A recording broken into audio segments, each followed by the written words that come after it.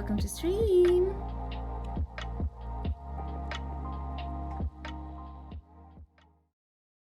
And you can see all of us now. Hi. Hi Nika, congrats on being first. Hi Noor, hi Domi. Hi Swift, hi Fernan.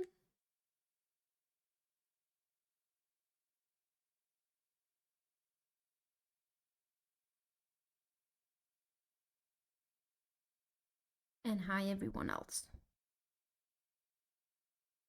And with that I mean you guys. Hello. So, Shoot. everyone Hey. should be able to hear you now. Hopefully, if everything worked right. But yeah, we're playing D&D tonight. Woot woot. Yippee.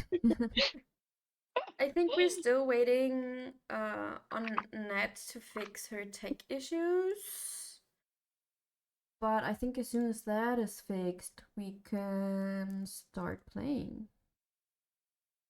Right? Yeah. I'm down. Okay. I'm ready. Any questions or concerns? Nope. I'm balling. We'll see. Uh, All right, you guys ready? Well, I was gonna Yes. say let's wait if Nat can fix her stuff. Oh. Let me text her.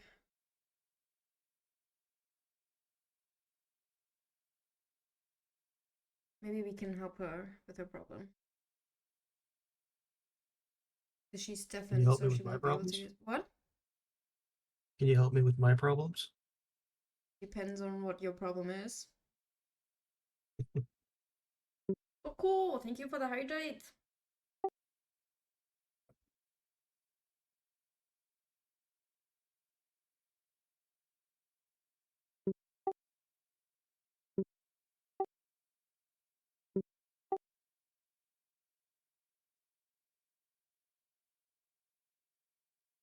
Hi, cool. It's really quiet. Oh my gosh, Toku. Tell Toku I said hello. You can tell him yourself because he can hear you. Oh shit, you're right. Hi Toku. How you doing, bestie? Listen. I have had minimal sleep. Nobody be mean to me. I don't deserve it right now. Okay. I'll cry. I will cry. Don't, please. So if Toku redeems hydrate, does that mean we all have to hydrate? Is that Yes. how Oh this works? god. Yes. Okay. Everyone take a sip of Okay. whatever drink of your choosing you have by your side. I took a I'm sip drinking of the wine Red last. Bull. I have the last little bit of tea that Leela sent me in the very first batch she sent me. The strawberry tea, right? No, that's done. That was the I forget what this Oh, one was okay. called. It was the one before that. I'm pre-gaming before this wedding is what's happening. It's a dry wedding. Oh, fun. And I'm not going to a wedding with a bunch of loud children without having at least a drink or two. So I'll be extra fun during this session, y'all. Good. Nice.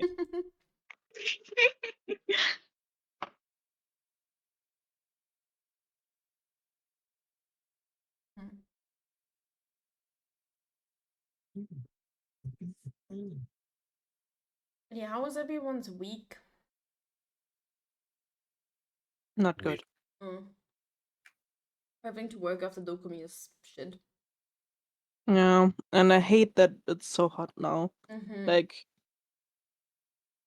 I was gonna say I would have wished it would have been this warm last weekend, but then again, no, it would have been better if it was this hot during Dokumi. But it was pretty, But it's pretty dry. Like, it's not humid hot. yeah,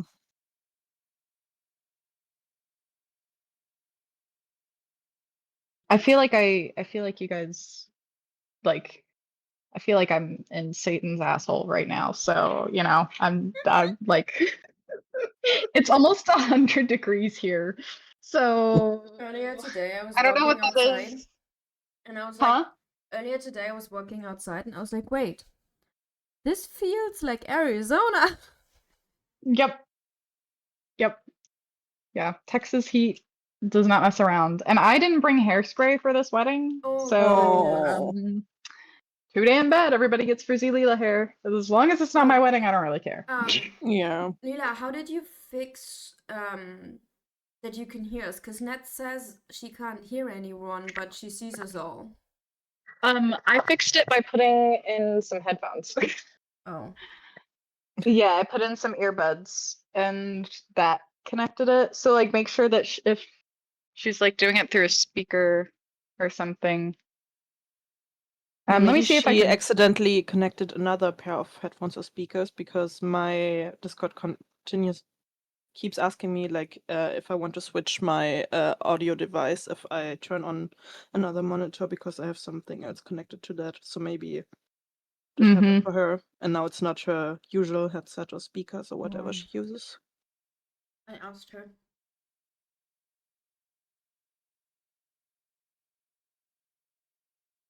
She says she has headphones.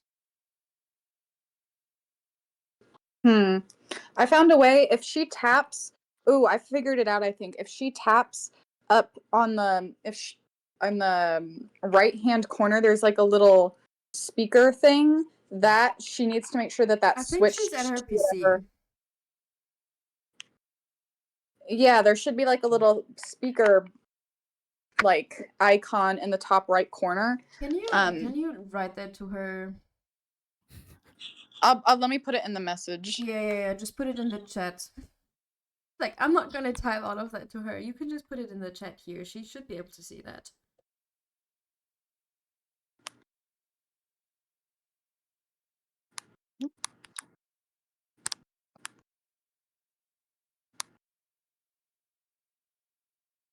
Yeah, because I just took my earbuds out to figure it out to see if there was a way to do it without that, and that's how I figured it out. It's in that top corner.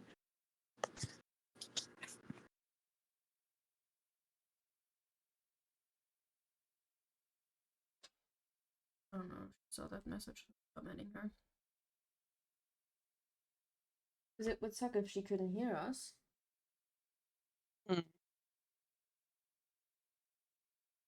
Yeah, that would not be ideal.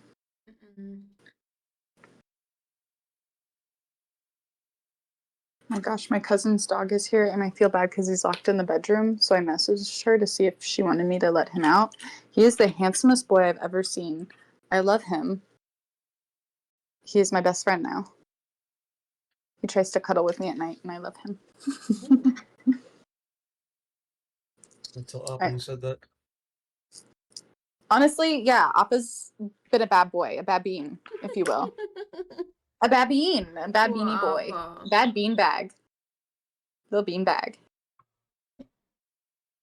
Bad beanbag. The bad bean bag. The bad jelly bean. Yeah, it's funny because like all my cousins like tell stories about him all the time. I guess one of my friends' cats, like a mutual friend of ours, cat, like ate a glow stick or something, and they all thought that it was Appa because like that's just something he would do. Okay. Net is restarting, by the way. Okay. That's why she just left. And then Iona is gonna join us in probably like half an hour-ish. Maybe a bit more. Perfect. Bomb diggity.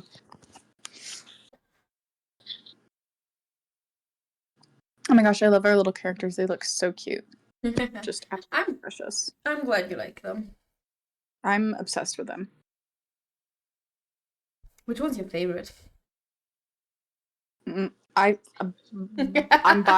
Definitely You mine. biased? I see. Yeah, no, she's so cute. Oh my god, look at her little purple eyes. Oh my god. No, yeah, I'm so obsessed with her. I also really like your character too, though. Oh, thank you. MVP's in MVP. spirit. I just decided I can leave my Discord up on my phone because I'm using my iPad and my phone to make this happen. Yeah, me too. I have like both of my monitors and my iPad and my notes that I put like sticky noted to one of my monitors. Oh my gosh.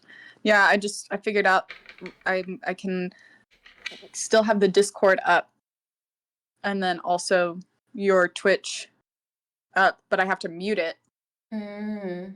so that way it doesn't like give feedback. Oh, I can show you. I can show my nails. I don't think I've shown them. Oh, Birthday nails. What with this lighting? Birthday nails. So good. You can kind of see them. That's the left hand. Ooh. And Stunning. Stunning. Oh, this is the right hand. I love this one. I Ooh. love the thumb. I can't see if it's in focus or not, but whatever. It was so cute. A few weeks ago, one of my colleagues started following me on like Instagram. And then when my nail tech does my, like when she does my nails, she posts them on Instagram and then I repost them to my story. And yesterday I walked into the office and I was sharing an office with her and like 2 other guys, but she was the first and then I was the second person to arrive.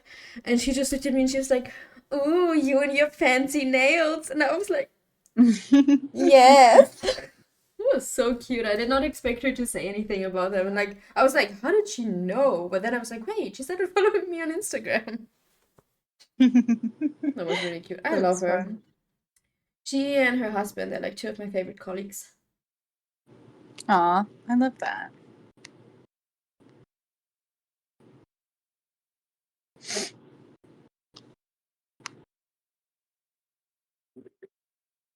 The question is, do we want to start or do we want to wait more? I don't know how. Depends. Like the longer we wait, the longer we're gonna play, right? Because Yeah, I don't know how long you think this is gonna be anyways. Bless you. About Bless 20 you. minutes. Sorry. Do you think we should start or do you think we should wait? Well, is she able to fix her audio issues, or is she still trying to figure it out? She said she restarted her PC, then let's wait if that fixes it. but she Okay, said let's that see if 4 that fixes minutes it. ago. Oh, yeah, okay. Well, because you said like in the original message that it's like until 1 a.m. you think, right? And I honestly don't plan to stay awake longer than that. Yeah. So I the have longer to we leave wait, the early. later it goes. Maybe let's just start then? You want to start? I don't know. You don't sound sure. Demon, where are you for real, Toku? Okay, I think let's just start. Yeah. You guys ready? Sure. No, but I don't have a choice. Same, actually. Like I have no I'm idea what I'm scared. doing. I was rude to Nuber yesterday, and he was like, "Are you sure you want to be rude to the DM?" And I was like, So Looks like Nat's here again, but I don't know. She's deafened. Does she know she's deafened? I don't think she does. Right? Because she was deafened the whole time when she was here earlier, and that's Oh my god, if that probably is the only problem. if that's the problem, Oh god, that would please be so, don't tell me that so would be. funny. Oh no, oh no.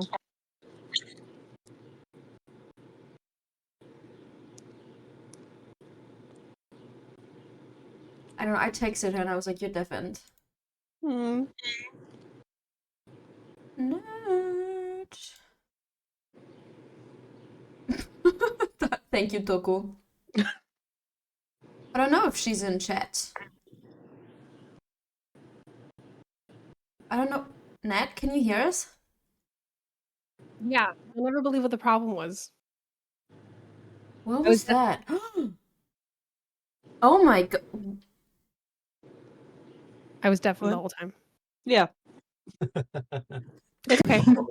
It's fine. Thank you to whoever just got me those It's funny because ties. Oh my that was the goodness, first what the thing I fuck? said when you joined the call. Are you sure she's here because she's deafened? And then Lenity said, yeah, she has tech problems. And we all, when she then Said yes. I was Ned messaging can her hear back us. and forth, being like, "It's not working." She's like, "What about your speaker?" I was like, "I've done all of that," and she never told me it was deafened. Wait. Oh. Well, It was deafened. It's Oh my fine. god, thank Whatever. you so much for like We don't have to- whoever we just don't got have to me talk this about it. stuff from Throne. All Thank right, you so much. everybody's here. I think everybody's ready. Yes. Mhm. Yep. yeah. Yeah, I think. I don't have a choice, do I? All right, just really quick before we go, I mentioned this to Nika. I don't think you heard it, Nat, but there is a break worked in at about the halfway point of this. But if anybody at any time needs to take a break, needs to go to the bathroom, get a refill, or just needs like a rules clarification or something didn't make sense, just yell out timeout and we'll take a quick break and figure it out. But with that, I think we're ready to go. So happy birthday, Lanacy. Well, it's not. Happy It's not. birthday, It's not. bitch. No, It's not no, her birthday yet. no. As I you will guys be can asleep see, there's when it like is. still 3.5 hours left. Till it is my Oh my God. birthday. I don't want any In early birthday Germany, wishes. Ooh, in Germany it's you bad don't do luck. that. Oh, Is it It's really? bad luck, It's really? bad luck. Yep. It is, yeah. In Germany it's bad luck. All right, so All I'm the German people expecting, like, yeah, don't do that. Don't I'm fuck this expecting up. lots of natural one rolls. Well, Oh. happy unbirthday. Well, I'm just unbirthday. warning you Oh guys. no, I I'm not have taking it. rolled a I'm not bunch taking of it back. ones today already. Good. I'm glad. That makes it more No, fun. no. A very merry unbirthday to you. Thank you. All right. So, welcome to the continent of Omeria. Omeria is a vast peninsula that stretches across valleys, deserts, snowy mountains, dense forests. It's home to millions of citizens from all walks of life. Today's adventure takes place on the northern tip of this peninsula in a forested valley nestled between two mountain ranges, a valley known as Vasquille. Vasquille is an old, ancient forest, a forest unlike any other, a place where the natural world and ancient magic entwine so completely that the boundaries between the material world and the mystical grow thin and uncertain. Towering trees with bark-like moonstone leaves shimmering hues not found in any painter's palette. The roots of these trees entangle in secrets as old as the stars. Not as old as time. For outsiders, what's that? Not as old as time. Which, I'm sorry. maybe, who knows? Maybe, who knows? Older For than time. outsiders, Vasquille can be unwelcoming for outsiders. Not of malice, but through the forest's own quiet will, paths vanish when looked away from. Time tends to stutter and dance oddly. Strange dreams plague those who attempt to enter this land. Even seasoned travelers find themselves walking in circles, their compasses spinning endlessly. A hidden weave of fey magic pulses through every leaf, branch, and gust of wind. This unseen lattice, woven by ancient fey long before mortal kingdoms rose, subtly shapes everybody that enters this land. Emotions seem to echo longer than they should. Whispers are heard when nobody speaks. Illusions bloom when they don't seem naturally able to. The very air thrums with this quiet enchantment. It is said that the rarest and most potent ingredients for potions are found in Vasquille. Silverberry flowers, which bloom only under eclipses, ghost moss that grows on the graves of long forgotten beasts. These are just a few of the treasures that draw brave alchemists from all over the peninsula to try to harvest the depths of this forest. Despite its dangers, Vasquille is not devoid of life. Hidden among the glades and trees dwell several enclaves of civilization, a kind of gentle folk who live in harmony with this enchanted forest. Elves, furbolgs, gnomes, smattering of humans and half fae make up their numbers. Their homes are not built, but grown, shaped from living wood, stone, and vine, humming softly with life. Those who live in these enclaves are somewhat reclusive, but they're warm, kind-hearted, especially to those who earn their trust. Our story takes place in a central town that connects all of these enclaves.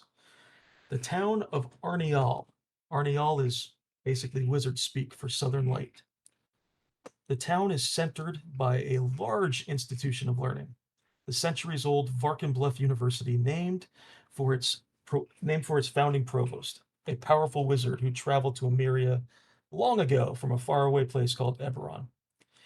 The town has grown symbiotically around this institution, drawing scholars, mages, druids, artificers, all kinds of magical creatures from all corners of the world who want to hone their craft. Arnial is divided into several districts centered around serving the university. There's the residential district of the Bramble Ward.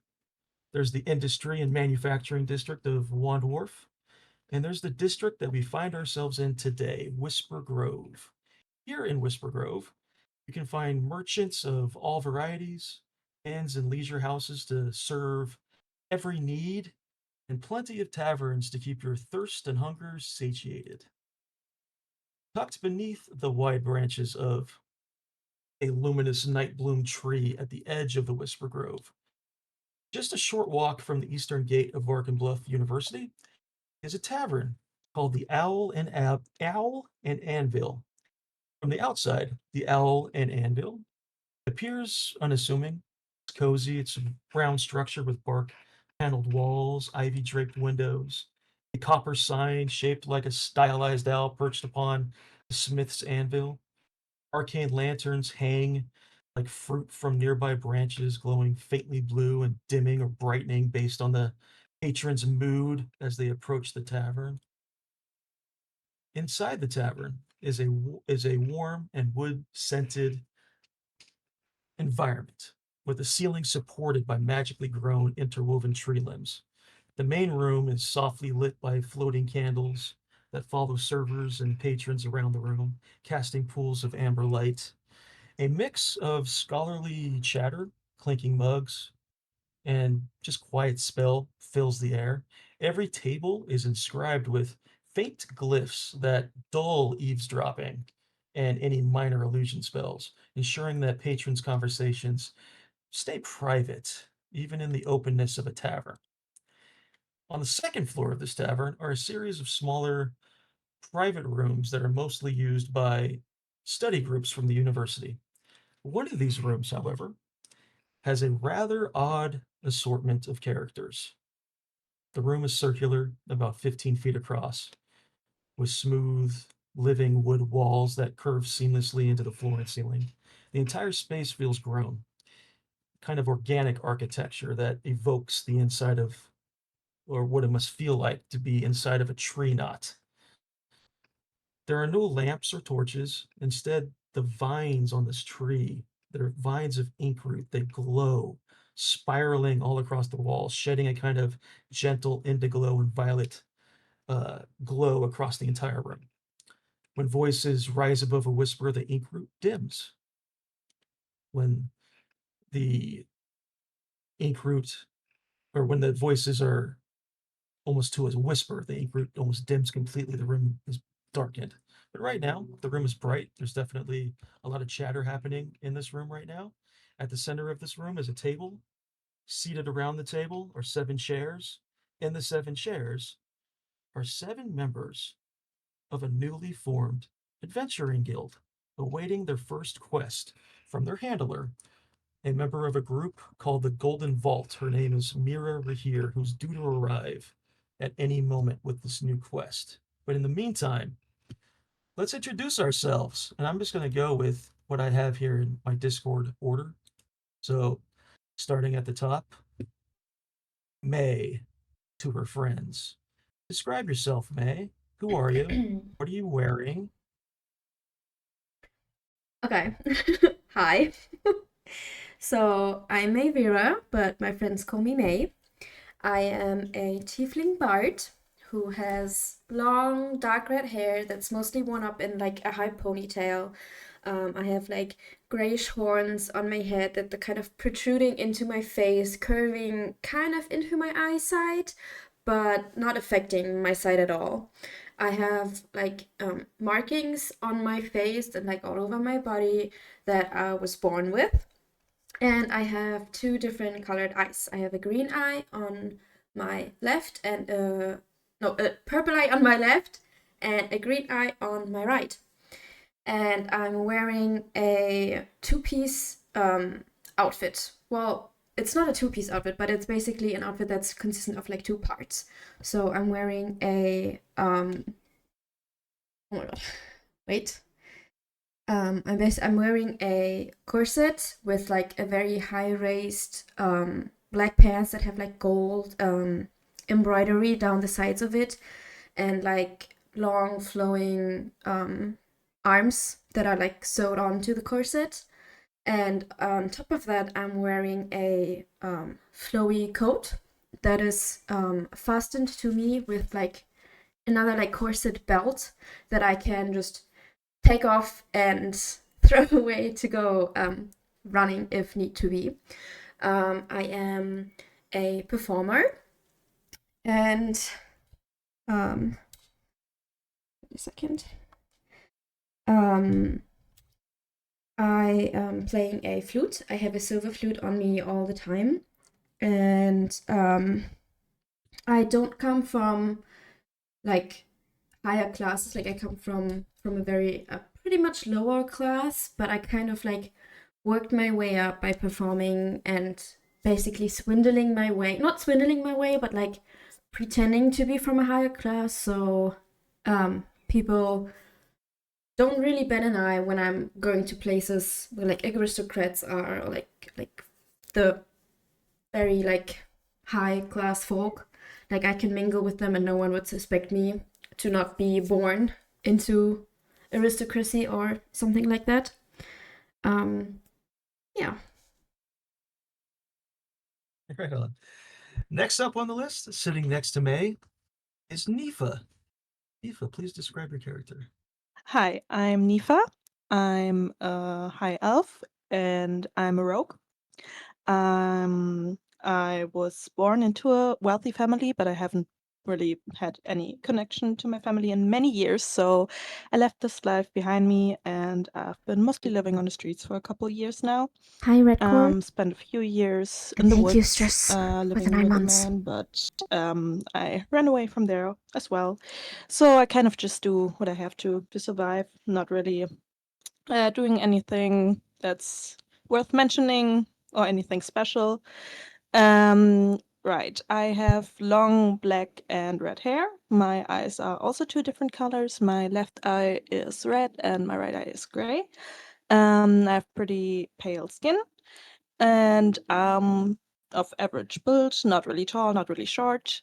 And I'm currently wearing a long black dress, nothing fancy, and just something that I found, something that I can move in easily because the dress has 2 really high slits on each side, so I can move my legs if I have to run or sneak or duck somewhere. And it also has like a lot of fabric around the top, which looks like just a bunch of bunched up fabric, but it's actually functioning as a hood when I have to hide my face. Yeah, I think Right on. that's it. Thank you very much. Next, sitting next to Nifa is Roya. I believe I'm pronouncing that right. Roya? You can describe your character? Yeah, I'm technically mute. How do I do this? So in that case, I think your best friend is May, if I recall correctly. Okay, May, chill. what is May, go ahead. yeah, May. You want me to describe What do her? you yeah, what do you see Ruya's sitting next to you? Ruya's mute. Yeah, but like you're not mute. So wait, I don't know. Okay. Yeah, so Um, sitting next to Nifa is I believe you're 8 feet tall, if I recall. Is a Goliath, a female Goliath. Um, the biggest person in the room. Your head, even sitting in this chair, which is quite an uncomfortable chair in your regard because it's not built for somebody 8 feet tall. Your head is practically hitting like the tree that is like growing into the ceiling. You are quite uncomfortable right now. Um, yeah, so you're wearing just from what I can tell, you're wearing just kind of just basic armors. I don't know if you have any insignias drawn or kind of etched into your armor. You are a ranger, so somebody who is carrying quite a massive longbow, has a short sword on their person. You are built to uh, basically, if a fight breaks out, you're more than capable. And I would imagine that the rest of this group, just given your size, probably leans on you to perhaps help in a scuffle. Um, you are well known just because you're one of the few Goliaths in this region. So a lot of the shopkeepers in Whisper Grove have taken a shine to you because they lean on you for protection. But yeah, that's who's sitting next to Nifa, is a very tall, very probably physically uncomfortable right now, Roya, who probably wants to just get out of this room. Sitting next to Roya is Urso. Describe yourself, Urso. Yeah, I am Urso. I am a human. I am also pretty tall, but not as tall as Ruya. I'm just 6.8 feet. I am pretty old, I assume, like 40 years of age is above average. My eyes are just shiny. Not really, it's really hard to describe, but I just call them shiny. I have short brown hair, but I'm this huge muscular guy because I have years of training and also training as a paladin. Because I grew up with only my dad, and he was a drunkard, and we got in a lot of fights, and that's the way I learned to survive. Right now, I'm wearing a blue garment with white cross stitched to it, with a fancy pattern as well. Just a simple brown belt, brown leather boots, and leather trousers. It's simple but effective. And on my hips, I'm wearing my trusty sword that I always carry everywhere. Oh, thank you. Sitting next to Urso is Vale. Hi, I'm Vale. I'm a former priest and an elf. My eyes are red, both of them.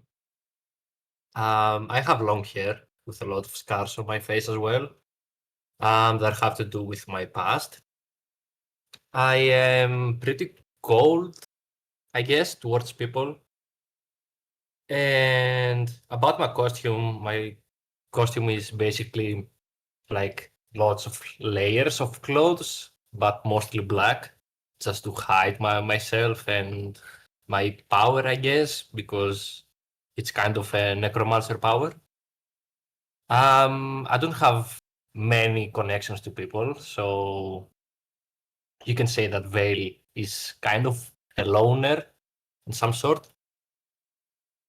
And yeah, so I'm a former priest and now a necromancer because of my past, and I try to keep a low profile. I guess Thank that's you. it.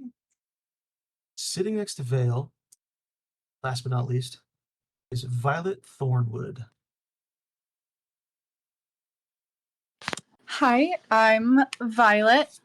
I am a Shatterkai noble whose family was burned alive in their duchy by their scheming uncle, who was the product of an affair and had no rightful claim to the duchy and wanted to take control.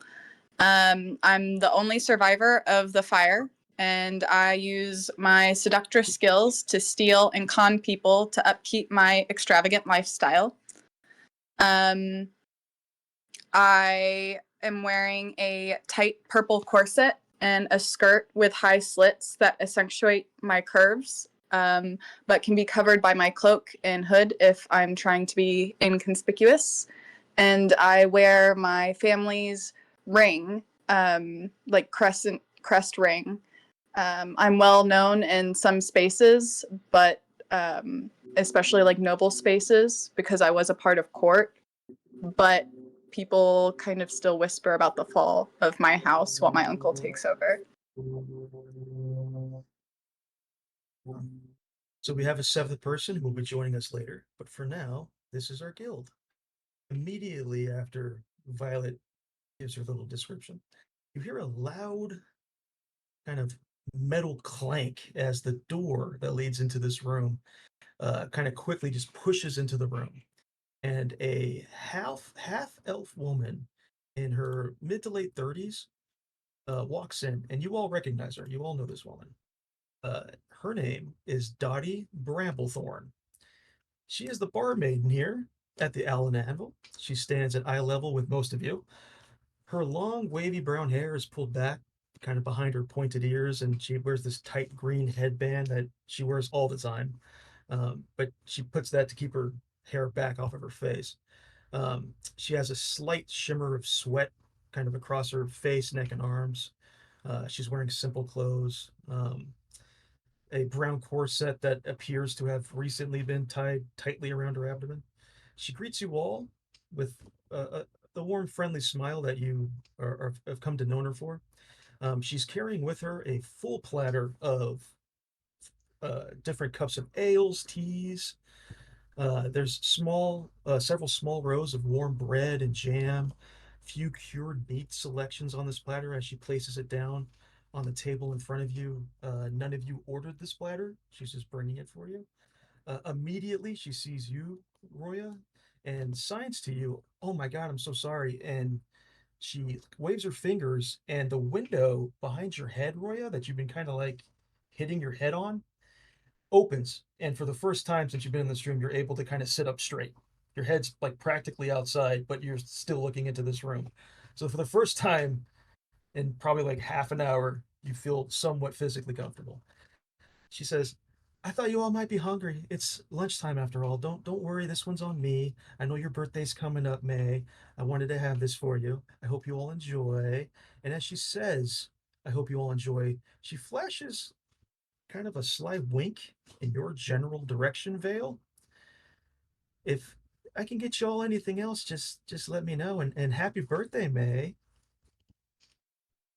Thank you. How do you know it's my birthday? What? Because we know each other. Everybody knows it's your birthday. I mean, I'm kind of like, okay, well, I didn't, yeah, well, thank you.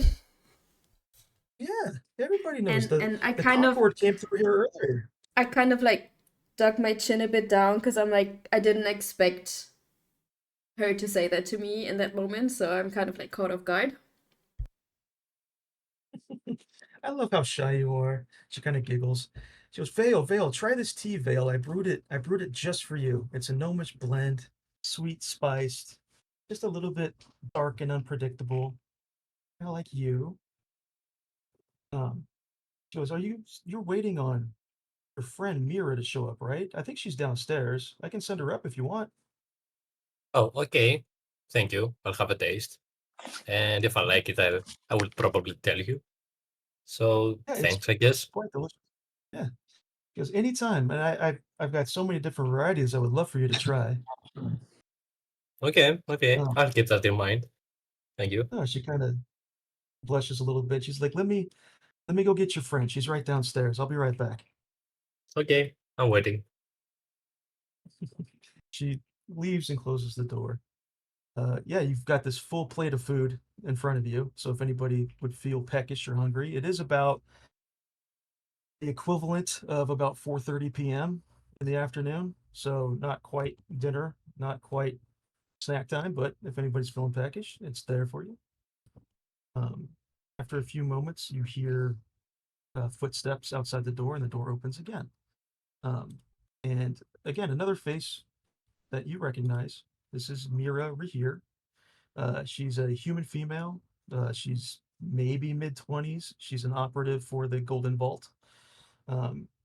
She is your handler. She's previously given you your group, a couple of very easy, just kind of minor quests so that she, and by extension, the Golden Vault, the organization that she works for, can survey your talents and determine if your guild can succeed among their ranks. Mira is a little bit on the short side, but she appears to be quite nimble. Her dark hair is pulled back on her face. She's got brown skin, sharp brown eyes. She's wearing these kind of slender gold rimmed glasses. She dresses as if not to stand out in a crowd, which is probably intentional. Despite her youth, she carries the air of someone who has earned perhaps every inch of her authority. She runs in, puts her arm around you, Maeve. Happy birthday, Maeve! Thank you. Thank you, thank Yeah, you. she signs. She signs with kind of a sly grin in your direction, Nat. She signs to you, "Hi, Nat. Looking wonderful as always." And she goes, "Oh, May. Hey, I have something for you, May. Yes, This is what? from What? Seville. This is from your friend Seville Furwin. Oh, She well, said to yes. make sure that I. She said to make sure that I hand this directly to you. It came with a note. Okay, thank you. So it's a little kind of red jeweler's box with a little piece of parchment kind of wrapped around it.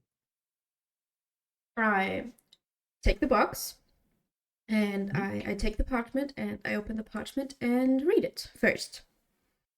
It says, "Happy birthday, May. I can't believe you're at the age I was when we first found each other. I hope your new year is filled with the kind of charm and grace that you put out into the world. All my love, Seville. P.S. I'm told by one of my performers who's traveling with the Concord of Echoes that Thorn Merrick, he may be in Arniel.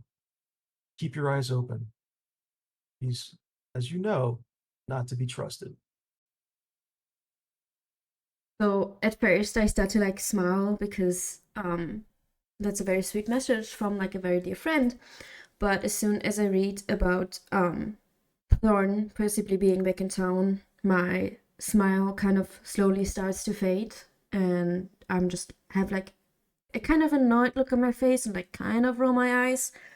I do a little sigh, and then I put the parchment to the side and I turn to the box and I open it. Yeah, it's just a simple little jeweler's box. You open it up. Inside is a velvety kind of inside, and there's a ring, small golden ring that bears a fluorite stone kind of in the middle of it. The ring has it's very, very faint, but an ever so soft glow to it. I carefully take the ring out of the box and I inspect it. And do I notice anything about it? Like, can I do, I don't know, I guess a perception check or an insight check or something? If I can Yeah, like if you find want to out do, why it's glowing. yeah, if you want to make the first check of this campaign or this session, go ahead I and mean, I guess. make an investigation check as you're kind of looking this ring Aim over. investigation. Okay. So I roll a d20. Yep, and you add or subtract your investigation So score. that's a 17. And then my investigation is a +1, so that's an 18. Beautiful. This is a magical ring. This appears to be the ring of Puzzler's Wit. The ring would come with 3 charges, and it regains any expended charges daily at dawn with a D4 roll. When you make, while wearing this ring, when you make any kind of intelligence check, so any of those checks on that table that you were just looking at that have an INT next to it, any check, any intelligence check, you can spend 1 charge of this ring to make that roll with advantage. Charge to roll. So this ring is already in your inventory and it's already equipped, just so you know. Oh, so you did that for me? I did that for you. Now you don't have to wear it, Inventory. obviously, but Oh, okay. Well, I definitely put it on because it's a very nice gift from a very dear friend. It's a birthday gift, and it's a very pretty ring, and it compliments me because my friend is like she's a tailor, and she's always helped me with like appearing of a higher class than what I really am. So I trust her, and her giving me this ring for my birthday, I'm obviously gonna wear it. yeah, it's quite a lovely ring. So Mira says, "Well, I see that Dottie's provided you with lunch already. That's awesome. Vale, I don't know what she sees in you, but you need to ask that woman out. She clearly has a thing for you. She will not shut up about the cute red-eyed elf. It's kind of getting annoying. Anyway, I'm glad you're all here. Your first official quest for the Golden Vault. How exciting. Seemed like just yesterday I was doing my first mission, stealing the Heart of Earth song from a wealthy baron that it didn't belong to. But that's in the past. It's all about you guys today. If you're ready to begin, and out of her satchel, she pulls out a small round box and places it on the table near the food platter. The box is intricately detailed with mosaics of dragons in gold and white. But the most striking thing is that there's a rather unassuming carved, like golden keyhole on the side of the box. In order to open the box, it appears you need the key. She says, "This is the golden vault, and this golden vault is yours. Carry it with you at all times. I, as your handler, will provide you with keys that will open the box and provide you with details about your quests, notes of considerations, messages from others, and who knows what else. The box of secrets are often endless." And at that point, she pulls out a carved golden key and hands it to you, Urso, just because you're sitting right next to her. This golden key is rather unassuming looking, at least the key part of it, the teeth. It's just kind of a couple of squares, like it barely even looks to be like a functional key. But the handle of the key is quite peculiar. It's just one big loop about 2 inches across. The loop has a series of carvings around it, symbols, certainly a language that none of you would recognize or can even comprehend. Maybe even runes, who knows? Mira says, "Insert this key into the golden vault and listen carefully to what it says. Make sure you pay attention because any instructions or details will not be repeated." Does everybody understand?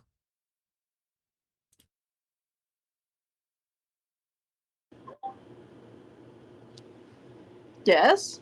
Yes. Yeah. Okay. We were all All just right, like so you've got the looking at key. each other before we answered. Just like, did we Yeah. understand? I hope you do. All right, Urso, you've got the key. Up to you.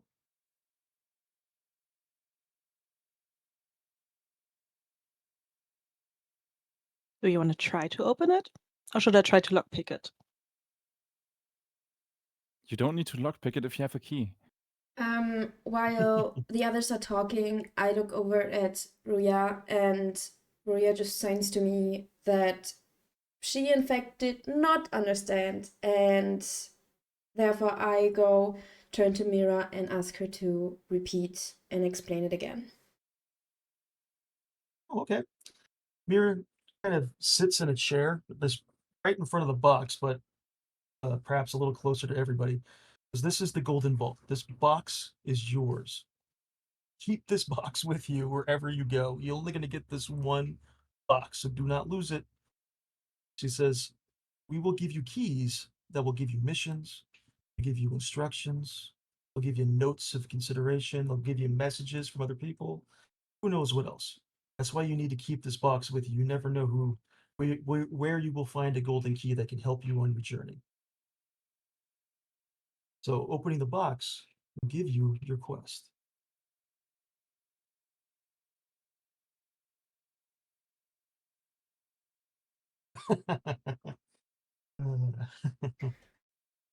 I see Let me the try note. to. So we can find golden keys on our adventure, and with those keys we open the box, and every time there's something else, like a different quest in it, or Yeah, sometimes it's just simple messages, maybe even from loved ones. Sometimes it'll have directions. Sometimes it'll have helpful little clues about how to help on whatever quest it is you're on. Who knows? and we Who just knows where randomly you'll find find these keys? keys. Yeah, you never know. Okay. Can we use the key only once? Yeah, typically. I mean, I was kind of saving the surprise, but yeah, the key is only usable once. You'll see what happens. You're asking too many questions is basically what he's telling you. Shut up. That's his nice way of Wow. telling you to stop talking. Yeah, we've only got like 3 hours left, so. We have more. So Urso, you've got this key. I got the key now. Yeah, she handed it to you just because you happened to be the closest person next to her when she walked in. Then I will open the chest. The Just box. To the like top of that. the box, Just like that. You put the key in. It's got again, it doesn't, the teeth on this key, it's just a couple of squares. Like it looks like it wouldn't open anything. You put the key in and turn it. You don't feel like any kind of mechanical like you would get from a typical key. But it turns, immediately the top of the box pops open, Magic. revealing a slowly spinning golden dragon and a very mechanical, monotone voice emanates from this box. Greetings, operatives! The Golden Vault has learned that a historical object is about to go on display at the Varkenbluff Museum of Natural History. An ancestral stone belonging to the Moki people of the Southern Lands. However, the museum believes that this is a rare magical stone recovered from the mines under the Basilisk Mountains. An anthropologist by the name of Dr. Cassie Donnell tried to inform officials at the museum about this stone, known actually as the Merkmeyer stone, but no one believed her. But we do, and we believe that stone belongs to the Moki people. The quest requires you to infiltrate the museum, steal this stone, return it to Dr. Donnell, who will handle its safe transportation back to where it belongs with the Moki. There's no time to waste. The stone must return to its rightful place. Start by meeting with Dr. Donnell at the Sage's Quill near the museum. Good luck, operatives. The box slams shut. The key disintegrates into dust on the table, and the room falls silent. What do we get for this? I was gonna say, like, what? Yeah. Why should we steal there a something when reason we to don't do even know if it's of any benefit to us? I wouldn't do it. Well, I'm against it unless I'm making money. I think Oh, because we goodness. have to return it to Dr. Donnell, Mhm. we should probably go talk to Dr. Donnell and see if he's gonna offer a reward. Yeah, but May, that's already worked, and we don't even know if he would get anything. Well, if we I get don't, to keep the pretty stone. I'm down. does anyone know what the stone looks like? No idea. Is there anybody in our party who would know what the stone looks like? Nope.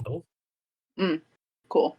So, does anyone want to do research, or does anyone want to talk to Dr. Donnell first? I mean, we could go like to I'll the do it if library or May's something and look up what the stone looks like and like research about the stone. Or we could just That's go to even more Dr. work. Donnell. Well, Yeah, I think I'm gonna do what the majority of the party decides, but I'm not really thrilled about this. I think we should go talk to Dr. Donnell about this. Yes. That sounds like a good idea. I'll follow May, but only because she told me to. That's it. Thank you. And Okay, let's do it. so who's gonna take the box? Urso, because you got the first key, do you want to take the box? Yes, I take the box, put it in my bag. And then I guess So, I turn to Ruya and kind of like sign to her like what the plan is and like if she has any questions, but that we're like gonna go talk to Dr. Donnell now. And then I guess we're gonna get up and go. yeah. So, with that, Mira says, "You heard the mission. Sounds pretty simple, but Mira does kind of echo what you're saying, May. Of go talk to Dr. Donnell, see what she has to say. The Sage's Quill is near the university, which you guys would know. You've been around this area, you know where to go. It's not like you have to ask for directions.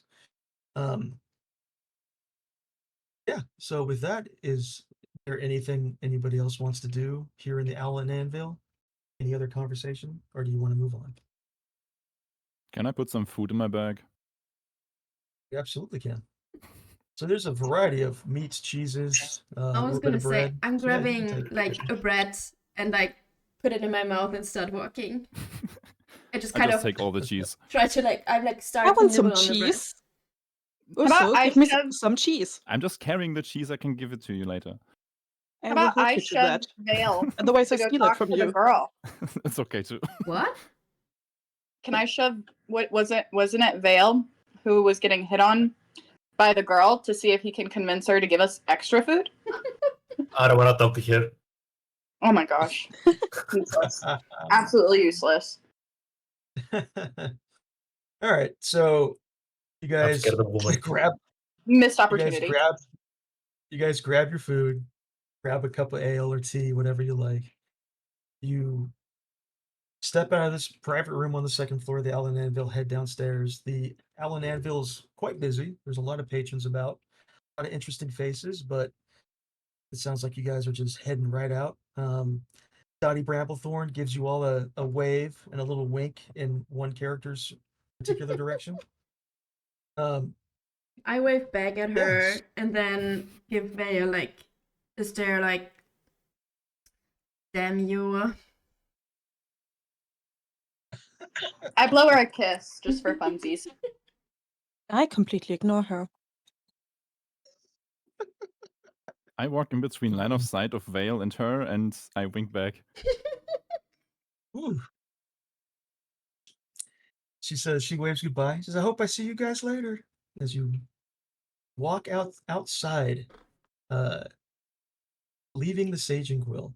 So as your boots kind of leave the threshold of the threshold of the Allen Anvil. Can't talk right now. You step really right into the living heart of Whisper Grove. The cobblestone streets here are soft with moss in between the rocks. They kind of have a soft glow to them like mushrooms. Even here in this kind of early duskish, starting to turn to dusk daylight. Elven lantern vines kind of climb up wrought iron lampposts that pulse with this kind of golden light as you pass. Each one glows slightly warmer whenever somebody walks past, kind of reacting gently to them. The scent of nearby markets drift kind of on the breeze. You get rosemary, you get some lemon zest, you get some fresh fire grilled flatbread, and the occasional tang of magical incense. There's people all over the place. You walk past a kind of an older male elf who is a street illusionist, perhaps even a retired circus performer, kind of entertaining children. You walk past a middle-aged halfling woman who's behind a tea cart. She's gossiping with other women about who knows what. But they do happen to kind of look up and smile in your direction, Vale, as if they perhaps know Dottie's intentions. You pass finally into kind of the heart of Whisper Grove. You pass through the area known as Junel's Open Market. It's a crescent shaped courtyard, kind of lined with brightly colored awnings. There's bakers selling honey apple tarts. There's there's gnomes, street magicians kind of performing for children and others. They're making like tiny fireworks pop off their hands. There's a dwarven horticulturist who is enchanting jars of glowing dream honey in his little cart that's shaped like a beehive. Um, you, for the most part, you have been in Whisper Grove now for about a month. So if you're not on a first name basis with people, you recognize people. You've perhaps shopped at some of these stalls. Ruya in particular, again, because you're one of the few Goliaths in this region. The shopkeepers at a lot of the shops here at Junel's Open Market have given you discounts on anything you've purchased because you get the sense that they are, I don't want to say providing a down payment of sorts, but you get the sense, Roya, that they are looking to you perhaps as a bit of protection. There is a gang that kind of roams the area and steals things and kind of roughs up some of the market vendors. So they're perhaps looking to you as somebody who can help protect them. Nobody's out and out told you that yet, but you perhaps get that sense just based on their positive demeanor towards you, the discounts they give you.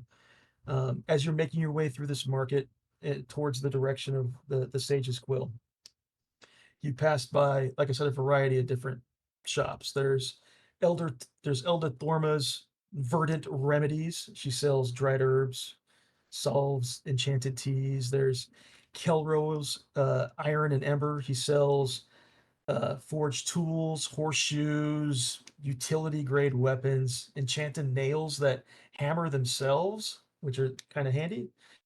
You walk past the Trinket Nest and the owner, Mezi Fenclick, who's outside of his tent there. He sells magical odds and ends, minor enchanted items, keys that don't appear to actually work on anything, strange wind chimes. He waves at you, Roya. He waves at your whole group, but he particularly waves towards your direction, Roya. Past a variety of different bakers. You walk past a little curio shop that sells sheet music, bardic scrolls, rare instruments. You've had your eye, May, on a wind-spoken lute that glows faintly, but it's just a little bit out of your price range. Across the market, there's a tiered park that kind of unfurls across this winding path, but forested trees with leafy canopies, shallow reflecting pools that kids are playing in. It's a very active scene right now. Again, it's about 4:30 to 5 o'clock ish. There's tons of people out everywhere. Everybody appears to be having a great time. The vendors all appear to be very positive. Yeah, it feels really good. There's this buzz in the air. You're hearing whispers, something about a gala. You hear something about kind of the high class society is making their way into Whisper Grove tonight. So you hear talks about seeing like gowns, ball wear, tuxedo attire. There's a certain buzz happening in this market, and then all of a sudden you hear a massive crash that breaks all of this rhythm. A barrel of apples shatters across the cobblestones behind you, rolling in every direction. At the center of the commotion, there are three broad-shouldered orcs wearing crude red sashes over their armor. They've cornered an elderly gnome shopkeeper, a gnome by the name of Vendel Nas, whose fruit cart now lays broken and overturned, his apples destroyed, his harvest destroyed. One of the orcs has Vendel like dangling in the air by his collar and growls. You can hear him growling. Last week, you said next time. It's now next time, and I want my money. Shoppers are starting to scatter away. There's a few brave vendors that are peeking nervously over crates of dried herbs and glass trinkets, unwilling to get involved. Vendel can't speak because he's got an orc's hand around his throat, but he sees you, Ruya, and he signs to you. He signs to you. He's pleading for you to help him. You all recognize these red sashes that they're wearing. These orcs are not just random thugs. These are collectors for a gang known as the Ash Knuckles Syndicate, a group that bullies shopkeepers into paying for protection. They operate usually quietly in Whisper Grove. Careful not to draw too much attention, but that apparently is not happening right now. What would you guys like to do?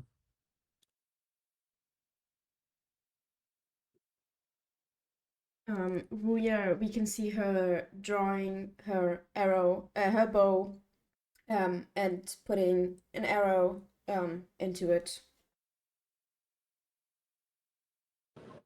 Who's doing this? Okay. What? Nothing. Never mind. I changed my mind. So, Because I feel like they're looking at Roya. They're looking at, well, they haven't really noticed you guys yet. To be honest, you've kind of walked past them. You've come from the top of this map down to the bottom. You've kind of walked past them. This has happened behind you. The orcs haven't noticed you, but Vendel, the poor gnome, has. So he's trying to plead for you to help him. I don't want to help him. There's no benefit for us getting into a fight now. I think it's annoying that he's causing like such a commotion. Like it's irritating to me, so I'd like to stop it simply because it's an irritation.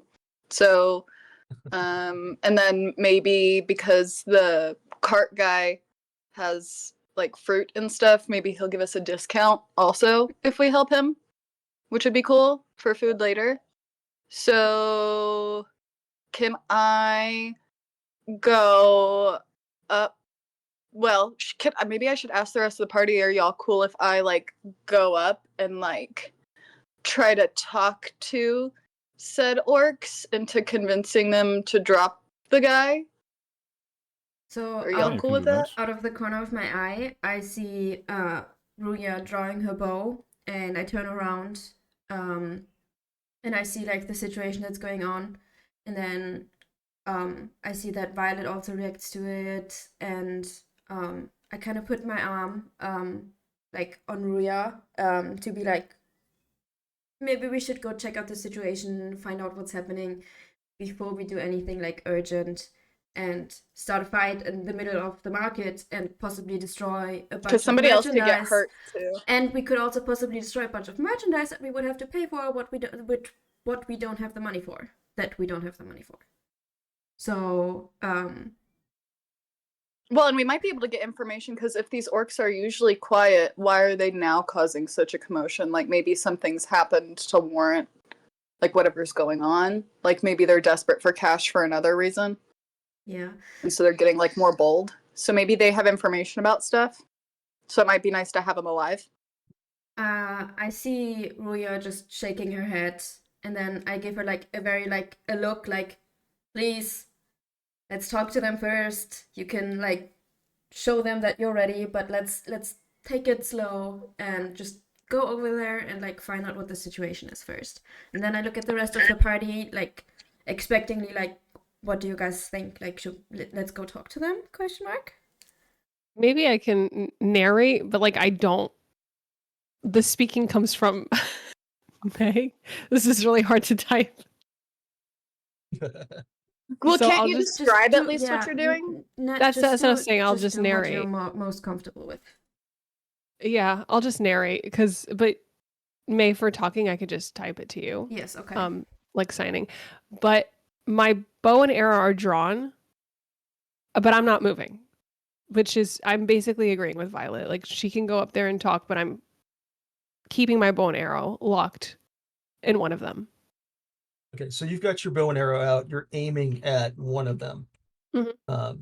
And I'm assuming if shit hits the fan, that you're letting that arrow go. Is that the intent? Mm-hmm. Okay, all right. So, Violet, it sounds like you want to kind of go lead the charge in trying to perhaps negotiate with these orcs. How are you going to do that? Okay. Yeah. Let's see. I didn't think super far into this. Okay. Do orcs count as a humanoid? First question. Correct. They are a humanoid? Yep. Okay. Interesting. Okay. How about like I go up first and I pull my hood down so that way they can see my outfit. And I go up first and talk. I place a hand on the orc that's got that doesn't have the guy by the throat, and I ask him like, "Oh, like what's going on? Like what happened?" So move your token forward to wherever it is you want to be within range of this range of Okay. this particular orc. So at the bottom of the screen is your token. I see. I see. So go see. ahead. This one. That This guy is right this there? is this the one that has him? No, this other guy has him. Oh, yeah, the guy the guy labeled Goring is the one who has Vendel kind of up in the air right now. Okay. The second you walk up and place your hand on him, he slaps your hand away, and it's a heavy slap, like it freaking hurt. And he says, "Back off. This ain't your orchard." Okay.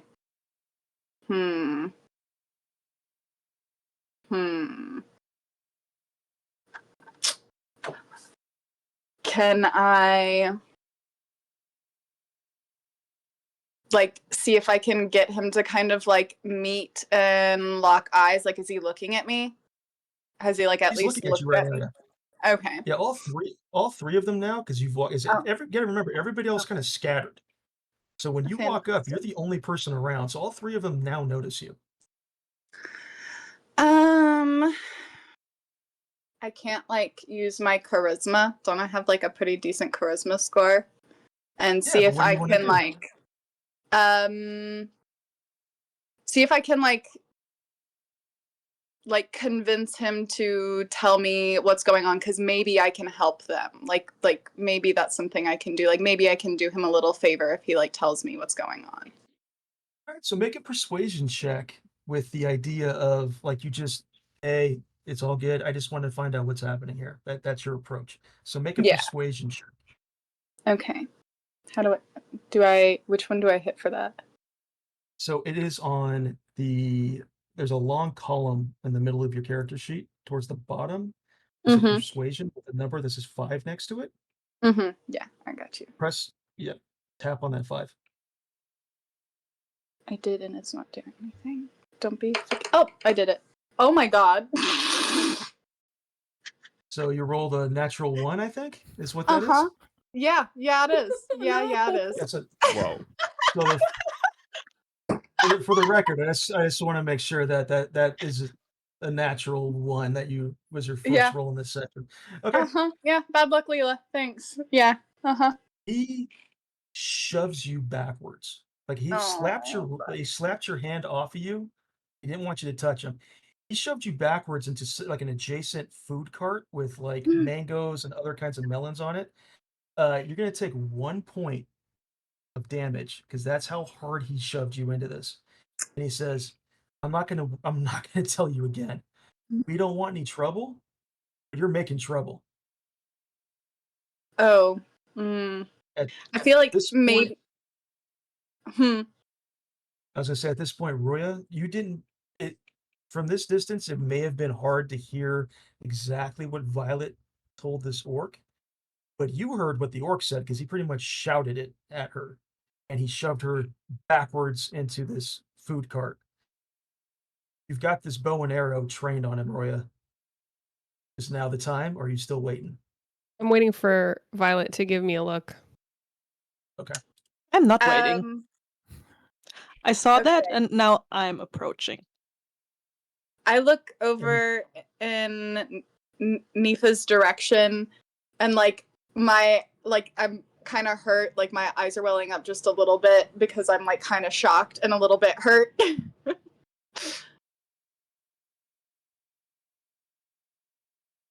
All right, Nifa, you walk up, you see this. Violet is not happy right now. What are you doing, Nifa? Before I do anything, I look back at the group. Kind of my expression is like, can I do something? Like, is it okay? Or do you guys still want to try to talk? Otherwise, I'm gonna attack. I kind of like cross my arms I'm in for the attack. and just tiny, like I do a tiny head shake, like don't start anything, please. Okay. But also, you guys are like your own human being, like your own beings, so I can't tell you what to do. I just disapprove. Okay. Can I? Okay, so how about I get up and I like adjust myself, like try to brush the dirt off and like kind of try to blink back the tears.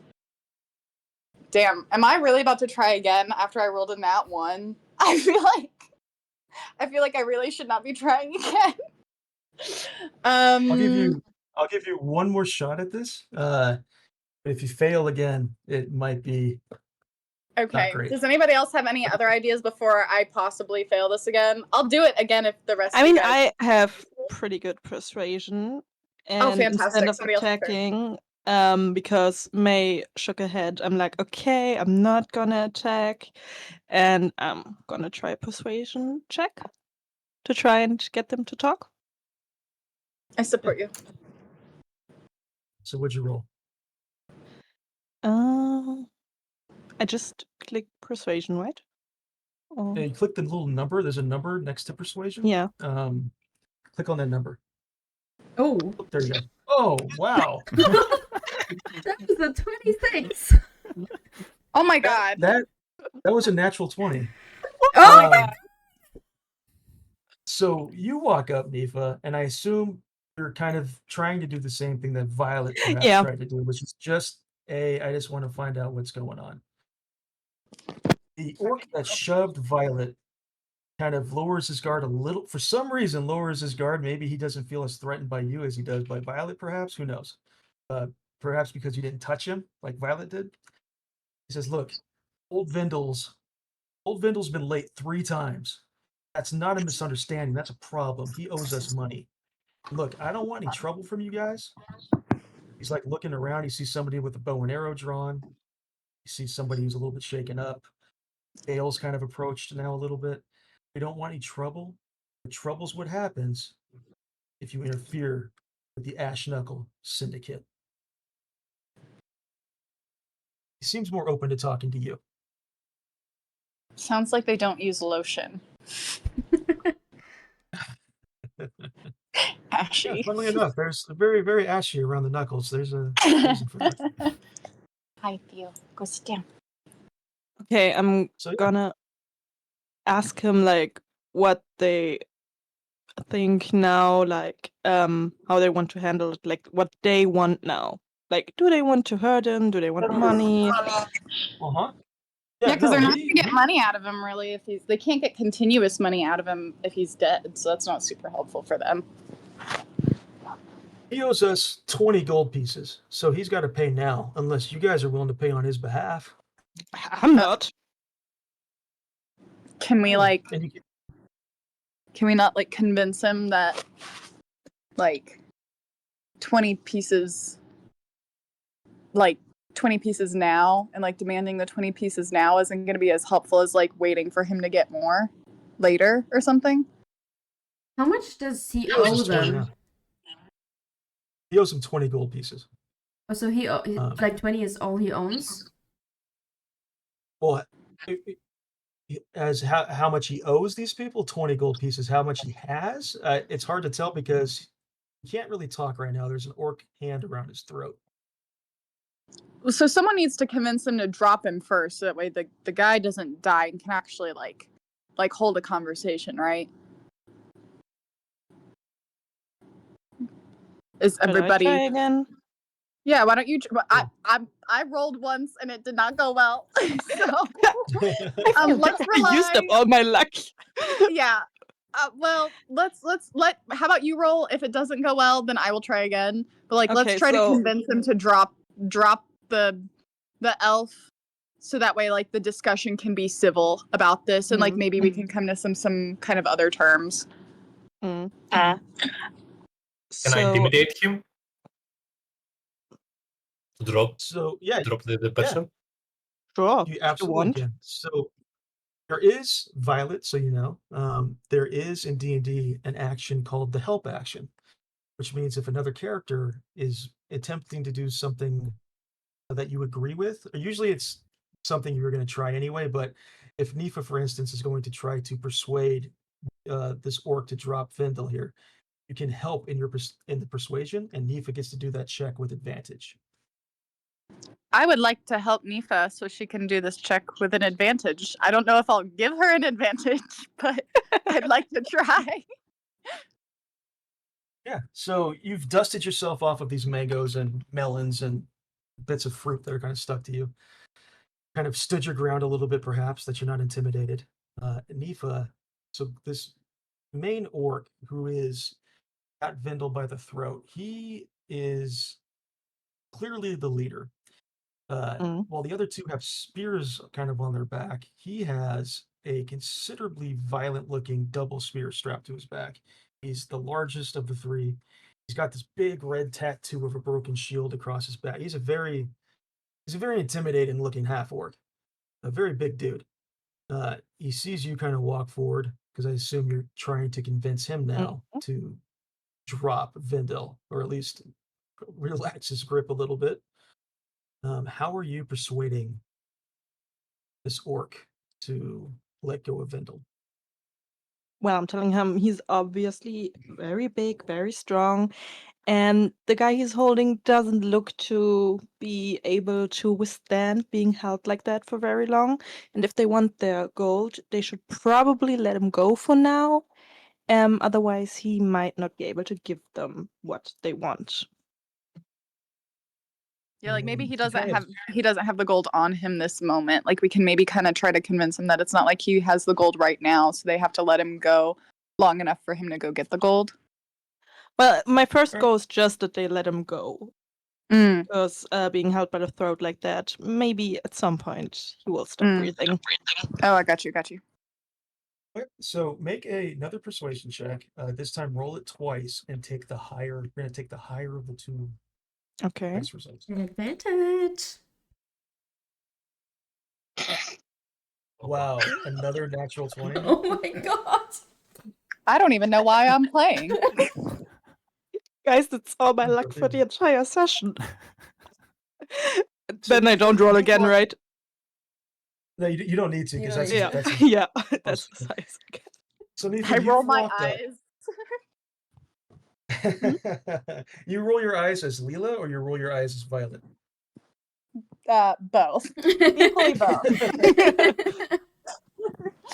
So Nifa, you've walked up, whereas Violet has walked up and was immediately physical, even though that was not necessarily her intent. You've kind of kept your distance a little bit. You've been a little bit more kind of relaxed in your approach. Here's your words. This orc who's got Vendel by the neck. He looks you up and down as if to size you up. Like you get the sense he's like, "Can I take this woman? Like, can I really like if it came to a tussle?" And he lets go of Vendel. Vendel drops to his knees. He's breathing like pained breathing like through his mouth, almost like he's like air is filling his throat and his lungs for the first time. He's coughing. He's like, thank you, Nifa, thank you. He says, I don't have 20 gold. I've got 10. That's the best I can do right now. The leader kind of looks back at you, Nifa. Says, do you think you can pony up the other 10 and we can call this square? Is what he tells you. Oh, we should try to get that down to lower because I don't know how much money do we have? You all have gold. You specifically, Violet, on each of your inventories tabs in the upper right hand corner, you've got a little. For instance, Violet, you've got 57 gold pieces. 57. I like to swindle people. You're rich. I like my money. You're rich. Yes. So the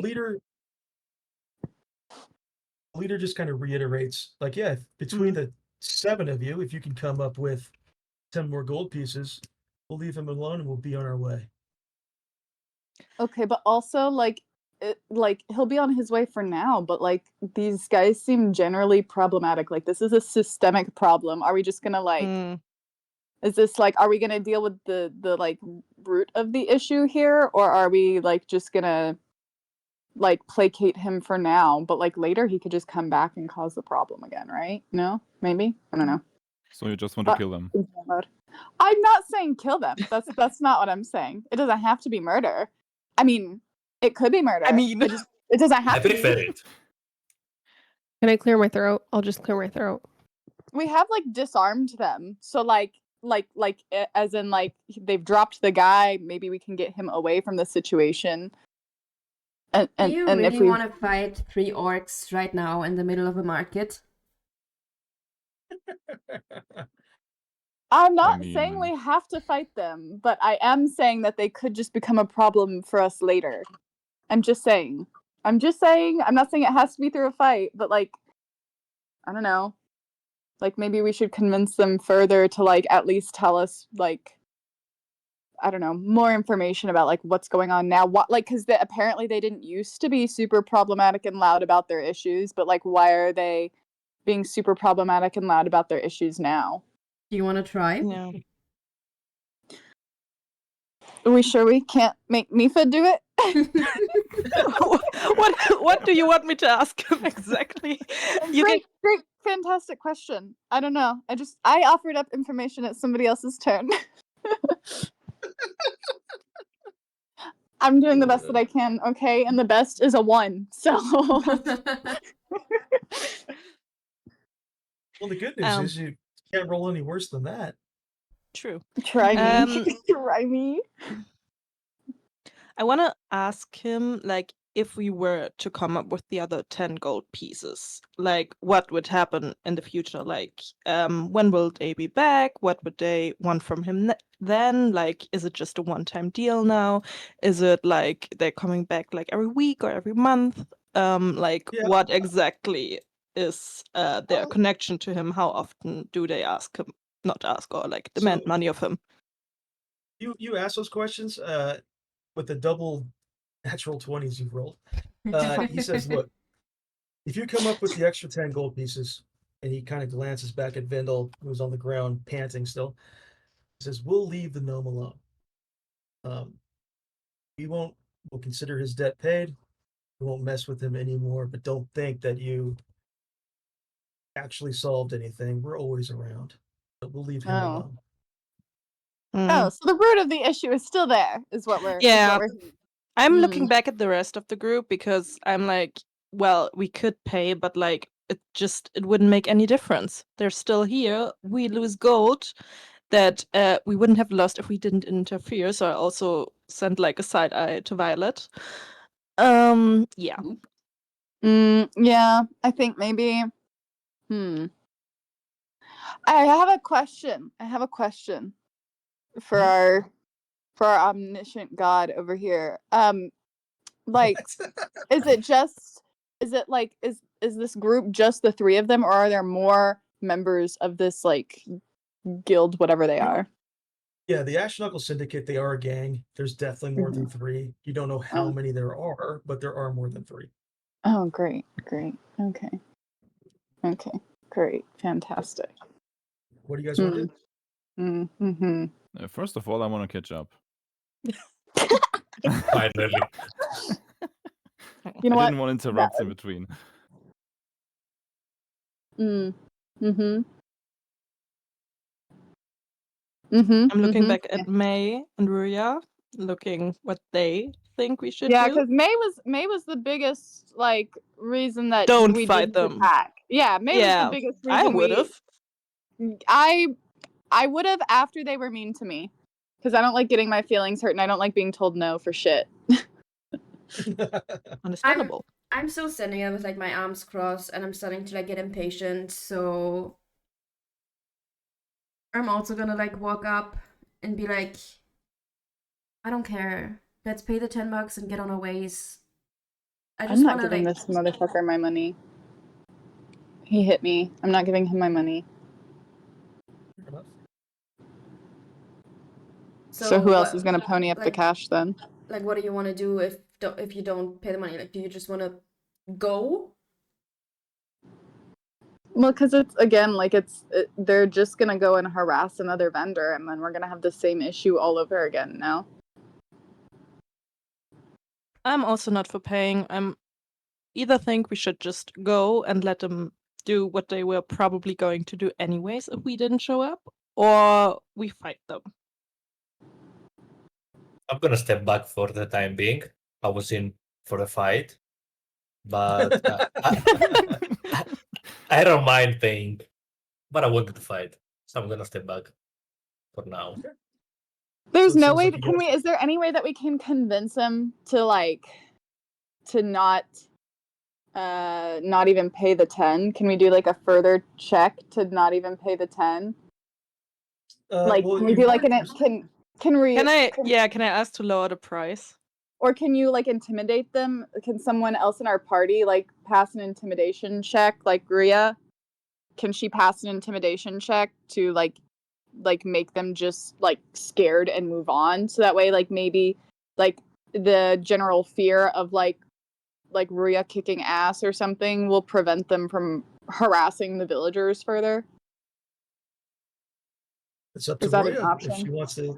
if she wants to start. Like Ruya's already mentioned, she's kind of signed to Maeve She's got her weapons out, like she's ready to tussle. Vendel knows Ruya pretty well. Can Really I up to her. turn back to Ruya and Danis, and like I kind of sign to Ruya like, come here, we need your presence, and like just like get all the group like together except for Vel, because I noticed that he like walked away again. Like surround them. Well, not surround them, but just be like all of us like show our numbers that we're like more than them. Like they're just 3 and we're like 7.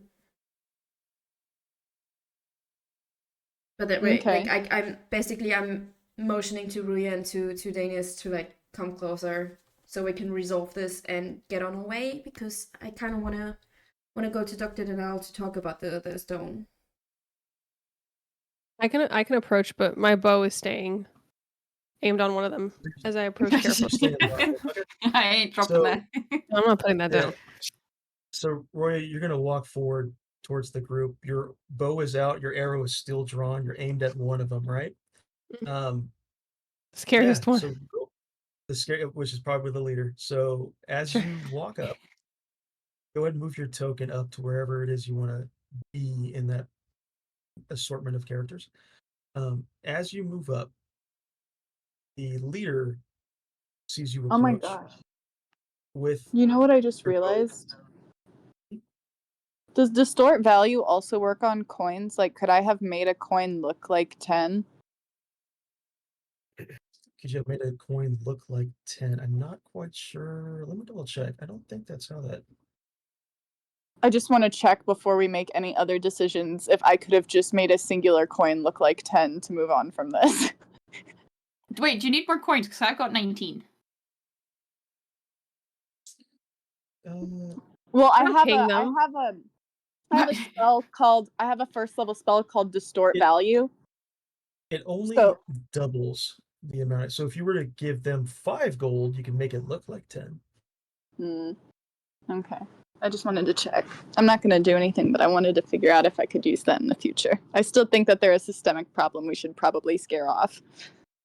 Yeah. So, Roya, as you walk up, you've got your bow and arrow drawn. At this leader, the leader sees you approach. His guard goes up immediately, only because you have a weapon pointed at him. Yeah. You've heard kind of what everybody else has said. Your intent right now, it sounds like, is to be quite intimidating, to see if you can just get these guys to back off.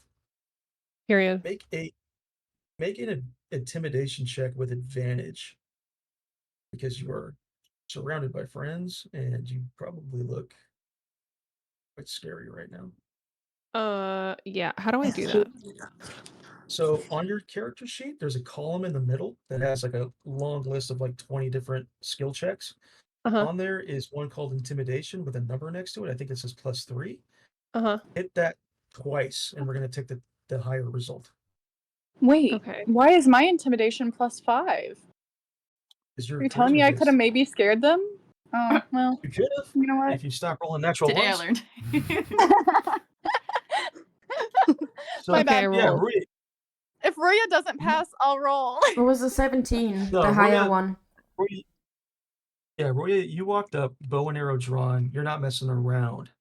For the first time in a few minutes, Vendel has a little sly smile crawl across his face, like, yes, my discounts to Roy have finally paid off.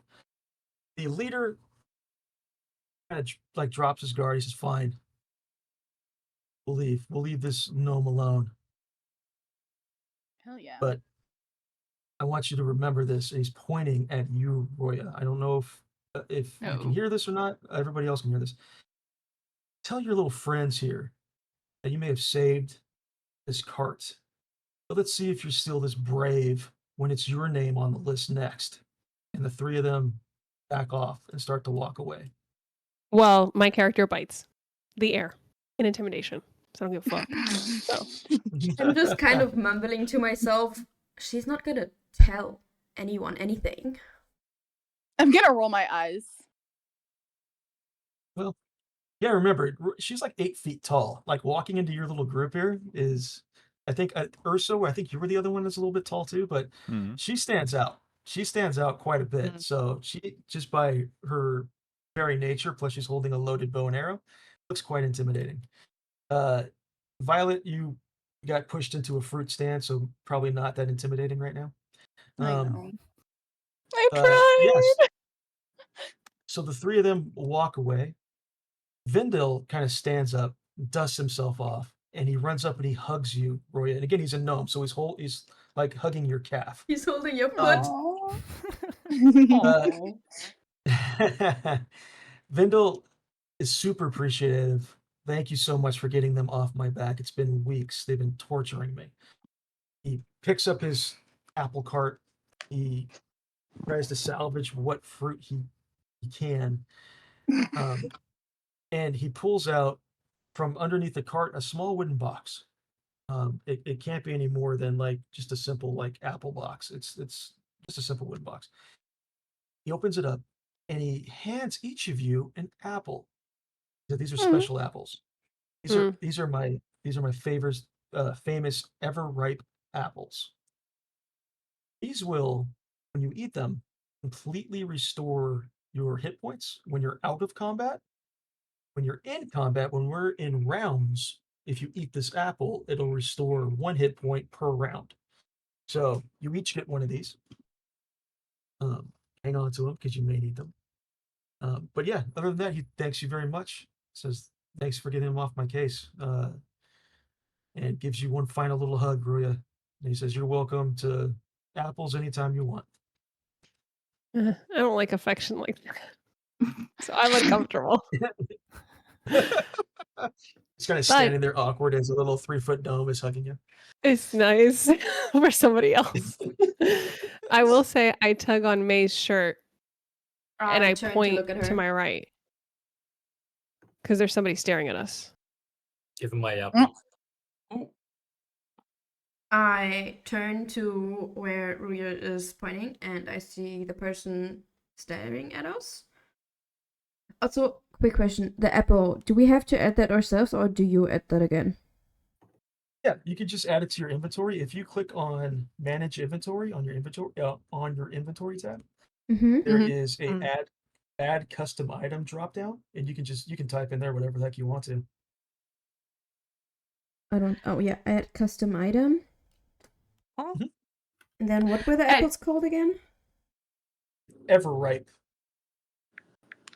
Add custom item? I don't see that. I'm still tugging on your shirt.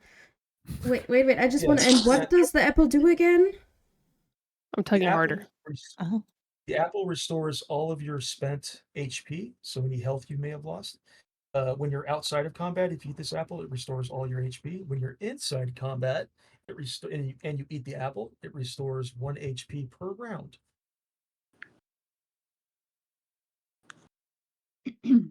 Tugging. I turn to Alright, look so at you again and I sign and like I speak it out loud, but I also sign it at the same time. Like what? Like what's going on? Like what do you know that person? I point to my right to just like a pale blonde elf staring at us. Hello. Oh, Thank jeez. you for standing up to them. Right on. So yeah, we missed the beginning with you there, Iona. If you can It's okay. quickly Lanity just give gave me a rundown of it. Okay, if you can give the chat or just give all of us just a very brief description of your character, like are you an elf? Are you a human? Like what is your character? What are they wearing? Just basic description. Cool. Right. I'm Danes. I'm a half elf. I have spent most of my life just training and sharing my knowledge of fighting to people that want to help protect their towns. And I'm just head to toe armor, big, strong, friendly, very polite.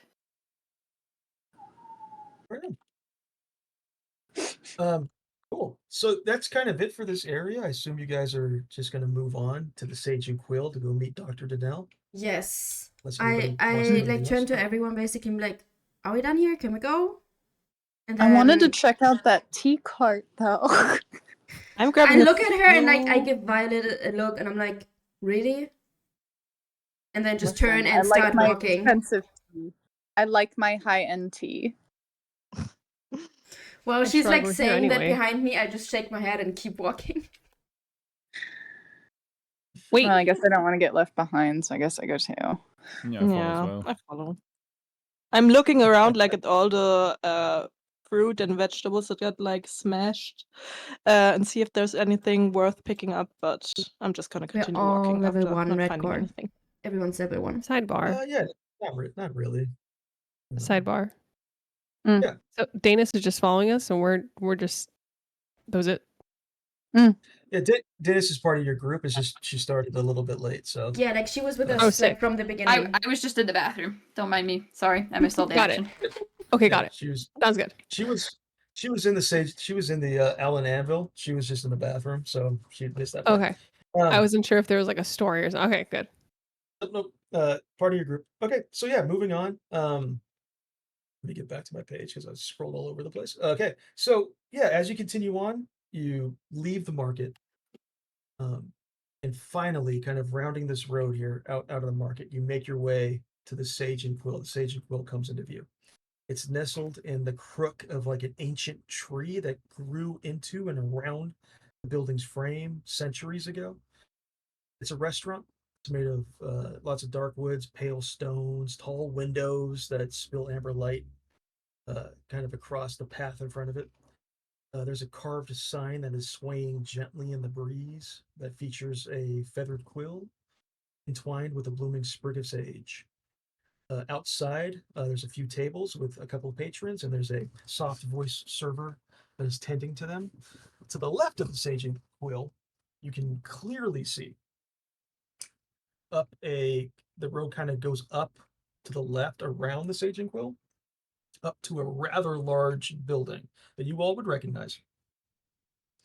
That is the Varkenbluff Museum, where this stone that you have been hired to collect is located. But the Sage and Quill is right in front of you. As you enter into the Sage and Quill, soft light kind of reveals mahogany furniture. It smells of oak. It smells of wood. The air is warm. You get some pipe smoke. You get some nutmeg spiced tea. The tavern is hushed when you walk inside, but it's not silent. It's hushed, but not silent. There's a rustle of pages, the scratching of quills, and murmured debates. Nearly every booth inside the place is filled with students and scholars from the nearby university. They're poring over thick tomes, lecture scrolls, arcane diagrams. They're sipping mugs of blackroot coffee and other herbal teas. They're whispering to each other, almost like it's a library. There's painted murals all along the upper walls that depict famous historical debates, ancient philosophers, and animated conversations. And at the heart of it all is one fella. His name is Cobb Fernhollow. He is a furbolg. He is the owner and the tavern keeper. He is the bartender. He's rushing around, kind of topping off drinks. He's polishing glasses with a cloth that's hanging off of his belt. As you all enter in, he immediately recognizes Urso, and he kind of shakes his head. Says, "Take a seat wherever you guys like. But you, Quillfinger," he's pointing at you, Urso. He calls you Quillfinger.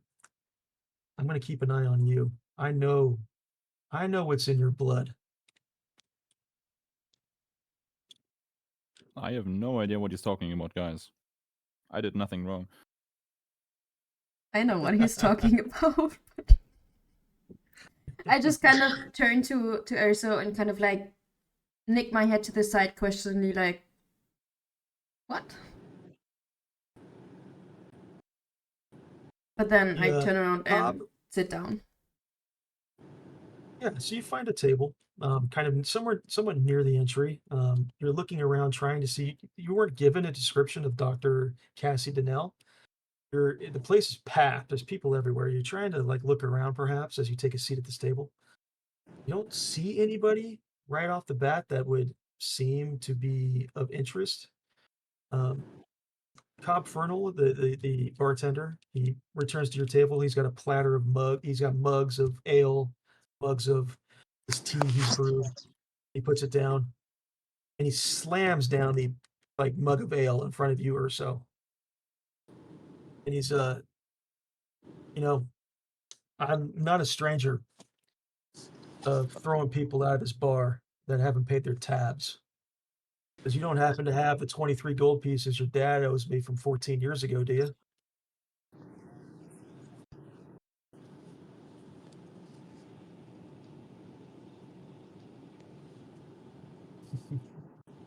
I love the silence. One more time, please.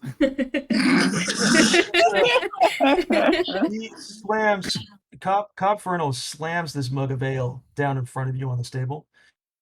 He says, I'm not at all a stranger to throwing people out of bars that aren't willing to pay their tabs. You don't happen to have the 23 gold pieces that your dad owes me from 14 years ago, do you? Why do I have to pay for my dad? You know, he just took me to bars and adventures.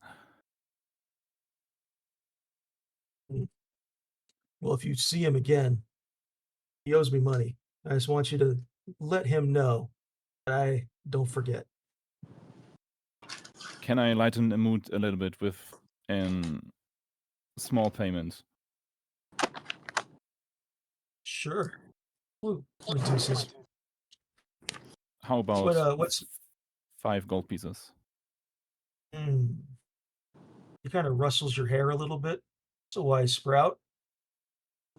I'll knock his tab down a little bit. That's a good boy. And he walks away. As he walks away or so, you kind of look through the crowd, like right where he was standing, and you can see on the opposite side of the room, it's a pretty big tavern or pretty big restaurant. On the opposite side of the room, in a booth by themselves, is one person. Every other table in here has multiple people sitting at it. This is the only booth that has one person sitting at it, and it's at the far side of the restaurant. It's difficult to tell if it's a man or a woman. It's difficult to tell their race. They appear to be wearing some kind of large purple hood with the hood pulled down really low. But that definitely caught your attention, Urso. That's not suspicious at all. Mhm. I talked to the group. Do you see this person in the opposite side of the restaurant? Why is this person sitting alone? It's You weird. should ask him. I stand up and go to the person. So Didn't take much as you walk, convincing me. Anyone Yeah, want to come with me? I can come. There you go. I'll walk with you. I just love how gung ho you are. I was going to do it. I don't care. So you kind of weave your way through. There's a couple placards on tables that you notice as you walk your way through this restaurant. The establishment apparently has a program for students they call Book for Drinks. You donate a useful book or a rare book to the Sage's Library. It looks like you get a free mug of ale. So something to keep in mind. When you make your way to the back of the room, this figure was sitting by themselves at this booth, looks up at you, Urso, as you approach, and anybody else who followed. They lower their hood, and it's a woman, a human woman, about 35, 40 years old. She's got wiry, kind of unkept dark hair. Her blouse is kind of like half tucked into her pants. She's got several satchels that appear to be overloaded with papers that just look ready to burst. Her eyes kind of flick up at you and then around anybody else who's come. And she's kind of wiry and jittery, but all of a sudden she perks up as you approach. Oh, thank the archives. You're with the Golden Vault, right? Yes, we are. But why does it matter? Oh, thank God. I didn't think the Golden Vault was going to send anybody. Thank God. Please sit down. Please sit down. I see you already have a drink. Does anybody else need a drink? Please sit down. I will sit down. I'll sit down as well. I'll sit down as well, but I'm kind of giving side eyes to Urso why he replied. Like, why did he say that we are? Like, without knowing what they want. I just give you a look of wide eyes, like, act normal. Yeah, just be yourself. She introduces herself as Dr. Cassie Donnell. This is the woman you're looking for. She pulls out from her satchel. She like pulls this. She's got several satchels with her. She pulls one of them out like onto her lap and immediately begins just unpacking it. There's scroll tubes. There's annotated diagrams. There's a folded map, like a visitor's map, like a brochure of the layout of the Varkenbluff Museum of Natural History. There's a bunch of red ink all over it. She's drawn all over it. A bunch of symbols. It looks like perhaps even guard patrols, security glyphs. Like there's things like all over this map that just look like a crazy person drew all over this thing. And then in one of the rooms, it's a 2-level museum. On the top level, there's a room that she's like circled in red ink, and it says Merkmeyer Stone here. And she lays this thing out in front of you. This stone is not just some ceremonial relic. They call it, the Moki call it the heart of the Moki Tau. It was never meant to leave the basin it was taken from. That stone isn't a stone, it's an egg. The Moki people guard it with their lives and their history, and they use their unique spell weaves to keep that egg from hatching, as they have for hundreds of years. Inside that egg is some kind of godly eldritch horror that the Moki call an Ankh egg. Some entrepreneurs stole it and sold it to the museum under the pretenses of some rare stone found in the mountains. And the museum is now out there parading it like it's a conversation piece for high society. They're even throwing a gala for it tonight. I've tried appealing for the museum board, and she's like slamming her fist on the table. She's actually now getting quite loud and animated. I've tried appealing, but they just won't listen to me. They say there's no proof of a theft. They can't, they're not afraid of setting a precedent if they admit the truth of this thing. This is ridiculous. We need to get that thing out of there before it hatches. If it hatches, that monster, it can kill a lot of people. We need to take care of this.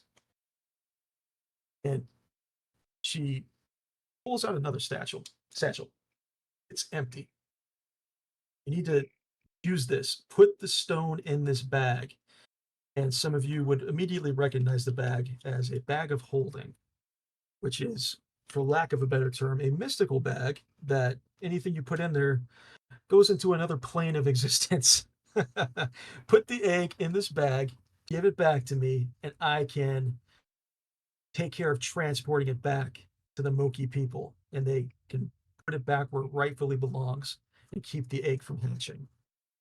Would it be possible to I talk to assume- my colleagues without Mhm. her hearing what I say?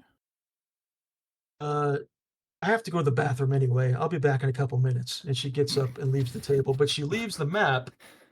She leaves the map on the table, the map of the museum on the table.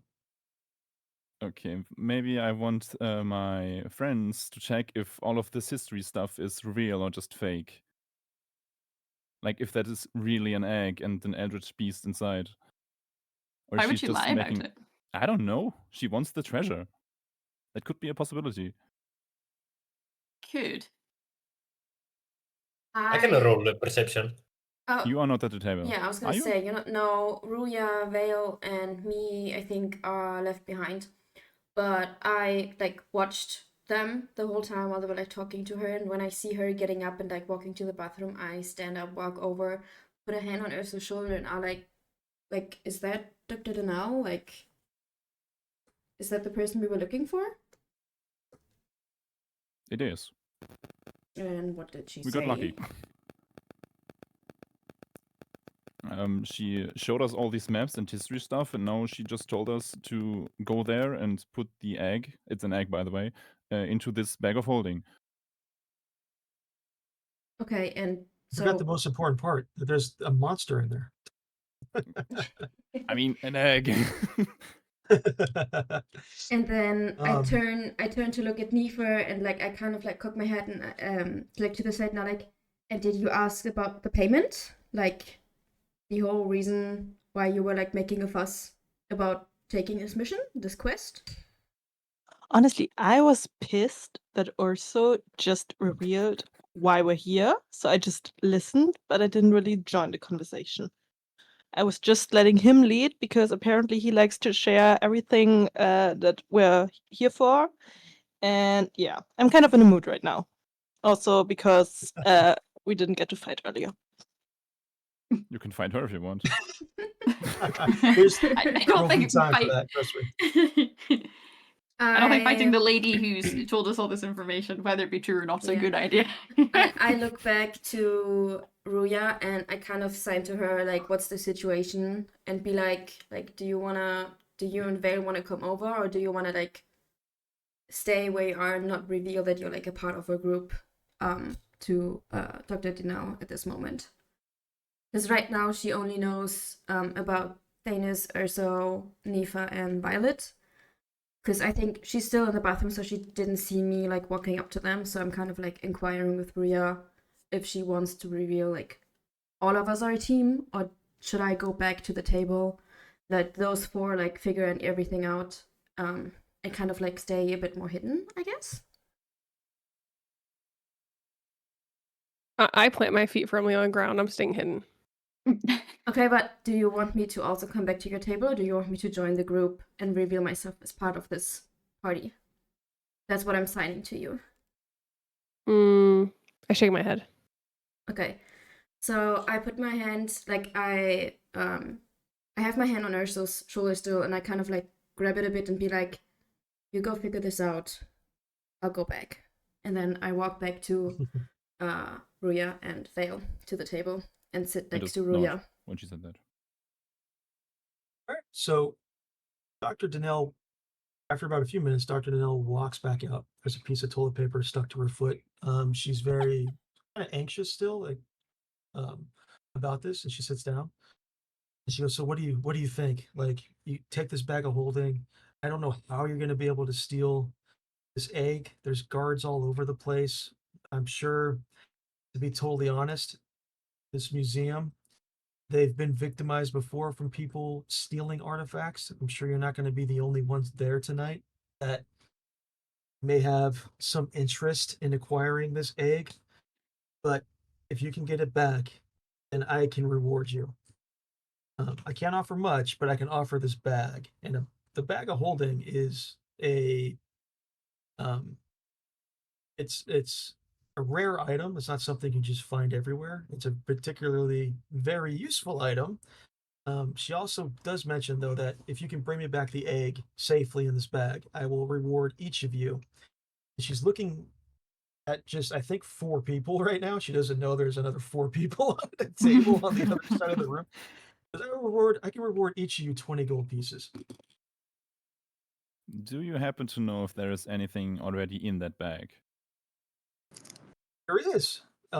She kind of she opens the bag, like puts her whole hand, like whole arm in there and pulls out these little orbs. And there's mysteriously 7 of them for no reason whatsoever. These are magical orbs that if you hold them and think about what it is you want to wear, you will magically be in that attire. You can change your entire look. Well, isn't that a winky dink? I know, it's so coincidental. I don't that specific number too. Wow, Really, you're really. lucky. Can I ask her possibly what be she foreshadowing. wants the egg for? Like, why should we get it? She Like, besides 'cause that it's there's a gonna monster and it shouldn't hatch, but like, what well, is her true well, goal? I just want to get it back to the Moki people. They're peaceful people. It was stolen from them. I hate it when archaeologists steal things that don't belong to them. I just want to get this back to its rightful place. Very How British. do we stuff. know that's I true, don't though? believe her. Make an Wait. insight. I think this is. Ah, crap. I apologize. Should this be an insight check? This would be an insight check, and I think this was Nifa that was doing it. Yes. Yeah. Okay. So I roll an insight check. Just click on the number next to insight. 17. 17, yeah. She's very honest. Like, you don't get the sense that she's holding anything back. You don't get the sense that she's lying to you. Mm. You get the sense that everything she's saying is truthful. Mm.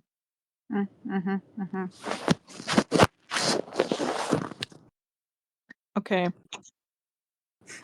I pretend to go up to the bathroom and I pass by the table where May and the rest of her group is and let them know what she offered, like really stealthily, that no one notices, so that they also know Okay. where we're currently at. Sounds good. All right. Does anybody else have any questions for Dr. Donnell? I apologize if you can hear water pouring. All good. Don't worry about it. Keep hydrated, everyone. Stay. Somebody hit Stay Toko, hit that hydrated. hydrate button. Yeah, Toku's not. I think he had to leave. Oh, So, does anybody else have like? Would it maybe be a good idea then for the other 4 people to reveal themselves now that we know that she is It's being 3 honest? people. Otherwise, like they won't get paid. We're 3 people that have not been revealed. Okay.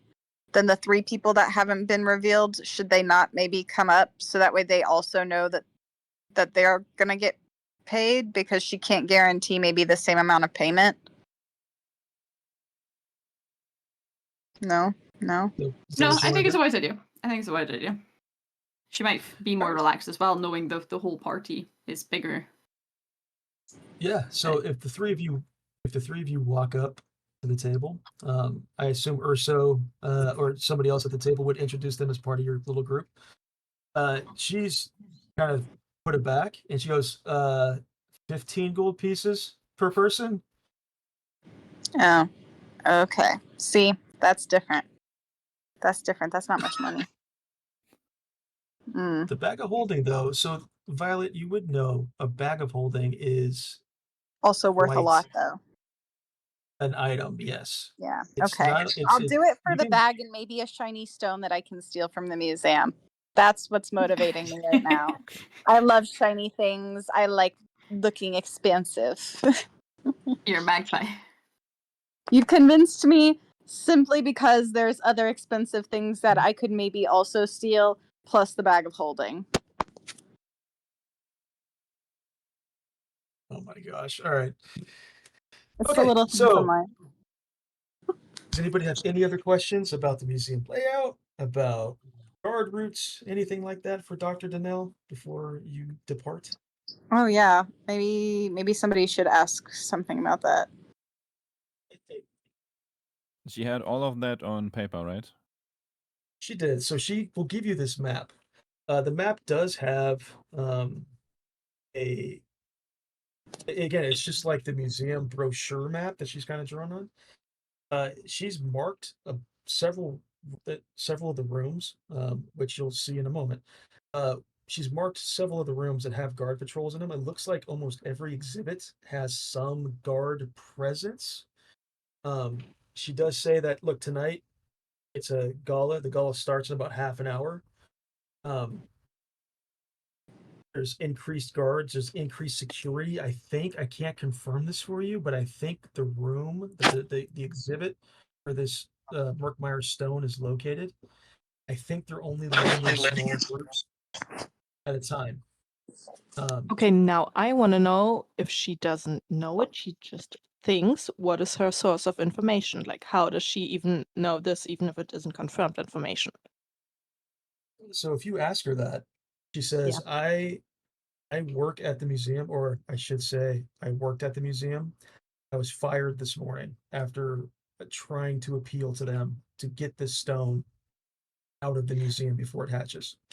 Then isn't there a chance that they changed all of this because they might There is a think that so in maybe her information isn't even reliable at all. So I say we should take the map, but we shouldn't really rely on it because most likely Can- none of this will be how she says it is.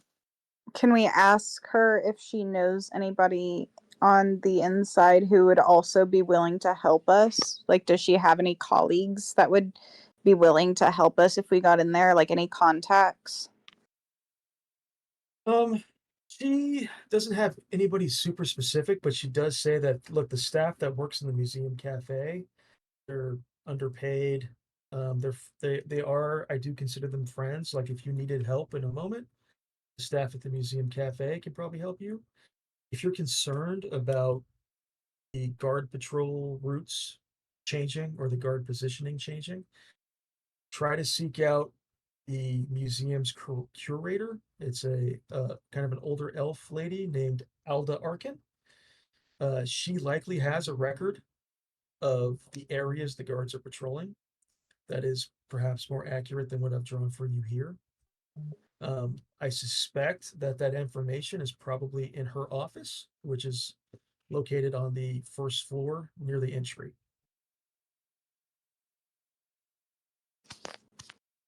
Could we ask her what the guards usually wear if some of us were to disguise ourselves as guards? Yeah, the guards are they typically all wear the same uniform. It's kind of a blue velvet overcoat with gray trousers.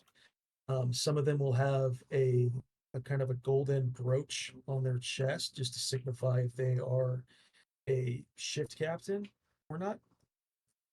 But that's pretty much it. Each one carries a spear that's just kind of on a what kind of a leather, I forget what the term is, but like a leather pouch that's kind of holding it to their back.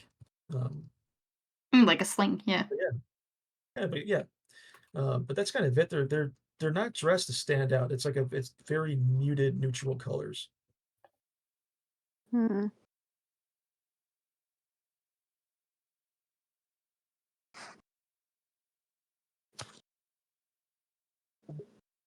Any other questions for me? I mean, the gala starts in half an hour. You're probably going to want to get ready.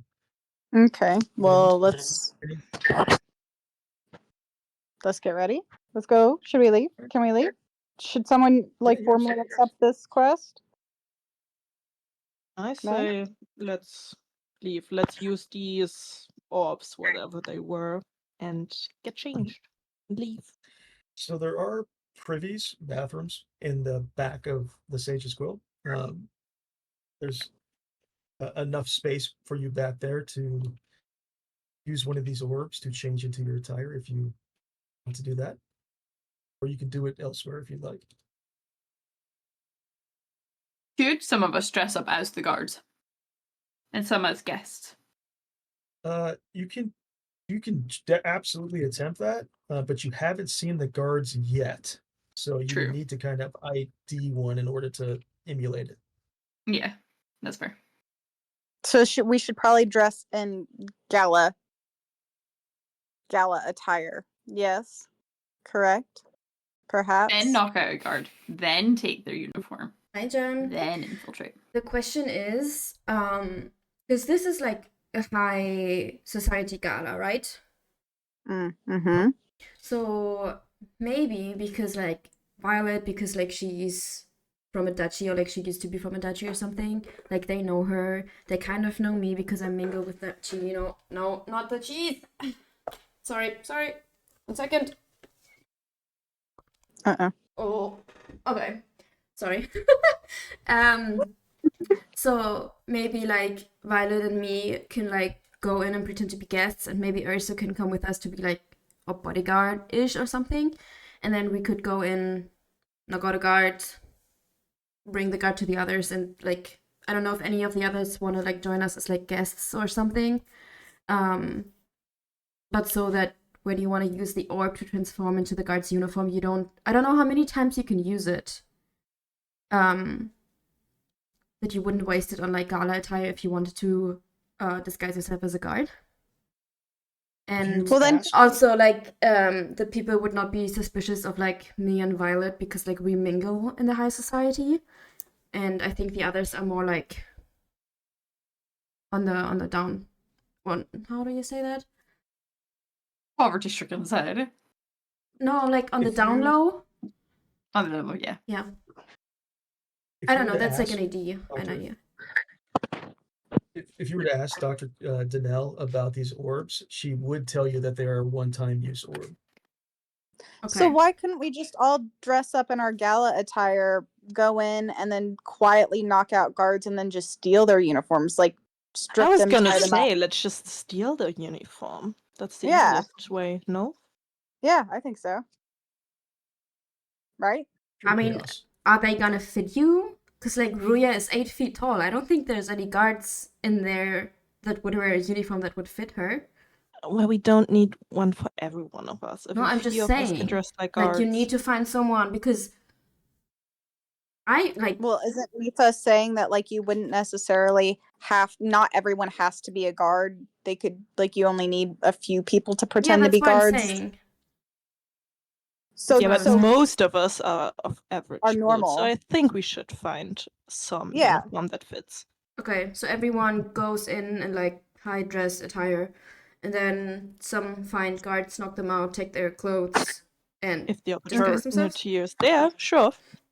Yeah, I think so. That would make sense. Then we can just look like we're arresting anybody else if we need to sneak somebody in that's still in gala attire or something. Okay. We could Right? also always use Urya as like a distraction because people will look at her. Good point. Good point. Good point. Alright, so is the intent to put on the gala wear? Yes. I think so. Yes. So you make your way back to the restrooms. You're each been handed this orb. You'd have to like whisper a command word into it, which I'm gonna hand wave. But yeah, it's an instantaneous effect. Whatever you're wearing right now is still on your person. It's still like you. If you're carrying a bag, you're still carrying the bag. But when you speak the command word, all of that just kind of disappears, and in its place is gala attire of your choice. This is an instantaneous effect. Hair, makeup, wardrobe, snap of a finger. Hmm. So you all come out of the bathroom. I'm going to start just because I'm just looking at my Discord tiles here. Dennis, I think I'm pronouncing that right. Just because you're first up, Iona. Cool, yeah. What is your gala attire? It is a emerald green, off the shoulder. The silk kind of just falls to the waistline, so it's just tight on the top half, floaty bottom skirt, and there's a little bit of sparkle. Right on. May, you're up next. Okay, so I'm like stepping out of the bathroom in a flowing gown of like a deep forest green. The bodice of the dress hangs like very close to my body, and it's embroidered with like gold leaf patterns that like kind of shimmer a bit, and the dress has like the skirt of the dress has like lots of layers on the side. They're like sheer and like it's cascading. It falls also from like my shoulders and my arms. So kind of like sleeves that are connected to the bodice. And like it's kind of sparkles a bit when I move, and like the skirt, the layers, it's like a waterfall of like silken layers, and they're edged in gold. So like the outer, like the seam of the edge is gold, and it's like pulling behind me when I walk. Right on. Next up, Nifa. Yeah, I'm wearing a black floor-length dress in like an A-line shape that like gently skims the body without clinging too tightly because movement is still important to me. It has long sleeves that are kind of a bit puffy so that I can hide things in it, like small tools, small daggers. If I happen to steal something, like small things can fit in there. And overall, it's not really extravagant. Like it fits the attire for a gala, but it still will be like held back, not too sparkly, not really any intricate details, just fitting for the occasion without standing out too much. Next up is Ruya, if you want to describe what you're wearing. Yeah. So I'm wearing I don't know how to start this. um there's only two elements to this dress, and one is practically transparent um light silk, and the rest is anything embroidered as in gold. So it starts with a veiled hood, and the tips are all embroidered in gold. Goes all the way down to the corset that also is kind of veiled in gold, puffy sleeves. Top of the shoulder is gold, bottom is gold, but the sleeves are that same tulle kind of silk material. Front of the legs are open, so it almost looks like it's a miniskirt, so I can run. But there's tulle on the side, so it makes it look like it's fancy enough for a gala. It just, if dipped in gold was a dress, it would be what she's wearing. Right on. Sounds good. Urso, you're up next. I'm just wearing very simple kind of suit, like a black deep V-cut shirt with black pants, a black belt, but the shiny belt buckle, which is golden, black leather boots. And I have a question. What about the weapons we're wearing? Are they also invisible? So they're invisible, but they are on your person. You would just instinctively know like where you keep your sword, where you Okay. keep your backpack. You know where those things are. They're invisible to everybody else. If you were to right now like pull your sword out, your sword no longer is invisible. It's like in your hand, people can see it. So you still have all your things on you, if that makes sense. Mhm. All right. Next up is Vale. Okay, so my costume is like a gothic and aristocratic type of thing. Those are the elements. It's like, how do I say it? It has a vest, a jacket, and trousers. The main color is black with details of deep crimson red color and everything. On my left shoulder there is a golden skull, and mostly on my costume there is a rose pattern. It ends like an V shape, like an eagle, or I guess. I wear white gloves, which gives like a noble appearance in contrast of my current one. The shoes are just black, nothing special. And yeah, so all of it is just black with golden details and red that gives a gothic and aristocratic vibe. Right on. Last but not least, Violet. Yeah, so I am wearing a gown that's like a waterfall of sheer iridescent silk. It's like hue shifts from like a pale blue at the shoulders to a soft like periwinkle at the waist, and deepens into a rich amethyst color at the hem of the dress. The fabric is nearly weightless, so its movements are very soft and effortless. It's easy to move around in.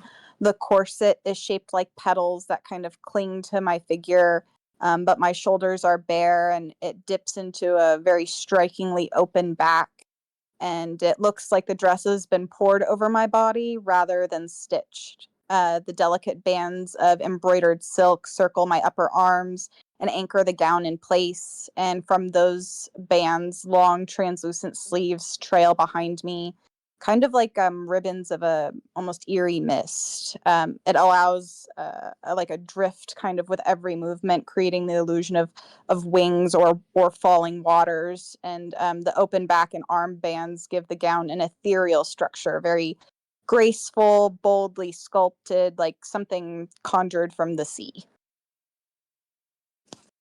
Right on. I have to applaud all you guys. I was not expecting every single one of you have an amazing description for what it is you're wearing. I was not expecting that at all. That level at all. So all of you walk out of the bathrooms and in this hallway at the Sage and Quill, and you all see each other for the first time.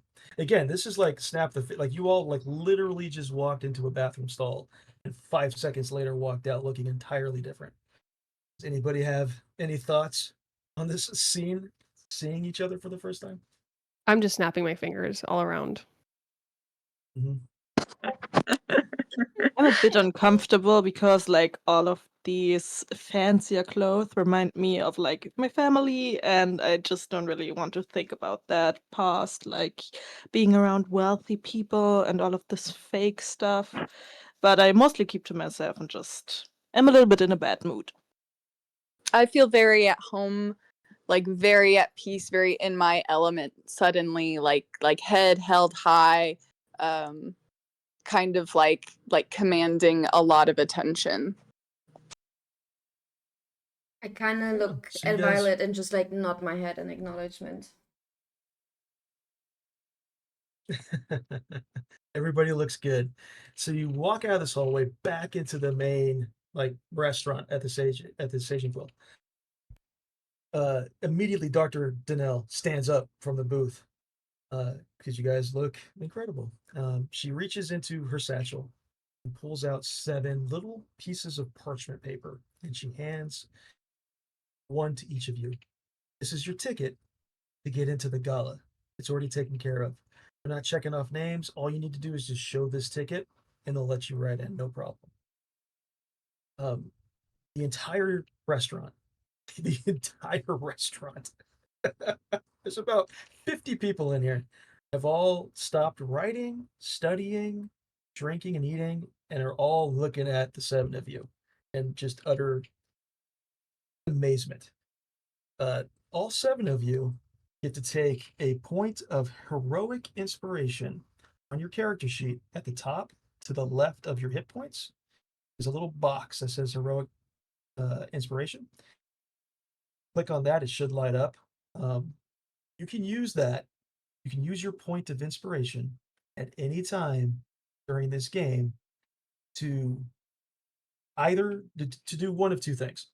One is to either give yourself advantage on any D20 check. So an attack roll, a persuasion check, any check that requires a D20, you get to give yourself advantage by using that point. Or the flip side of that coin, if somebody's trying to attack you, if somebody's trying to intimidate you, and they have to make a d20 check, you can use your point of inspiration to make them roll that check with disadvantage. Does that make sense? Yes. Yes. Yep. So we just click the heroic inspiration. Yep, heroic inspiration. Okay. All right, so you guys are pretty much ready to go. Dr. Donnell has told you pretty much everything she knows.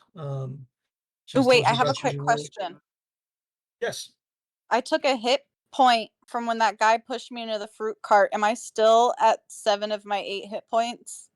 you still are. Damn it. Do I need to take care of that? How do I take care of that? Can I have a beer? It's- Can I have a beer? Will that increase Yeah. my hit points? If you were to walk up to Cobb Fernhollow, the bartender here, Okay. he probably has something. If you were to tell him what your situation is, I'm sure he has something. Okay, fantastic. Did you not pick up an apple? Could you not eat that? Someone picked up an apple. Yeah, Do you want to waste Oh, the hey. apple? Do you want to Someone give waste the ever ripe apple on 1 hit point? No, but somebody else picked up food, like regular food earlier. Can I steal somebody's we regular bought food? some from the tavern. I have cheese. Yeah. Can I have a piece of cheese, please? you can have a- absolutely have a piece of cheese. You're just going to be shocked to find out that its only effect is that it's delicious and it doesn't actually restore health. It's not like Baldur's Gate. Damn. Food doesn't heal No, here. not quite like a video game. But Mm. I'm sure if you were to ask Cobb really quick, I'm sure he's got some concoction he can whip up to give you. We'll say for 1 gold piece. I'm gonna make you spend money, Miss Violet. For 1 gold piece, he can whip you up a little concoction to get your health point back. Fine, I'll do it. I don't want to because I don't like spending my money, but I'll do it. I like spending it on shiny things. Ask him to make the concoction shiny. Put some like food, Yeah. Ooh, glitter, food yes. safe glitter in it or something. I want to make So this concoction pretty for me at least. I want a description, sir. So it's now slightly irradiated, and you're gonna take some poison damage. No, yeah, no, he when you walk up and ask him for this thing, he has a variety of different teas. He pours you just a basic herbal tea, but then he holds the mug up above his head, like the structure of this building is made up of like willowwood trees, and the tree branches are like in the space of this tavern, and the bark is just shiny. There's an enchantment on the bark. He just kind of takes the back of his finger and just kind of just like traces it over like a vein in between the bark, and little bits of sparkly sap like land in the drink. He takes a spoon out from his apron, stirs it up. The drink is glowing. Like it was just like a typical kind of brownish herbal tea. It is now got this kind of greenish glowing hue to it. Oh, And he hands it to you. And if you were to drink it, it tastes just like herbal tea. There's nothing out of the ordinary. But yeah, you feel rejuvenated. You get your health point back. oh, fantastic! Thanks for the tea. You're welcome. How about I Miss give him Sprout. I shoot him a wink too, and I drink my tea, and then I'm done, and then I join the rest of the party. I blow him a little kiss. All right. So he goes, young mind. Lots of young students come here and try to put their charms on me. I'm not giving you a discount.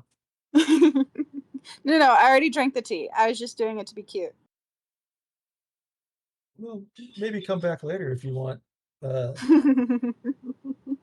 I'm here all night. So stepping out onto the promenade, back into the Whisper Grove district, leaving this establishment. Again, it's a short walk. It's going to take you no more than 5 minutes to kind of just round this corner in front of the tavern, up the road a little bit to where this museum is.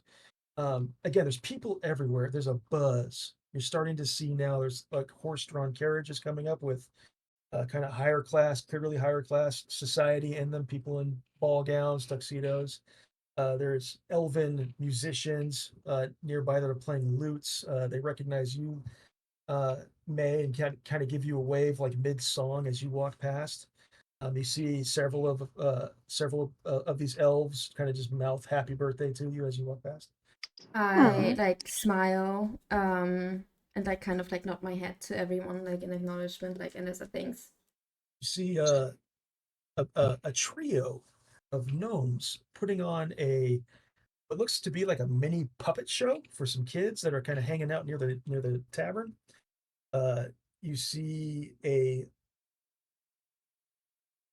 is not unusual. It's an unusual description, but not unusual to your characters. You see a floating crystal courier, like a box with an elf sitting on it, dressed in like the uniform of a delivery person.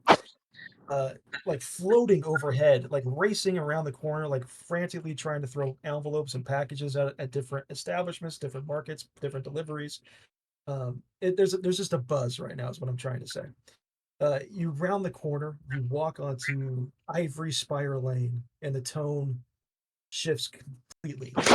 There's decorative banners, there's floral garlands hanging over every enchanted post. There's gilded carriages that are kind of queued up outside of this museum's long front promenade. There are velvet ropes being set up by staff in these kind of navy and silver uniforms. You see a well-dressed elven noble, high-collared emerald jacket, kind of arguing about his invitation with the museum aide. There are two. This is the first time you're seeing this. There are two dragonborn security officers standing near the arched front entrance of the museum where attendees are entering in. They're surveying their surroundings with a strict posture. Again, they're wearing that kind of velvety blue, kind of. It's not quite a trench coat. It kind of stops about maybe just at the like mid thigh. Kind of silver pants. They each have badges on them that have kind of a glow to it, but they're just they're not like looking at anybody in particular. They're just standing guard. But that's the first time you see the guards. The museum itself, as you approach, is a grandeur of white stone, shimmering enchantments, columns carved of old celestial runes. Um, there's a splendor to the windows, like it's a beautiful place. Um, there's a large banner over the top of the entry that reads "A Night Among Relics, Celebrating the Treasures of Our World." The closer you get, the more palpable that kind of tension of the place is.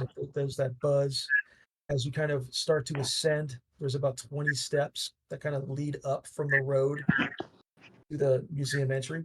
As you start to ascend, um, you see a young woman who's near these two dragonborn officers.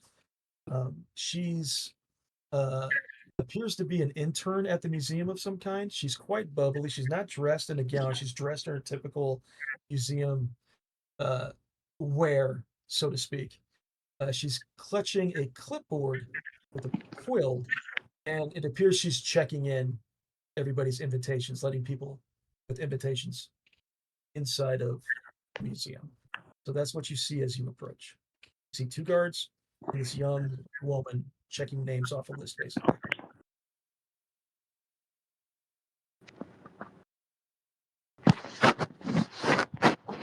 Okay. So, like, I walk up and hand her my Um, invitation. Before you do that, I kind of like put my hand on your arm to hold you back and just kind of like turn to the group and like I want to ask the group like, do we have a plan? Like, just go in, knock out some guards, and just hope for the best? Or like, what are we gonna do when we're inside?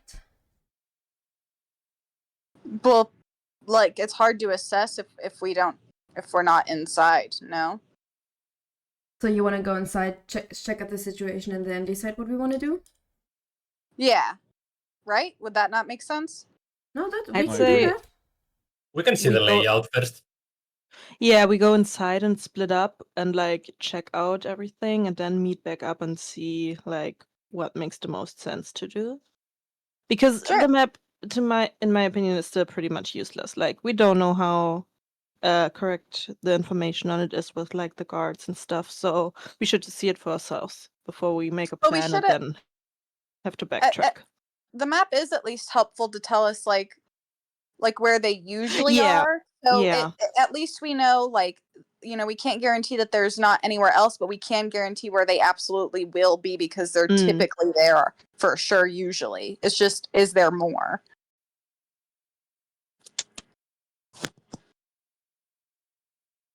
Am I allowed to walk up now? Yeah. Okay. So now I go up and hand the lady my invitation. And like as I hand it to her with the hand that has my family's like crest insignia on a ring and kind of flash that as well. She's wearing a little name badge that says Maribel. She's as you approach, she's like stammering over her words. Welcome to the gala. Oh, I see. Oh, Miss Thornwood. It's a pleasure to have you here. Oh my gosh, that gown is stunning, by the way. Oh, stars. It's just I'm so sorry. It's just very lovely. She's quite nervous around you. She takes your ticket. And she goes, please, head in. I kind of like give her half a glance, nod, and then continue. Like I don't really interact with her because she's considered lower class than me usually, so I just kind of move on. Oh my god, I love your character so much. I toss on the floor. So does everybody else kind of just follow suit? What was her name again? Mirabelle? Her name is Maribel. Mirabelle. Okay, when I walk up, I hand her my invitation and I go, "Good evening, Mirabelle." Hi. She takes your invitation. And she's got like this little box. She's just kind of like keeping them in. She's not even really.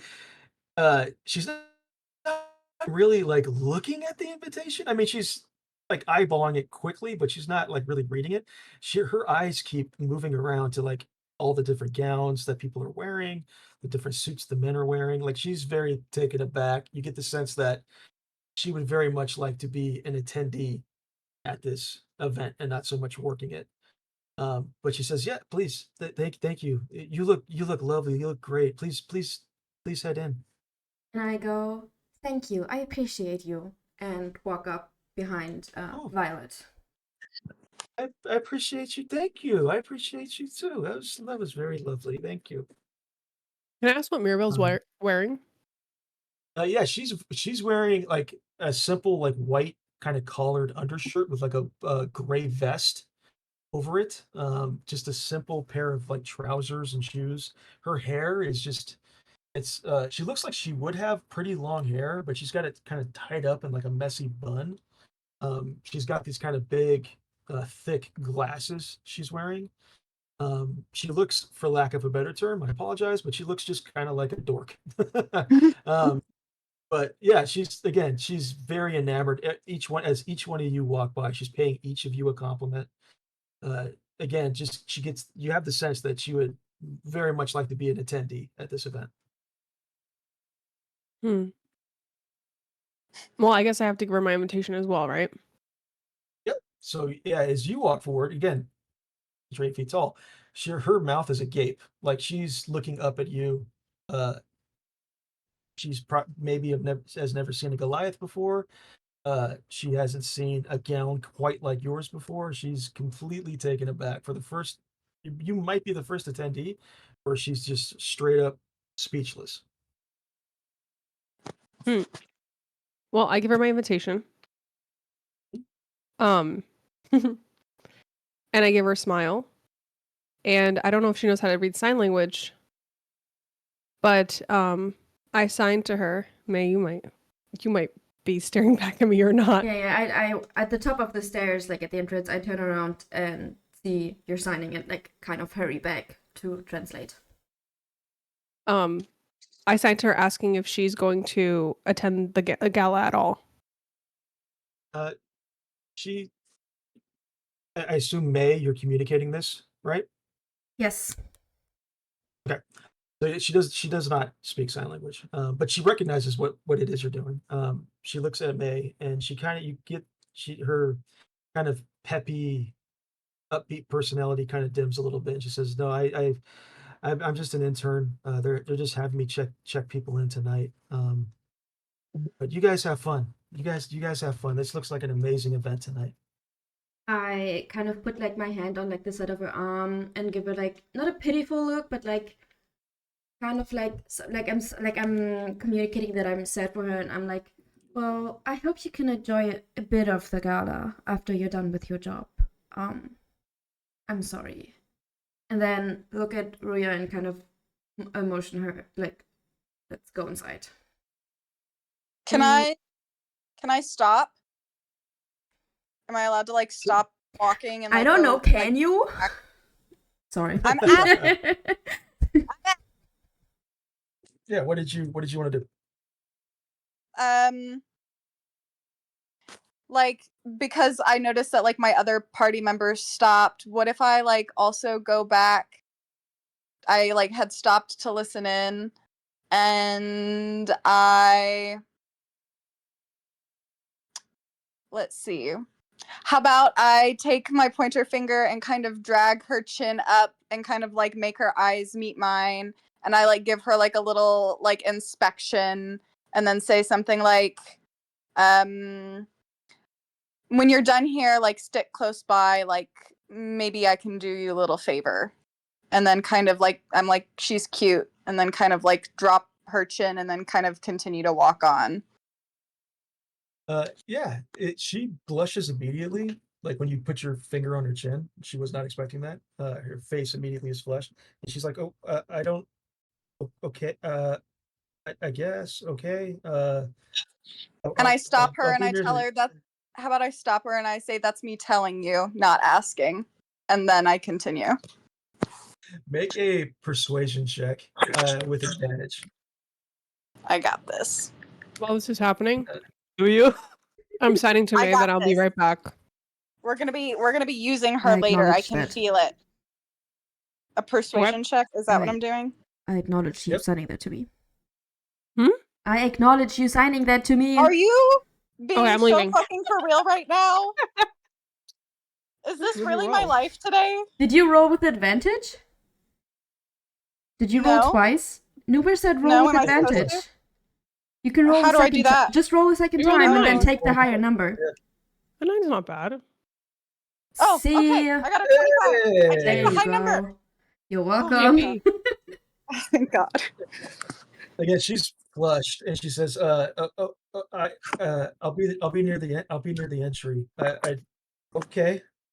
And she's got this kind of Fantastic. air of excitement about her. So I apologize, Ruya and May. You guys were in the middle of something. Yeah, like we were just like standing in front of her too still while Violet came back, and then Ruya signed to me that she is gonna step away for a second and she will be right back. I acknowledge that.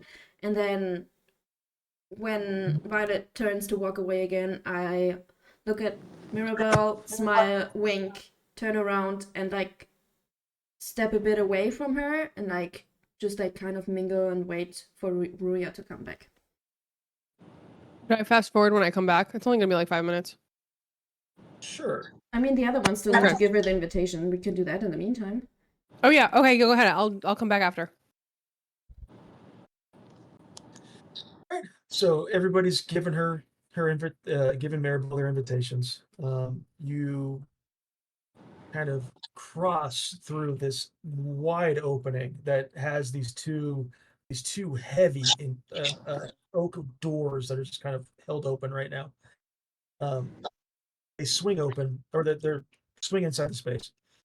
As you kind of cross into the threshold, you get that scent of polished stone, fresh parchment, this kind of subtle aroma of perfumes, kind of different alchemical smells. You step into the grand rotunda of the Varkin Bluff Museum. The map is loading. Patience, please. And now that you're in the museum, let's take a quick 5-minute break for bathrooms, refills, playing with cats. Does that sound good? Fantastic. Yes. Would sound good if I Yes. had a cat. Yep. I already played with my cat. I have a dog here right now, so I will be petting this dog. All right, 5-minute break. Okay. See you in 5 minutes. Yay. We'll also take a quick 5-minute break from the stream, just to go like pee and stuff. I'll be right back.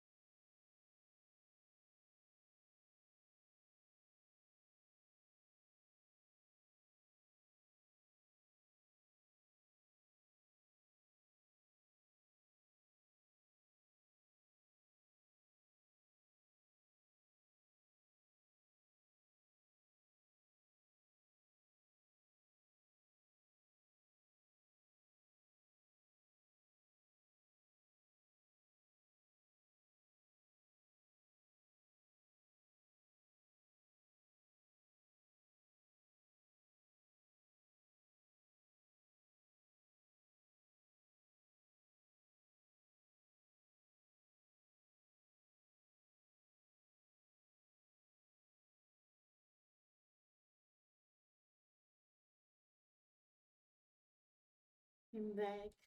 I am back.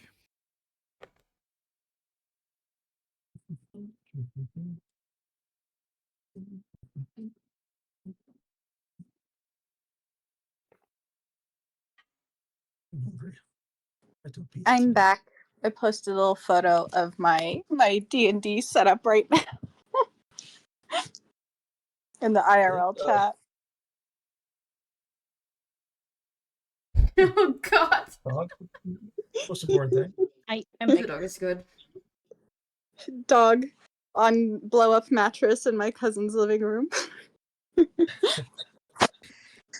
All right, you guys ready to get back at it? I'm prepped. Yep. All right. So yeah, you walk into this. Sorry, hang on 1 second. Turn that off real quick. Okay. You guys walk into this grand entry rotunda of this museum. It's about a 30-foot high ceiling. And really quick, you'll notice on this map. I should probably explain a couple of things really quick. You'll notice on this map that there are some probably dark spots on your map. That is probably what you guys are seeing. Those are just areas that are either behind a closed door or like an entire floor above you that you just cannot easily see or access, whatnot. On the left side of the maps tool, you'll see, of the maps page, there's a toolbar. I think most of the tools on there are pretty self-explanatory.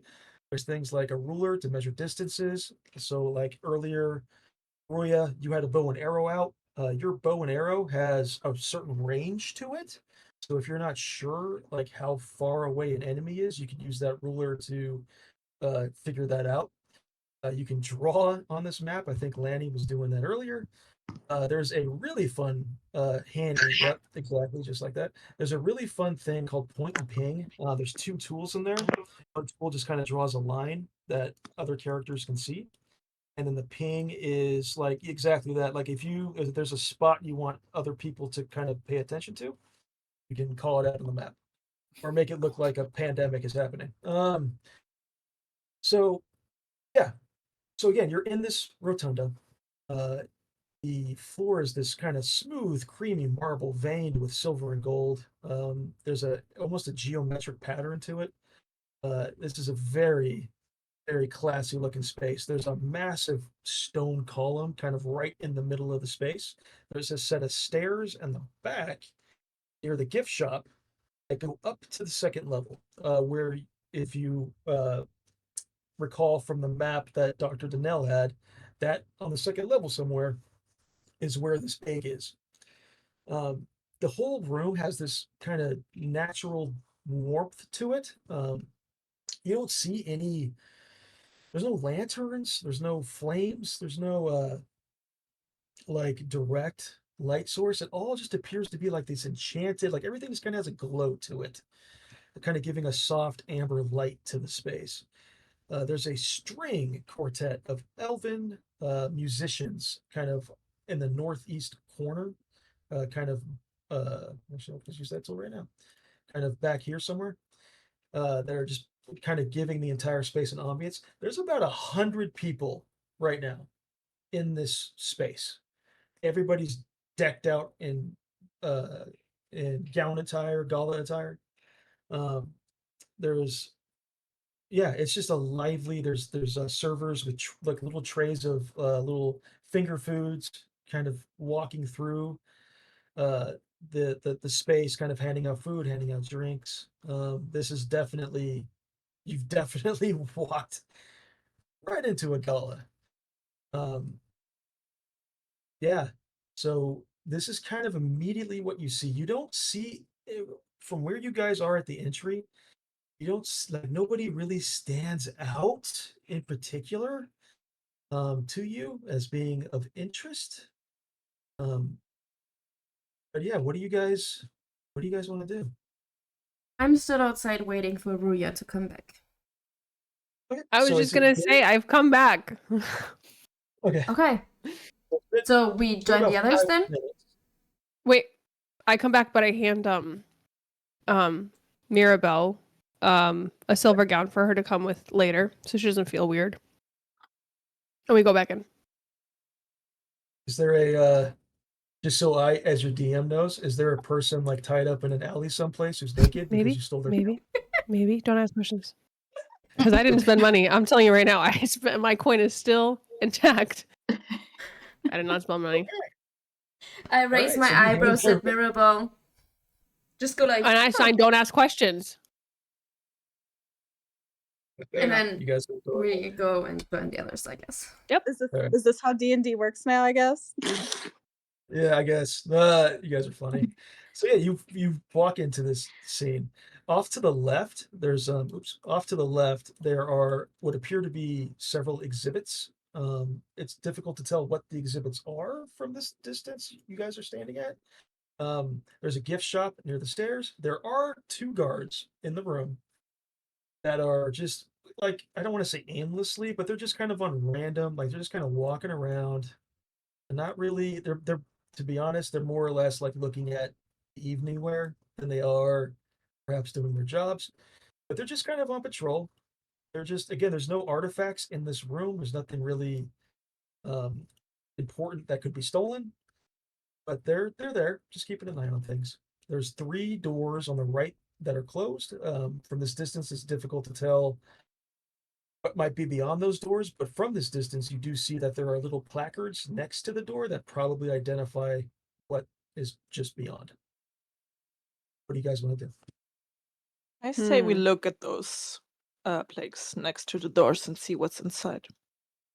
All Oh. 7 of you, or just No, I was. Well, I not kinda all just, I 7 want of to us. just We like shouldn't- go we and shouldn't- mingle, grab some like Okay, you said let there me- like service with like drinks and little like let me do canapes this walking really around. quick. Yep. Let me do one thing really quick, just to make things a little bit easier. He said we jump in the gun.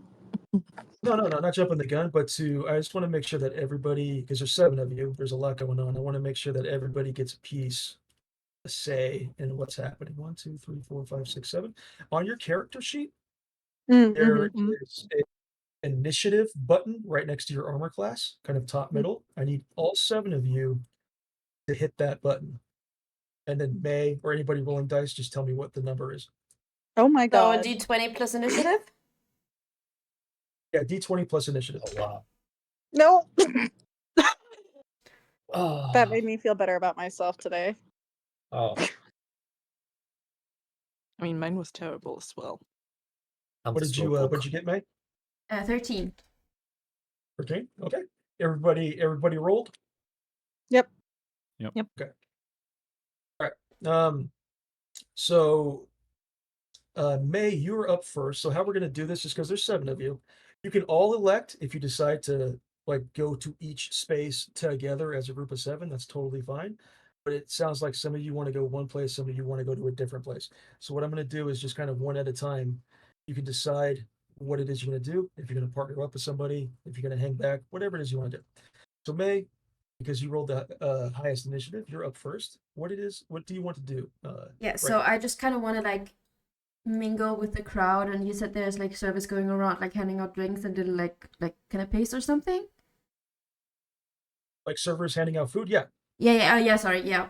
So I just kind of want to like, I'll take a drink and do some food and like try to mingle and like Okay. kind Move of like. Wait, yourself. May, Is I don't this, see your roll. I see everybody don't see else's a roll, roll? not your roll, May. I rolled with my dice Yeah, she's using actual dice. Yeah, She's she's being doing it a- on stream. because I'm Oh, fancy. that's your difficult. hand. Oh my god. I was like, what am I looking at? Okay. Sorry. This is like my dice tray and my dice, and I rolled a 7 on this one. I don't know. Okay. Okay, so I was So, gonna say May? I see everybody else's. I don't know. Yeah, mine you Alright. see like IRL. So May, you've walked away from the group to go, I assume, check out the platters. Move yourself in I this did. moment. Kind of move yourself into this room where you want to be. I kind of want to Right go there? like over here. So yeah, you've walked away from the group. Wait. Mm. Where you said there's like a quartet or something, like people play music? Yeah. So that's Where on would the they other be? side of the room. It would be Where? over here. Oops. Okay. Well, Sorry, I want to go over here. there and like kind of like sip my drink, eat my food, and just like Mhm. kind of look out of the crowd, but like pretend like I'm listening to music and also kind of listening to the music. So when you grab a couple items, you make your way over to the Elven quartet playing songs. You recognize them immediately. They are from the Concord of Echoes, the traveling musicianal troupe, traveling troupe of magical performers. They recognize you, and same thing like what happened outside. They kind of mouth like "Happy Birthday," but they also can't like stop playing music. They've been hired to do a job, obviously, but they're happy to see you. As soon as I recognize, I have like a big smile on my face and like not like my thanks to them for like the birthday wishes. Yeah, and they say one of them was playing kind of a violin. He mouths to you, and you can read his lips a little bit. Says, "Make sure you head up to the cafe on the second floor at some point." And I give a small nod and acknowledgement. So as you turn around, like to perhaps walk away from the string quartet. As you turn around to perhaps head back to the group. Again, there's about 100 people in here, so it's actually kind of hard to see the rest of the group right now from where you're standing. A familiar face is standing right in front of you. Orn Malik himself is here. He's dressed in a wonderful, kind of simple, muted tuxedo. Just kind of a lot of black and gray neutral colors. He's got that pendant that he never takes off hanging from around his neck. He recognizes you immediately. May, little nightingale, are you still wrapping whole cities around your finger with your performances? I give him a look. Like I'm trying to remember who he is, and like for a second there's just like an awkward silence. And I look him up and down, and then I go and like in recognition, and I sigh.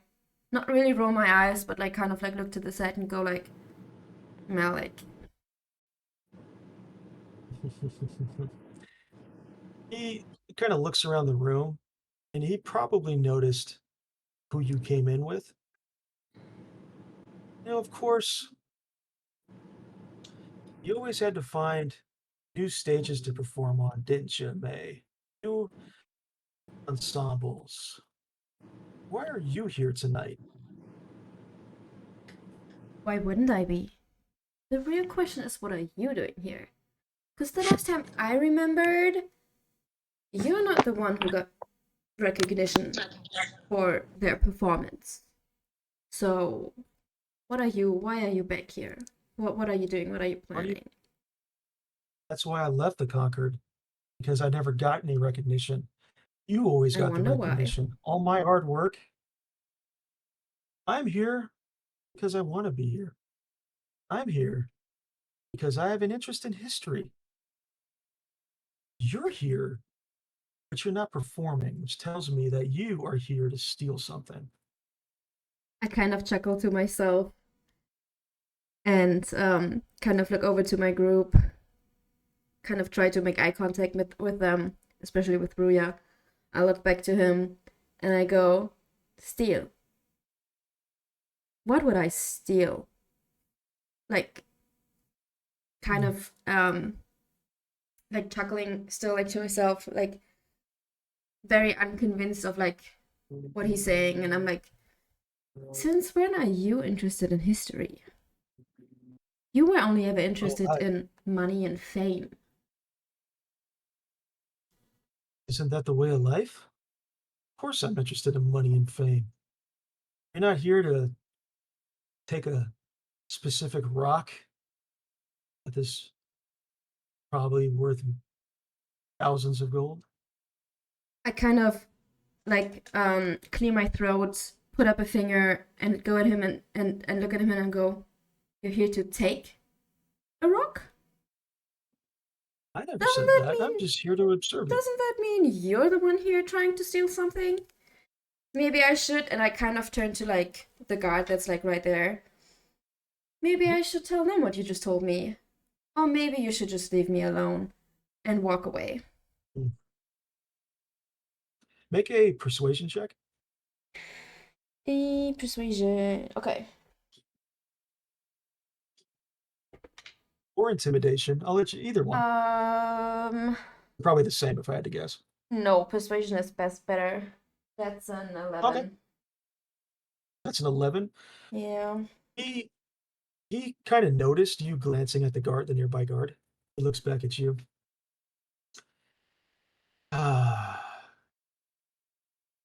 You know, back in the Concord,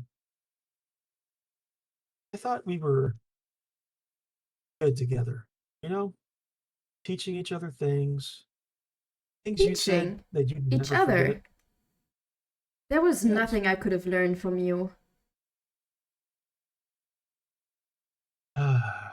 Still as mean as ever. Fine. Enjoy your gala, but I'll be keeping an eye on you. Sure, keeping you an do eye. that. And I kind of like look at him kind of condescending, turn around and take a step closer to the elves that are playing the music that I still have a good relationship with. And kind of like roll my eyes. So as you turn, you kind of hear a soft chuckle from him, and he kind of just backs up and fades into the crowd. Ruya, I don't know if you were intending on following Maeve around tonight or not, or May around tonight or not. But from your vantage point, and from specifically your vantage point of being 8 feet in the air, you did see May having a conversation with somebody. It looked like an intense conversation, Ruya. But it was quick. It was over before you knew it. And the person she was talking with has kind of vanished into the crowd and you lost track of him. But that's what you see. Is there anything specifically, Ruya, that you would like to do right now?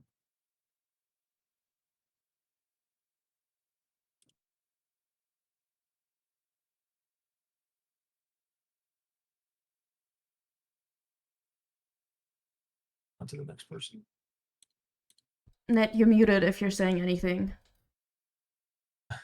Oh, is that the problem? Wait, yeah, sorry. It's okay.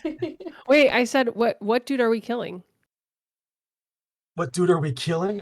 Yeah. He's gone now, but you did see her Damn having a intense conversation with somebody. But again, there's about 100 people in there. You didn't get a great look at. You saw pretty much just the back of his head, but he's kind of faded into the crowd. You kind of lost track. Mm. But there is somebody here that perhaps should be kept an eye on if you were to ever see him again. But Am is I there still in anything the front specific? entrance? Yeah, you're still in the front entrance. I can see all that? Okay. Right. Yeah, you can pretty much, with your height, you can pretty much see the whole room. There appears to be some exhibits off to the left. There's some closed rooms off to the right. Maze over in the corner. There's a gift shop in the back near the stairs. What do you want to do? I'm gonna roam. Can I roam around the corners? Yeah. But where do you want to end up? I think I want to end up next to this guard here to the left. Okay. So you've walked from the rotunda. You've walked through. Oops, sorry, I closed my document really quick by accident. You've walked through the first exhibit, which is this exhibit here. This is the ancient plants exhibit. You just kind of blasted right through it. But there's a ton of people in there checking out the exhibit. You're standing right now in the it's known as the Ancient Cultures exhibit, and it runs the full length of this side of the museum. It's the plant exhibit you walk through had this kind of lush glow to it, but now you've kind of entered into a more subdued exhibit. It's almost like standing like standing in a hearth. Like there's an orange hue to it. It feels warmer. It feels a little bit more earthy.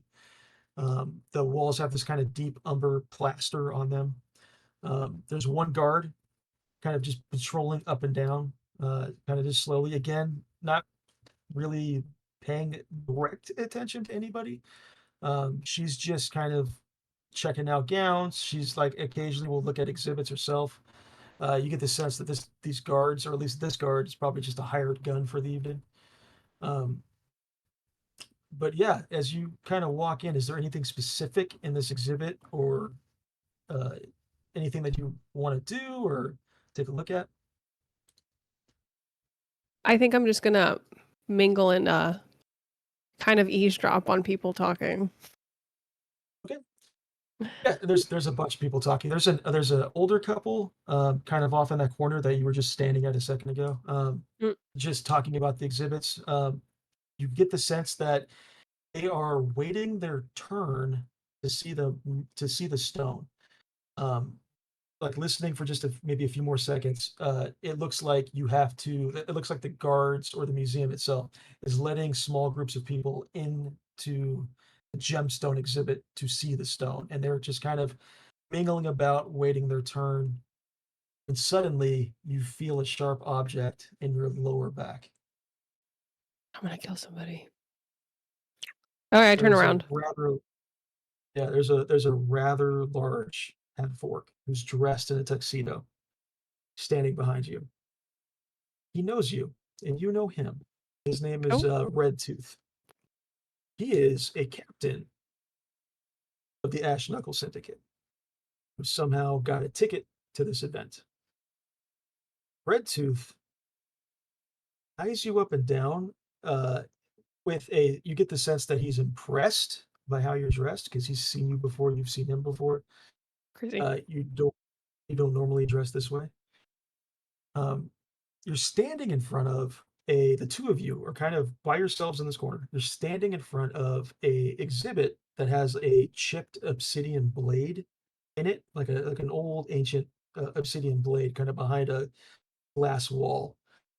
Um, he's got a knife, basically like a small dagger, kind of out in his hand, but he's using the blunt end of it, like the handle of it, to kind of poke you in the back. He's not using the sharp edge.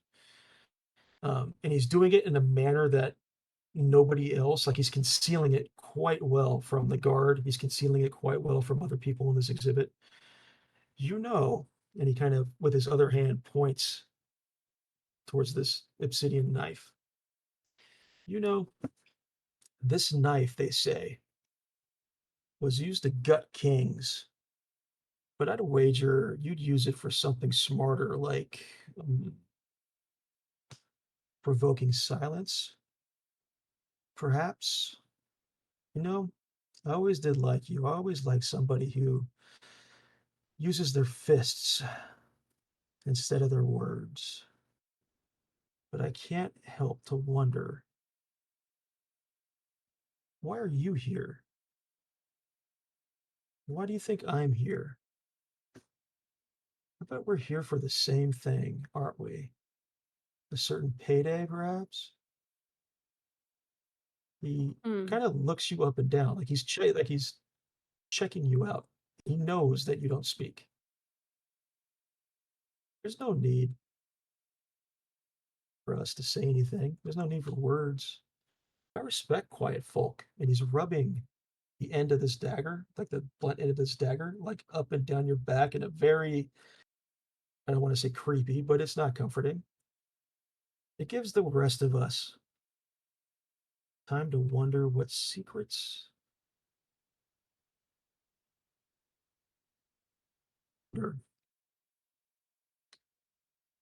I wonder if you are indeed here to take this stone. And he gets really close to you. It's quite uncomfortable. How are you? How is Ruya reacting in this moment? Viscerally. Uh,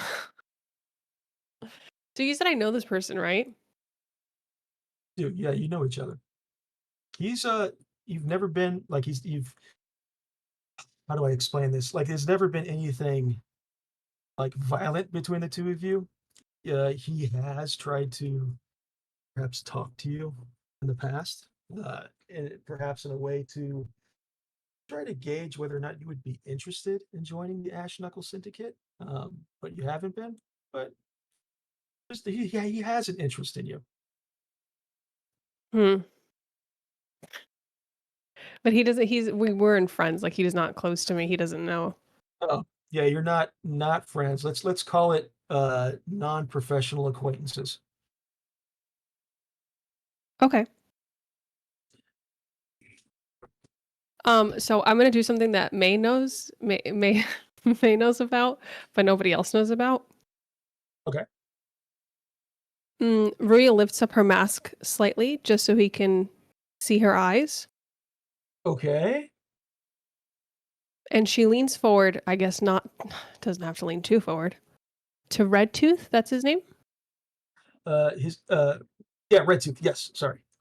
And in his left ear, Mhm. she hisses. Okay. Walk away. And let's pretend we don't know each other. And he hears her very clearly as day. Make a intimidation check with advantage. I fucking love this.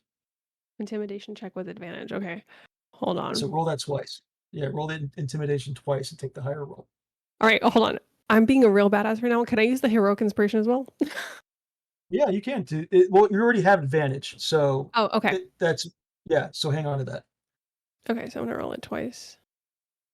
Yeah, roll it twice. Take the higher one. 23 and So like 16. 20. So I take the 23. Correct. Right. So yeah, this is the first time he has seen this. As your DM, I wager to guess he is probably in very limited company who has seen you and heard your voice. He's got this kind of ashy green skin, and he just turns pale. He turns fucking pale. He, for probably the first time in his life, is rendered speechless himself. He takes like one step back, and as he does, he puts the dagger kind of back in his pocket or in his sheath, like on his waistband. He wants to respond to you. He wants to say something. He wants to try to meet you at that level that you just came at him at. And all he has the muscle in his brain to say to you right now is, "It was good to see you. I hope you have a good night." And he turns this corner at the bottom and kind of walks towards the plant exhibit away from you. All I do is bow my head and I go back to listening, eavesdropping on other people so I can get intel from my crew. That was fucking brilliant. Really good job. Dennis, I don't know if I'm pronouncing your character's name right. Is it Dennis? Dennis? Dennis. Dennis. What are you doing in this moment? So nobody saw what Ruya just experienced. But what are you doing in this moment? I would like to go over here and ponder yonder. Okay. There's a placard right next to that door that says Museum Curator's Office. The door is closed. Oh, now we need to go in there for something. All right. So What again, was there's it? about 100 people. Mhm. There's about 100 people in here. Hmm. Is your intent to like sneakily try to walk in there? Is your intent to knock on the door? Like what is your intent? I guess I can't know if anyone's in the room at the moment. It was the person's I took note of. Elder Arkin, right? First floor. Yeah, Alda Arkin. Yeah. Yep, you're Elder told that her Arkin. office is on the first floor, and it appears you just found it. Okie dokie. Can I like subtly knock to see if anyone's in the office? Yeah, so People like you're kind of the only one in that corner. There is this like there's music happening. There's this buzz of conversation. So yeah, you can like with your heel or with the back of your hand, you can like rap on the door. Nobody answers. You don't hear anything from the other side of the door. Can I try the handle? You try the handle. The door is locked. Fuck. Do I have a lockpick? Do you have a lockpick? That is an excellent question. I am Where just are you? checking. It would be called thieves' tools, is what you would be looking for, and it doesn't appear like you have thieves' tool. Shit. No, I didn't pick that one. The only other way for you to open the door would be to try to kick it in. Nope, that's not subtle. I think that would draw attention. I think that is not the way to go.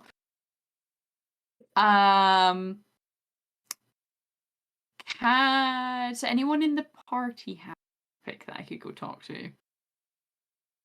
Yeah, if you want to, again, at any point, even though we're in initiative order, so to speak, this is for everybody. If there's anybody that wanted to tag along with Denny's to go investigate that door, Oh, you I can do. absolutely just go and move Come your over. character over to do you have what? I do have. Oh, I Oh, think I have Do you have- thieves' tools. I do. There You we do have go. these tools. Hmm. Nice. So yeah, with thieves' tools, with Danny's kind of blocking any particular view, make a stealth check with advantage. To pick Yes. this lock. Or actually, sorry, sleight of hand check. I apologize. So, Sleight of hand sorry. check. Okay. Good. Oh, that was my fault. That was my fault. With advantage, right? So one more time. Which Yes. 15 is fine anyway, but 21. nice. So yeah, it doesn't take you very long. You get the kind of needles of the tools into the lock, and it kind of just cracks open. Let me reveal. Let's go. That is way too big of a tool, but oh well. Oh no. So Oh no. What the fuck is that? Yeah, that's what I mean. We're It doesn't look we're back to really a fun nice. time.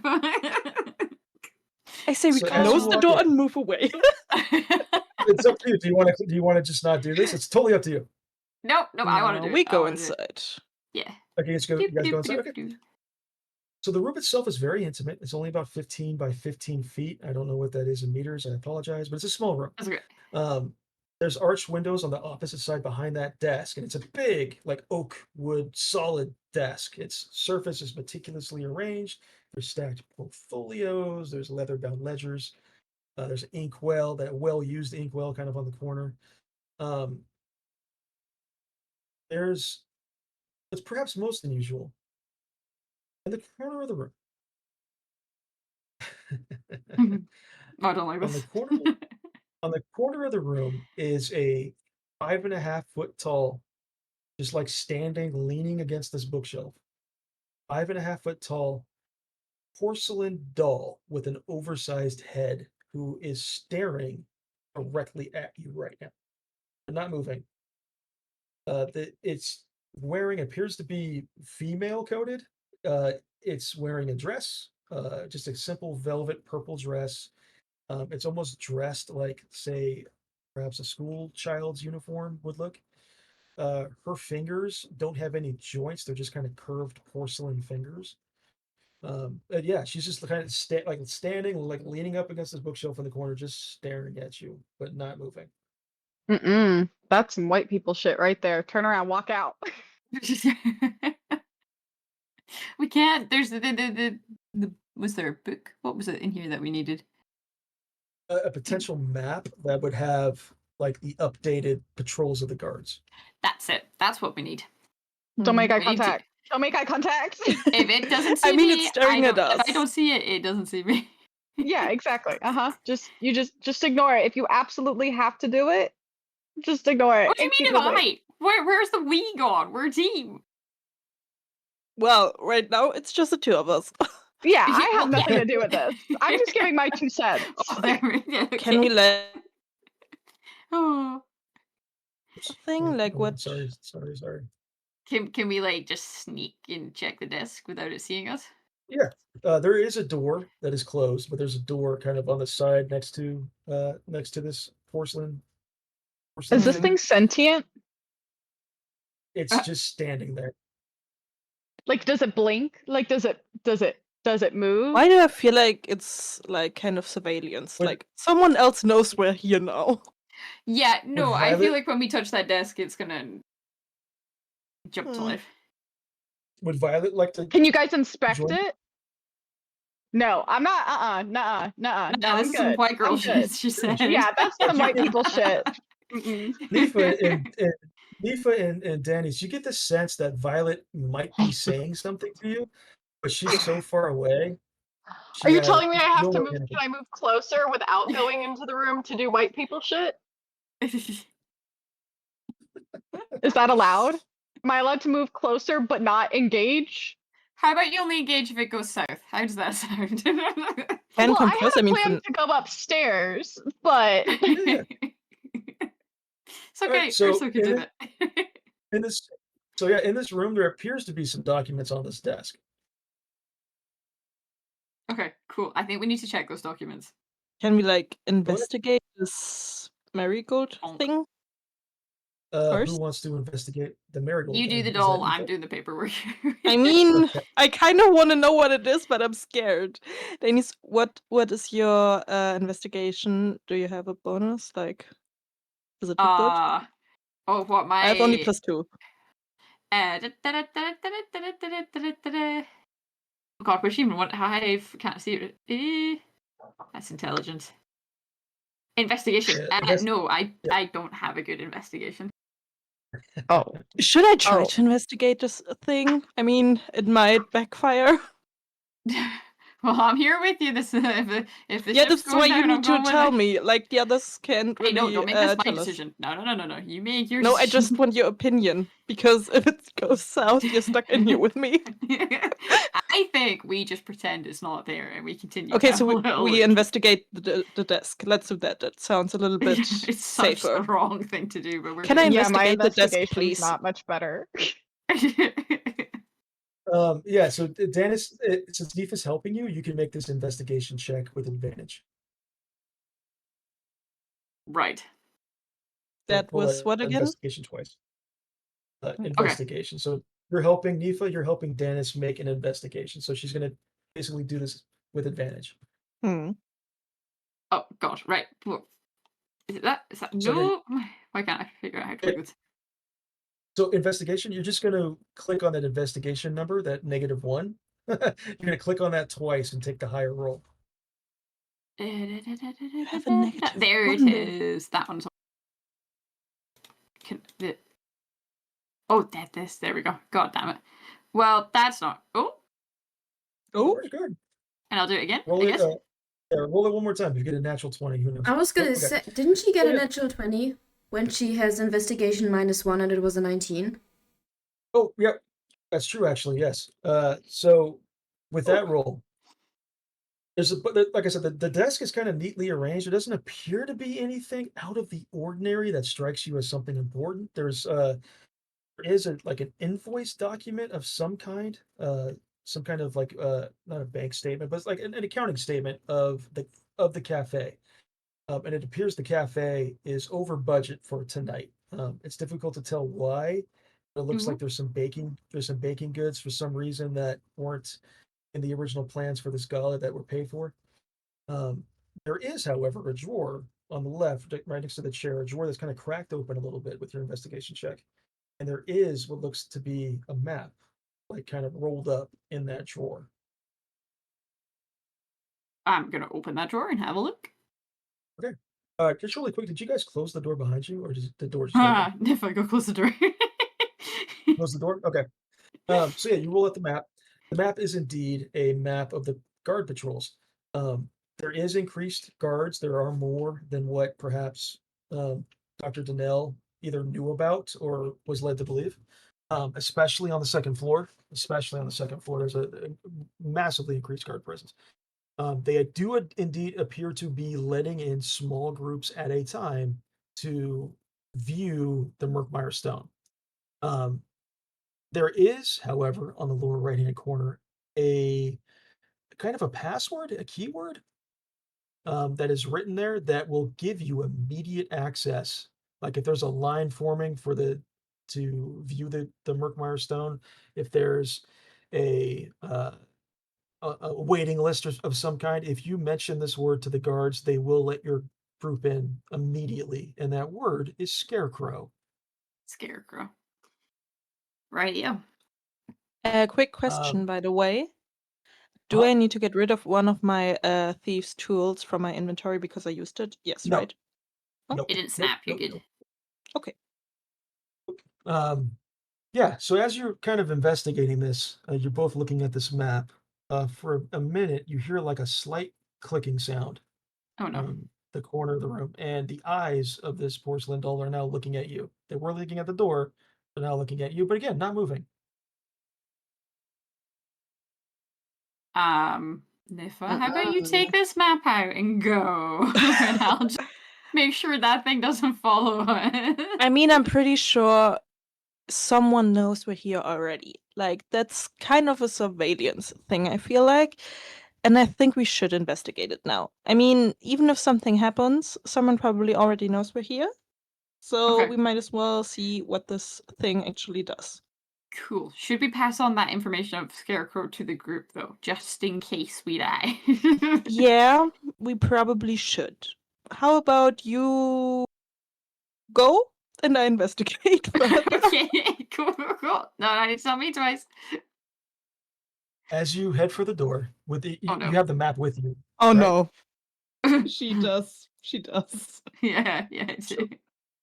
As you head for the door, this porcelain doll uprights straight up in the air Oh, and shit. starts to, and she's not wearing shoes, like her legs, like where her feet would be, her legs just end in points.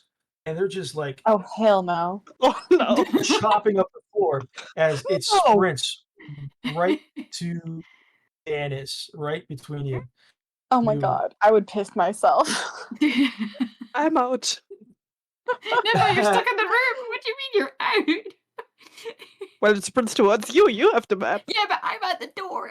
I'm between you and the exit. I like that this is a conversation of who's throwing who under the bus right now. The porcelain doll has this little golden, and Nifa, you would have saw this, has a little porcelain, or has a little golden name badge, not unlike the name badge that Maribel was wearing out front. It just says Marigold on it. And she reaches out with this porcelain hand that, again, just ends in like pointed tips. There's no Oh. discernible God, joints. I'm about to get And fucked up. grabs Dennis by the hair to like Ah! pull her back. Not the hair. No, grabs your hair. Grabs your hair, pulls you back, and is immediately trying to grab the scroll that you took. What's really weird is for the first time, you two have been like sneaking around in this room. You haven't really been talking to each other. You've been relatively quiet because you don't want to alert whatever this thing is. As she MVP. ran across the floor. Thank you so much for the you can 10 see, like, gifted. her feet, Thank like, you. again, just in a point. It looks like it would sound like she's taking chunks out of the floor as she's running. This would sound very loud, and there's no noise happening. If you try to yell out to Dennis right now, you're pretty confident you're saying things like, Dennis, like, turn around, look out, whatever. You open your mouth to say, and nothing comes out. There is no sound in this room whatsoever. Oh, lovely. That spell from Um, Baldur's Gate. You know the one? The silent one. The silent Yeah, the silent one. one. That's what- Marigold grabs you by the back of the hair and pulls you back in. I'm not going to go into a separate initiative. I'm just going to focus on the three of you right now. Cool. So you didn't even really make it to the door, Dennis, but you didn't even hear her coming. Like all of a sudden, you just feel like somebody yank you backwards by your hair, and you turn around, and it's just these porcelain eyes staring at you. What is it that you're doing in this moment?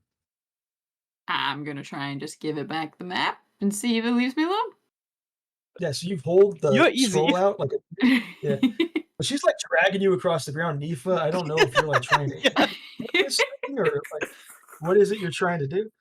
So yeah, you hold the map up. She immediately grabs with her offhand, grabs the map and like just rips it out of your like pretty sure it's like she actually ripped the map itself, but just rips it out of your hand and drops you on the floor. Ow. She walks past you, Nifa. Like if you were to engage, or excuse me, try to engage with her in this moment, she like walks through you. Like she just trucks you and pushes you backwards up against the wall to get past you. Walks back to her corner with the scroll in her hand and proceeds to stand there just as she was a moment ago. Okay, I look at Danis and make sure she's all right. We still can't talk apparently because it's quiet. And I first look at the door that we came from, asking like with a look if we should try to get out. And then I look at the door next to this marigold thing, asking if we should try to open that as well. Because the map isn't important anymore. We have like the password. So and we looked at it, so at least we maybe remember a few of these guards where they are stationed. So now we need to decide if we want to try to get further in or go back out. While the two of you are debating that, Violet, Hi, Urso, Scorpio. Vale, and I guess that's probably it. From where you guys are standing, you notice from the second floor, again, there's about 100 people in this room. Rushing down the stairs is somebody who matches the description you were told about from Dr. Donnell of the museum curator, Alda Arkin. Oh, for fuck's sake. And she's trying to like push her way through the crowd to get to her office. The three of you see this happening. You know where your two companions went. What are the three of you doing in this moment?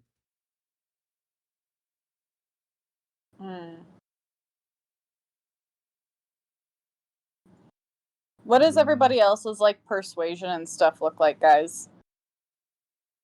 Or surveil? My persuasion is +1. I Mine. need +3. You do get the sense that she has to push through people to get like through the crowd to her office. You've got about 15 to 20 seconds before she gets to her office. Vale, go charm her. That's not Vale, go get- persuasion. Same thing. Go do that. You're a guy. That other lady was hitting on you earlier. Go take care of it. Problem solved. You're a guy. You're a Is it guy. just- Go handle it. Is it just her or multiple people? It's just for the moment. It appears to be just her. Then I want to maybe I can't grab myself. I want to catch her like around here maybe. Okay. So we have enough time to buy time for Nifa and Danis to do something else maybe. Yeah, Vale and Violet. What do you do? So Urso's going to try to intercept Vale and Violet. What are you guys doing? I'm gonna leave him to deal with that. I really want to figure out like what's going on the second floor, kind of. Congrats on the Okay, so sub-8, you're so just thank you gonna so much like for the 5 abandon gifted. the moment and like head to the second floor. That's fine if that's what you want to do. Now I'm questioning if I should do that. I don't know. How many people really like need to intercept this lady? Like, can Urso not handle it, you think? I don't know. Well, I mean, there's enough time as an option. You don't have to do this, but you have enough time to like run to that door, open it, and try to see if you can convince the ladies to perhaps leave before she gets there. Oh. Aren't they already trying to Up to you. leave? Wait.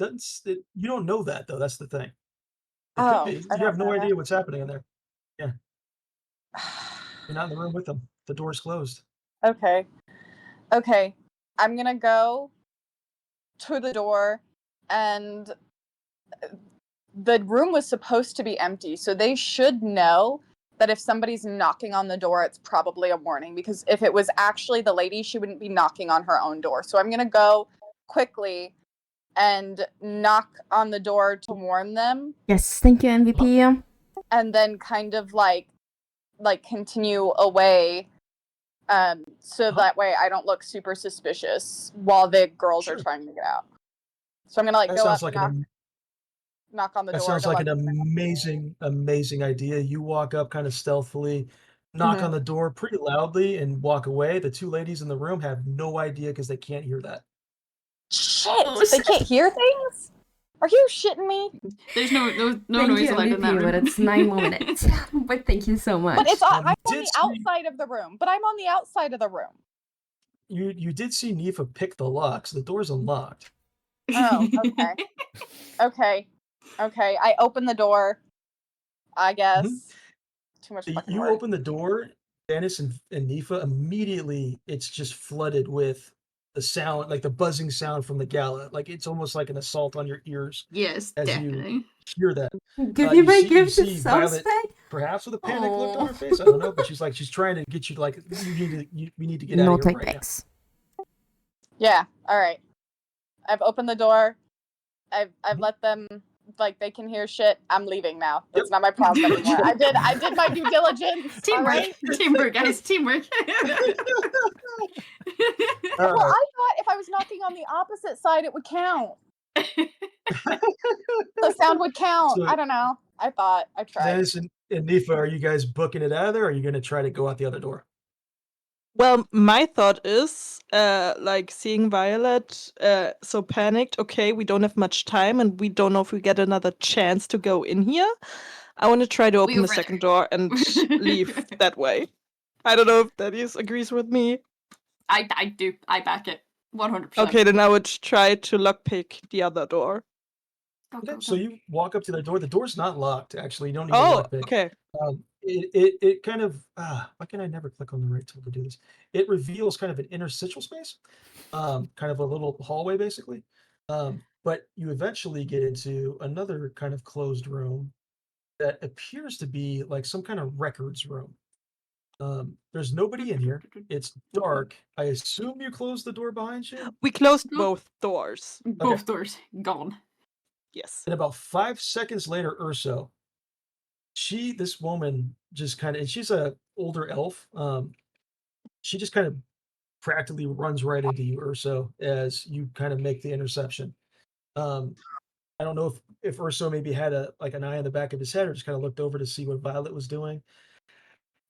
As far as you know, are still in the curator's office as Elda Arkin crashes into you. Can I make it look like an accident and push her slightly so she falls down? You absolutely can. Make A gentleman. make a man. Let's see, make a He wasn't make ready for that. a no, it wasn't. Make a performance check because you're trying to like stealthily do something athletic. Make a performance check. 17, 17, not bad. nice. So again, there's a ton of people in here. You make it look like an absolute accident. Like, oh, I didn't see you there. However you want to frame that, but yeah, you successfully like up into her. She falls face down on the floor. Oh, face down. That's so fucked. She's This in lady a didn't deserve lovely it. gown. She's in this Poor woman. lovely sequin gown, wearing a bunch of jewelry and bracelets. She accidentally, with one of her heels, tears the bottom of her dress as she falls. She Damn, stands up and and you is fucked her dress? she's immediately heated. She's get out of my way. I need to get to my office. Just move. And she's like physically shoving you out of the way or so. Do you just kind of let her pass? So I cannot just grab her and ask her if she's okay. Yeah, if you want to grab her, absolutely. You want to Just grab buy her as now? much Like, time as possible. Let's also assault the woman after I shove her and rip her dress. Let's like violently grab her and force her time more. So you grab her, and are you okay? I apologize. Like however you want to do that. And she's like trying to like, you need to let me go, guard. Like she's yelling for this guard over here to like come down here, not in a way to like get you in trouble, but she's like, she yells to this guard, I need you to get to my office right now. And the guard kind of moves past the two of you to get to the office. She goes, you need to let me go right now, please. This is important museum business. There's a security issue. You need to let me go. Then I let her go. Wait. What? wait. You just let her Okay. Oh my god. Okay. Hold on. Hold on, hold because on, I'm yeah. there. I'm in this vicinity. What are you doing? Can I go and reach here? Am I Maybe. like am I allowed to like cause a scene? Yeah, how are you causing a scene? I gotta what would need a guard? What would I need a guard for? Oh my god, what if I claim I got something stolen from me? Oh my Yeah, god, that what if is actually- something expensive got stolen from me and I'm like, okay, I got this. I panic before the guard gets there. I panic. I act panicked. Ooh, I act panicked. And like grab the guard's hand and like ask him to help me find my earring that I dropped. My diamond earring. It came off in the ocean. Oh my god. Make a persuasion check. The DC on this is going to be quite high, but make a persuasion check. You're gonna roll a 1 again. I'm Like, gonna call it. Don't forget you have heroic inspiration imagine? for advantage. Oh yeah. Yeah. Oh yeah. Okay, so this is what am I rolling? A persuasion check? Yep. Okay. I have a +5. Maybe it'll Yep. be fine. Do I have Maybe it to will. do I have to use my heroic inspiration You don't. before Oh. I Okay. No, sorry. So I'll Ask your question. I think before Okay. you roll was going to be the question. Turn it on. am I allowed to roll and then I can turn it on? I'll allow it. Go for it. Okay, cool. Okay, let's see how bad the roll is first. Oh, Oh God. my god. Oh my god. What is it today? I didn't do anything to deserve this. Okay. I'm assuming that does not pass because it has to be relatively high. Okay. Nope, doesn't pass. It is pass? No, it's not. Does not pass. No. Oh shit. You had me in the first half. Okay, so I'm gonna use my Oh, lordy. No, you know what? That's fine. You know what? What if something more important happens later? You know what? Wait, but I have to leave soon anyway. Fuck it. I use my heroic inspiration. My heroic inspiration to try to pass this persuasion check because my diamond earring came off in the ocean. Oh wait, that's an 18. That's pretty good. 18's pretty good, right? Still not good enough. Oh This my guard god. What? has no interest in helping you find a lost or stolen item. Oh, boy. The affairs of the museum are much more important right now. We're cooked. But my Niffa, diamond by the way. The Well, guard okay, runs guys. past you. The guard runs past you. This Can I whole make scene like a Urso- fake fight? You want to have a fight in the middle of the museum right now? Like a fake one No with holds Urso or barred. something, so I just get the guard's attention. Vale- You're gonna Wait, get isn't thrown Vale out. supposed to be like devilishly handsome and like really good at persuading people? Why is he not grabbing her and like being like, ma'am, like, Come with me. yeah, marry me? I don't know. I can Sure, try to do your reach him. job. I You can have one try. job. Do it. Where's he at? So She's who like- are you trying to persuade? The curator or the guard? Is the guard a female or a male? I don't know. Does it The guard's a matter? male. Yeah, I was gonna say, does They it have a matter? Can it be both? Do we know if they have a preference? Can we No. can we do like a During June, during Pride Month. Do I raise the Hey, guard? that's true. It is Pride. Happy Pride, everybody. Happy Pride. Okay. Wait. Persuasion, right?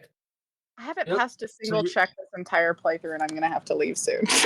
Fuck me. Unlucky. Sometimes the game's just the game. That's just my life. Oh my god. The affairs of the museum are more important than what it is you guys are trying to persuade right now. So as this is all this sheer chaos is happening, this massive event of a fallen woman, another woman claiming jewelry is being stolen, Vale We're trying not to good at perhaps this. have a fight. Dennis and Niffa are hiding in a storage room right now. And Fuck, then I we've should have got- fainted. I did Thank you, think that. I didn't want to guys. tell you that though. Thank you. We got Roya over in a corner who just is off doing her own thing. Down the stairs, walking down the stairs, is a kind of unusual scene. Something you wouldn't expect to see at a gala such as this. Something you wouldn't expect to see at a high society event such as this. Happy birthday when Walking you're down the closer to stairs retirement. Thank you, thank is a you. band carrying Thank you, instruments, Via. and all members of the Concord of Echoes. There's Nira Willowhim, who's a elven flautist, I believe is how you pronounce that. She's playing her flute. Ellen Styx Marin is banging on this kind of drum that is suspended around his waist. Vera Solbrook, who's a tiefling violinist, is plucking every string while like subtly trying to walk down the stairs, not missing a note. Then you have Jaren Logate, who is singing a song. It's a happy birthday song as they make their way down the stairs towards Mavira. Oh On a night god. of stars and whispers low, a spark was born the world should know. So lift a glass and make it shine for May, whose soul turns song into wine. And behind them is servers from the cafe upstairs who have a platter with a rather unusual looking cake on it. It's a vanilla kind of a cake. It looks or a strawberry kind of a cake with like vanilla dollops kind of all over it. Um, inside surely of this cake will be layers of vanilla and chocolate, but artfully detailed on the top of the cake is an illustration of a young elephant with a red shirt and a red cap. And they slice the cake up and start handing it out to it's a big cake. And they're handing it out to the dozens and dozens and dozens of people around this gala right now, handing out birthday cake. Happy birthday, Lanity. Thank you. Not Oh, the this makes so Benjamin much more Blümchen sense. torte. I didn't even clock. But that Oh makes my so much god, more I fully sense. didn't realize it. What? No, what it was describing? just straight up like, part of the oh, that lore. sounds like a nice cake. Elephant? Okay, I didn't know Lanity liked elephants. And then I didn't realize that. Wait, did everybody else get Happy something that I missed? birthday! Thank you. No. I also Birthday. didn't clock until it was literally just like written out. Oh, Thank you, everyone. that's cool. I like that. Probably a better distraction than what you guys are working on. I tried. I tried. Okay. She did try. She did try. Well, I did try, and I rolled twice. So Vale, back in the corner here with this guard. This guard is about to open this door. How are you trying to stop this guard from opening the door?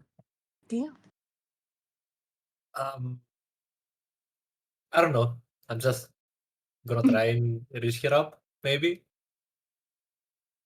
Just gonna stand Okay. against the door, flip my You're just gonna hair. put Hey That's there. it. you're gonna put your Hey, you're what, gonna put what's that? okay. How you Uh, doing? Yeah, okay. Make a gosh. I kind of want you to do a straight charisma check, but make a persuasion check on trying to influence this guard, I suppose. Can I roll again? Ooh. Yeah, if you want to use your inspiration, absolutely. Yeah, fine.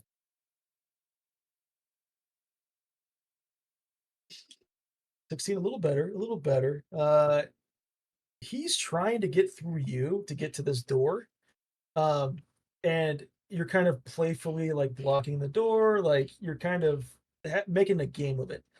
He's getting a little bit frustrated, but you do get the sense, believe it or not, that he's kind of enjoying it. Again, you're getting the sense, the same as others have, that these guards appear to be just hired guns for the evening, like they're not the typical guards that work here.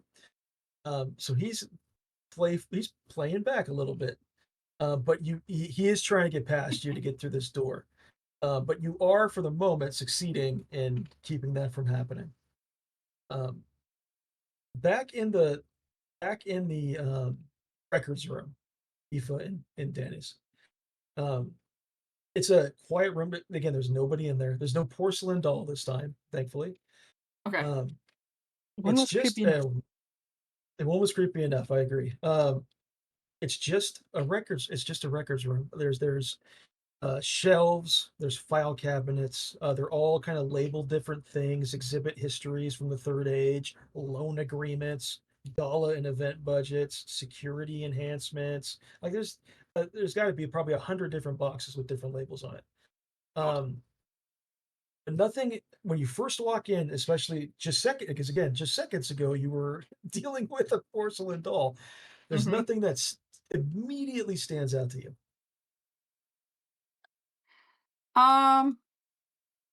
Hear me out. It's dark in this room. Do we find somewhere to hide and wait out the storm? What we feeling? We still don't know what exactly Violet was trying to warn us about, so we don't know if we have much time on it. I kind of want to explore the room, Okay, but cool. We do that. I would also say since we don't know how much time we have, we should probably try to get out.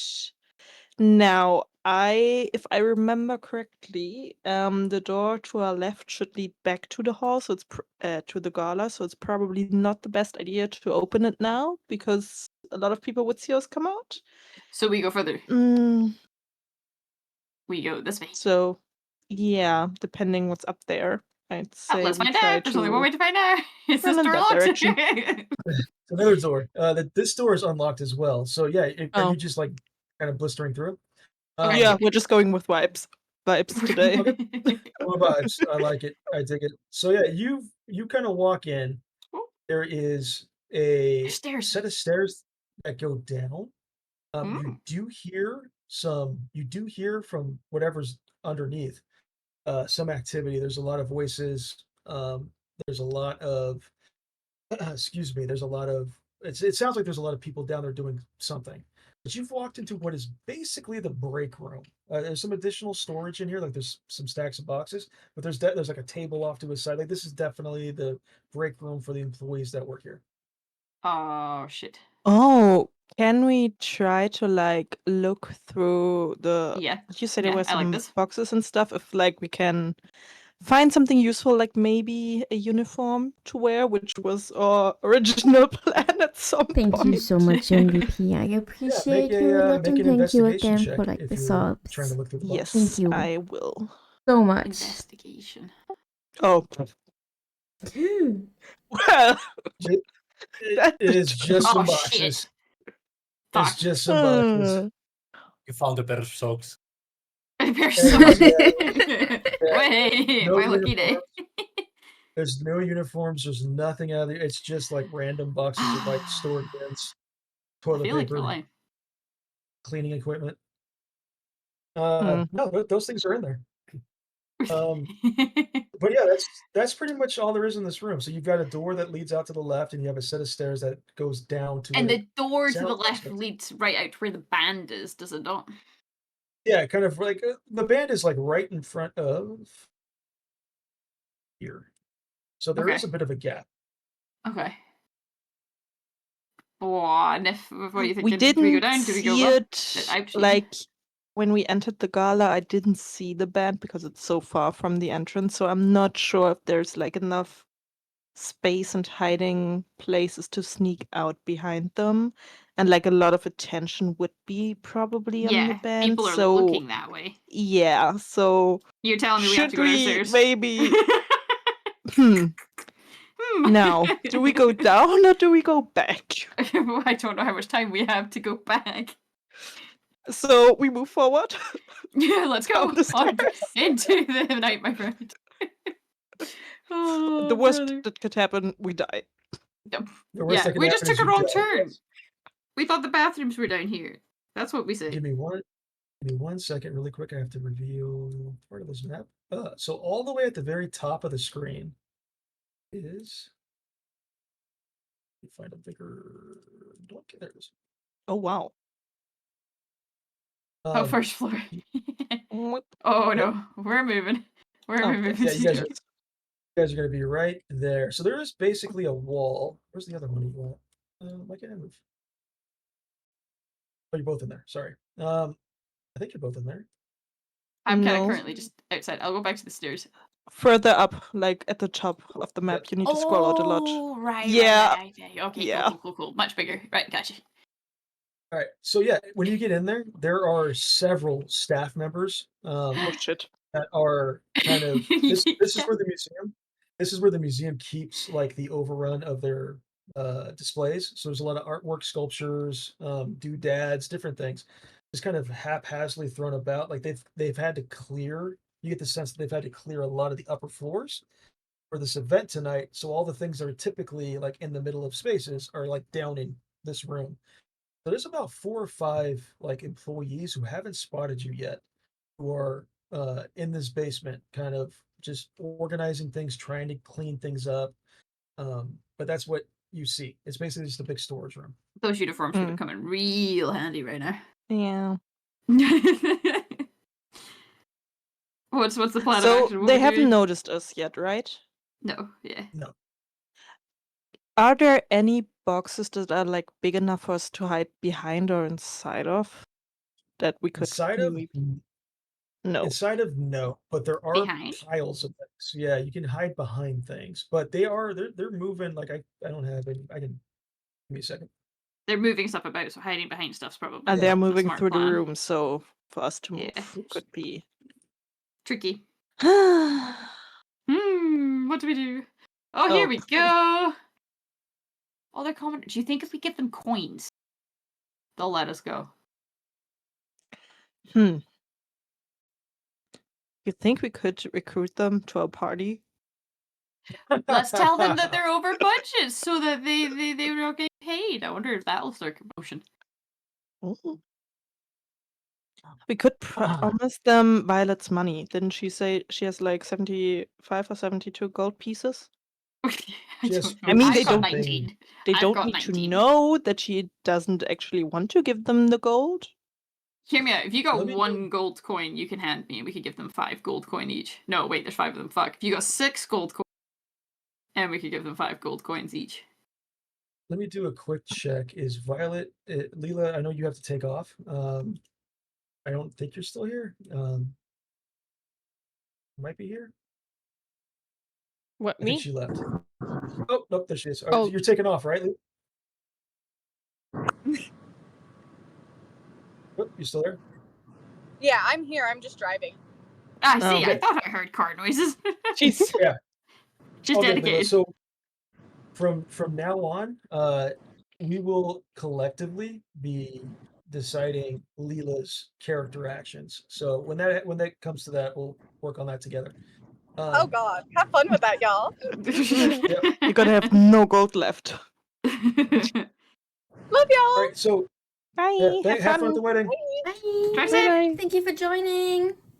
Thank you. Happy birthday, T. Thank you. All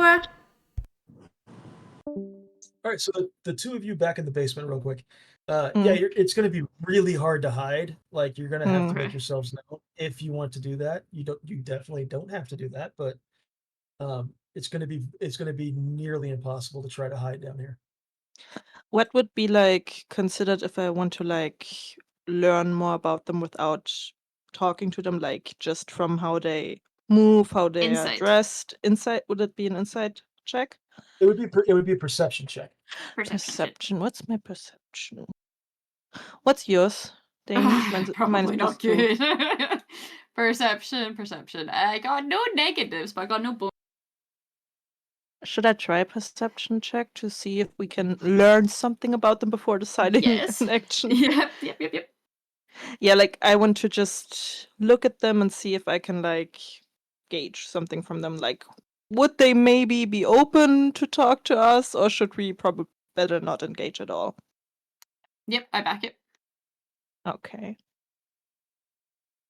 All right, yeah, make that nice. So again, these are just museum employees. There's nothing. They're not carrying anything. There's no like positions of authority amongst them. They're just like low level. This is the staff that is in charge of like just organizing the exhibits. And that's all they're doing right now. Everything was kind of thrown into the basement in order to have this gala. So they're just kind of cleaning things up, putting things in the proper space. There's nothing that really stands out about them. They're just people. Okay. Hear me out. They'll panic if I take my sword out. No. I was just thinking. We could put in a little act, like, I don't know if it would be a performance or deception check, but like walk up to them, pretend like, oh, we got lost, we didn't mean to be here, and maybe try to see if they have some information, even if they are just commoners and don't know much. They might have Mhm. overheard something or saw something. So we're gonna try and But befriend them. yeah, but it could still backfire, so I don't know. Do you think we should do it, or should we Well, quietly head I- back up and hoping they... I think there's no harm, and if they start to see through us, we were just looking for the bathroom. We don't know where the bathroom is. All right. So Yeah. come on out, make that persuasion check. This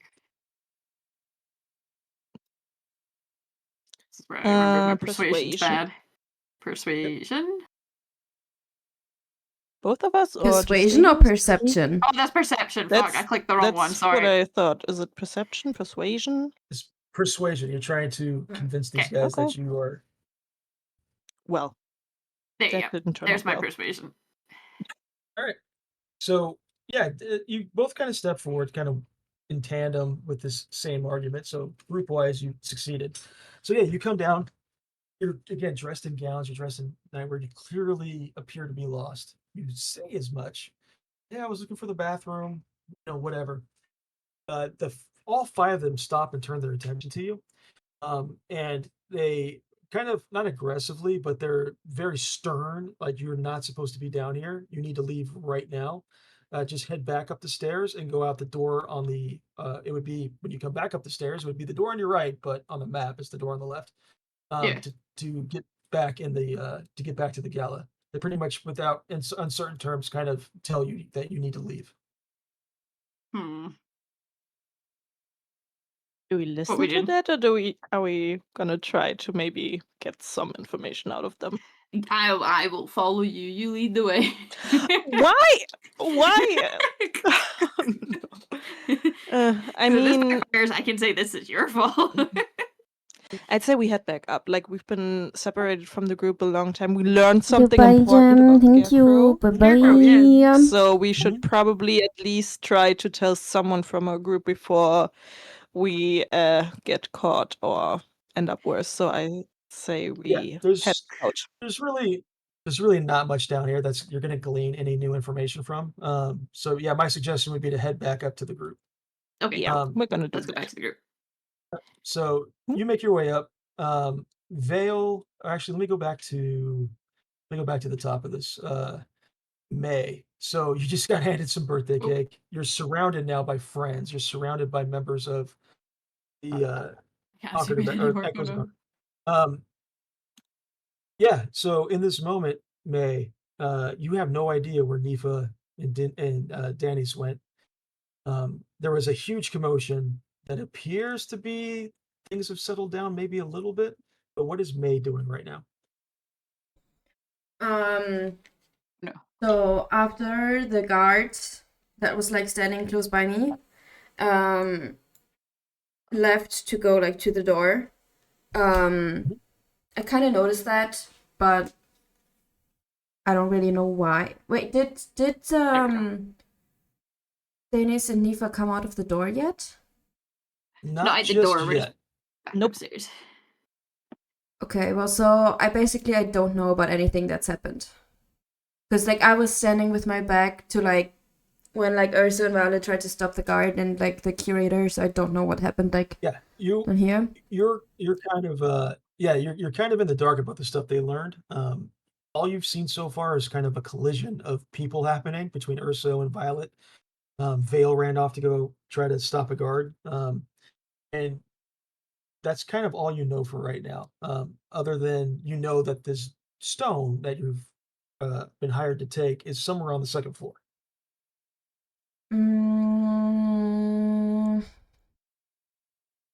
Okay, I'm gonna try to look around if I can find Ruya. Do I see her? You broke up a little bit. Sorry. Try to do what? I'm trying to look for Ruya, like around the crowd. If Ruya, it looks like you may have walked back out. yeah, you wherever Ruya is, May, you can spot her. So if she's So- unless she's standing like hiding behind a column or something, then you're gonna be able to see her. Are you hiding? No, I'm not hiding. Okay. Then, cause like I don't know what's going on, and I remember like one of the violin player dude told me to go to the cafe at the first level. I kind of like walk towards Ria. Maybe throw a look to Violet to kind of like try to signal her like come over, like I want to talk. And like when we're all together, I'm like, I was told to go to the cafe upstairs. Do you guys want to come with me? All right. Okay, So I you just want to nod. make your way up to you want to make your way up to the second floor? Yes, I want to go to the cafe. Okay. Violet, come So on. as the three of you, and I don't know if Vale and Urso if you plan on following or not, but as the three of you kind of make your way up the stairs, that's when Nifa and Danis, if your intent is to kind of head back up those stairs and like leave this room, yeah, you're able to open the door. There's a lot of people out, people are eating birthday cake, the band's playing, like you're able to kind of sneak out that door without much of an issue. Nice. At that point, that's when the guard and the museum curator kind of make their way finally into this office. Oh, I'd be To the next who person. knows what they see. So on the second floor, let me just reveal.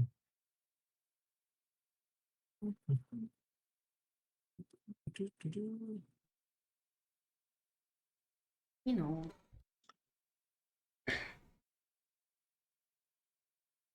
All right. Let So Chino do the next role you need to do.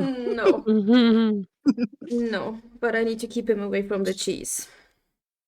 you need to keep him away from the cheese. I need Important. to keep him away from the Important cheese. stuff. He has been kept away So from the cheese. You've all made your way up to the second floor. On this kind of almost not quite a walkway. It's kind of a hallway of sorts. Like the room kind of opens, or the stairs kind of open up into. When you turn around immediately, you are confronted by a large Allosaurus who is staring at you as you come up the stairs. This Allosaurus looks incredibly lifelike. It's actually quite well preserved. It's got it's actually kind of moving right now, but kind of mechanically moving. Like the tail's kind of got this jittery action to it. The head's kind of like a little quaky. Off to the left side of this massive display are some children who are dressed in kind of gala attire who are playing with what is clearly like the controls to control this thing. They're making this dinosaur like bend down and like scare other gala attendees. It's roaring. The kids are clearly having a fun time with it. But that's what you see as you kind of immediately. That's the first thing you see as you kind of come up the stairs. On the right side of the room, or the right side of this hallway, is clearly the bathrooms. There appears like there might be a set of steps that go up to another level, perhaps on the far right side of that hallway. The other thing of note is, yep, the other thing of note is there's a guard just to the right who's standing in front of a door that is roped off. And it's got a big banner over the top that says Gemstone Exhibit. What is beyond that door, you already know from the map, is the stone that you're here to retrieve. I assume on the way up the stairs, Danny's and Nifa, you probably told the group like, "Hey, the magic password is Scarecrow. If you want Scarecrow. to get in there, Scarecrow. yep. If you want to get in there right now." You also get the sense on the far left side of this map, you're getting the smells of food, of alcohol, of different drinks. Clearly, the cafe is on the far left side of this map. But that's what you see. What do you guys want to Okie do? dokie. Actually, you know what? I'm going to end this. Here we go. And start over. So now that you guys are back together as a group, what do you guys want to do? That is the question. I kind of want to go and check out why they told me to go to the cafe. Okay. So Yeah. you said to the left? Yeah, you're pretty much walking right into like the dining hall of this cafe. There's a counter kind of off to the right side. Um, Let me find one thing really quick. Aoife, if you would do me a favor and just hang Yep. back a little bit. Oh, yeah, sorry. You're good. You're good. You're good. I haven't told you why yet. So yeah, so this the whole like wing of this side of the map is, or the side of the museum is the cafe. It's called the Unearthed Cafe, May. Um, it's Grab kind it of 2 seconds. split into Okay. It's split into kind of two distinct areas. One area is kind of like the sturdy tables where there's like a dining hall. The other area is kind of like the food preparation, kind of bars, lounge area, that kind of thing. Um, yeah, there's a bunch of people, servers kind of milling in and out. You don't see anything immediately, May or Ruya, that kind of stands out to you as being of importance. There is, however, May, you do recognize one of the servers is a friend of yours. He's a male half elf named Orin, who's grinning as you kind of enter into the room, and he's got to like he's clearly on his way to a table to deliver a platter of food to somebody. Um, and he kind of grins at you, and he's like, "What did you think of the cake? You didn't think we'd forget, did you? Not on your day." I kind of chuckle and shake my head, and then I'm saying to him like, I don't think I've ever been more embarrassed than that in my entire life. He says, "Good, that was the intent. Somebody in the band downstairs told me that you were here, and we had a cake ready for you. I couldn't wait to give it to you, so I sent it downstairs." Well, thank you. I appreciate it, but never do that again. Okay, sounds good. Um, he says, "So what brings you to the like what brings you to this gala? This is somewhat unusual to see you at an event like this." Oh, I thought something special for my birthday. It's not every day. It's not every year that there's like a gala like of this of this to this extent on your birthday, right? So I thought, why not treat myself, look at the stuff in the museum, and Absolutely. kind of mingle. Have you seen the Merkmeyer stone yet? The what? The stone, the whole reason why this gala is here. Have you seen the stone yet? Oh no. I was trying to look for it, but I couldn't find it yet. And then, do I remember the name of the person who told me to come upstairs? The violin You remember player? the what? The name of the violin The player? violet? You would know. I have to scroll a Whatever little his back, name actually. was, told me to come upstairs. Sure. So that's what I did. Yeah. He says, "Well, look, if you're trying to get into the gemstone exhibit to see the stone, it's probably a long line, but he kind of leans in really close. And he's got this platter of food. There's like different I forget what it's called, but there's different uh it's called trilobite toast. It's basically like spiced rye is what you're like spiced rye bread with like a butter spread on it. It's really heavy on the rye. Like you can that's what you when he kind of leans in to tell you something, that's the smell you're getting. Mm-hmm. And he says, if you want to get in that gemstone room right now, just tell the guard, Scarecrow, say Scarecrow, and he'll let you right in." I look at him, kind of like do a subtle nod, and smile. Yeah, he says, "Can I get you like I know you just had some cake, but can I get you like we got amber brew on the tap tonight. I don't know if you're hungry. I don't have we're just pretty much serving toast and crumbles right now, but if you're hungry, I can get you something." I had some food downstairs. What do you have? Well, I've got this toe, and he's pointing at on the plate. I got tons of the spiced rye with butter. I've got a crumble, which is basically an oat bar that has just got this glazing of strawberry tart kind of over the top of it, and it's got mixed nuts and fruits inside. I've got our what's on tap tonight is our amber brew. It's pretty popular. It's basically a golden tea with honey and a little hint of vanilla, but I can add a little extra vanilla for you if you want.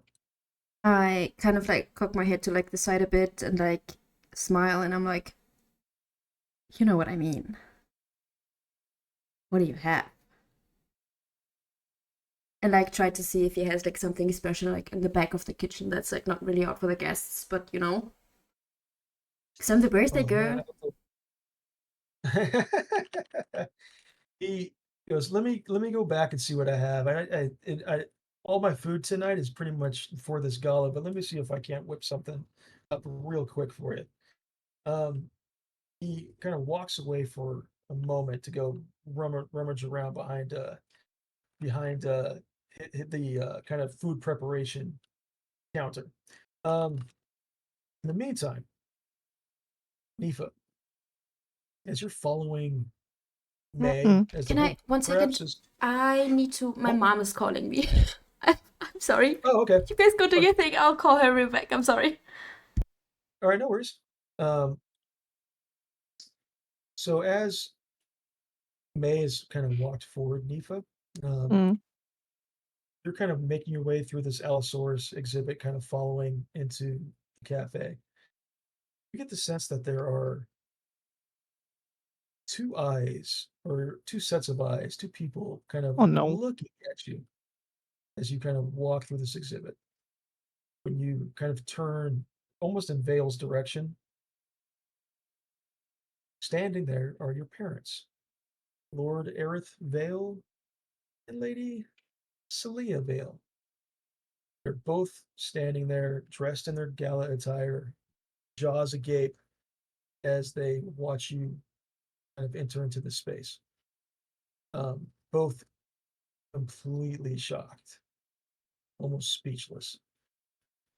This is the first time you've seen them in probably 7 years. Mm. I Yeah. stare back at them. Okay. And try to channel my best high, wealthy born act I can, give them a cold look, and turn around. I don't walk away, I just turn around, not interested in. Okay. As you turn around, they both kind of like start to, as like they both kind of start to like want to walk towards you, but as soon as you turn, they kind of stop. Vale, I don't know how perceptive you are in this moment. Actually, I do know how perceptive you are in this moment. You have a 14 passive perception. Vale, you see this couple, you see Nifa's reaction. The two of them, they almost kind of get hit, like these two older elves you don't know, kind of get hit with this like pale sadness, and they also kind of turn away and look at an exhibit. And they're standing right next to you. They're looking at the exhibit kind of on the bottom of this room. You see the man put his arm around the lady, and you can hear the lady kind of having a soft sob.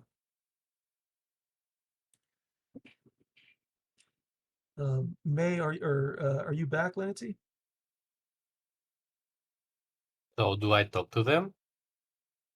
Do I have Yeah, to if you want make to. an interaction with them?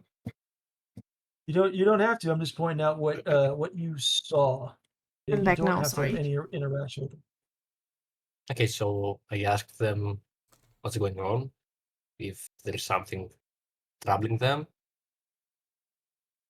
Do I need to make a roll for that? No, you don't need to make a roll for that at all. She's got tears in her eyes, like not a lot of tears, but she's welled up a little bit. And she says, I'm happy to know, I'm just happy to know that she's still alive. You have no idea Then who they're talking about, but you probably get the sense that they were talking about Nifa.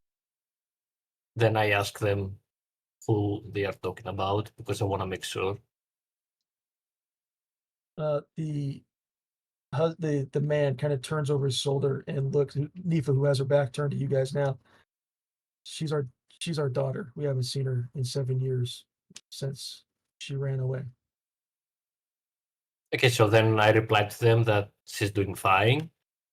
She's even doing fine with me, even though I'm the coldest person around. Mhm. So they should be proud and everything. So they don't Uh, need to care, like, be protective or anything anymore. Okay. Yeah. So I guess she they're gonna be a little bit more comfortable with that now. Yeah. Sure. So she, the older woman who has tears in her eyes, kind of wipes them away, and she says, "You're like a Vale is a priest of some kind, or something like that, right? If I Yeah, recall it used to correctly." be. Yeah. So they recognize in you that aspect of you, and they kind of look at the other companions that you're with. They look at you, and they the father says, we're just glad that she's safe.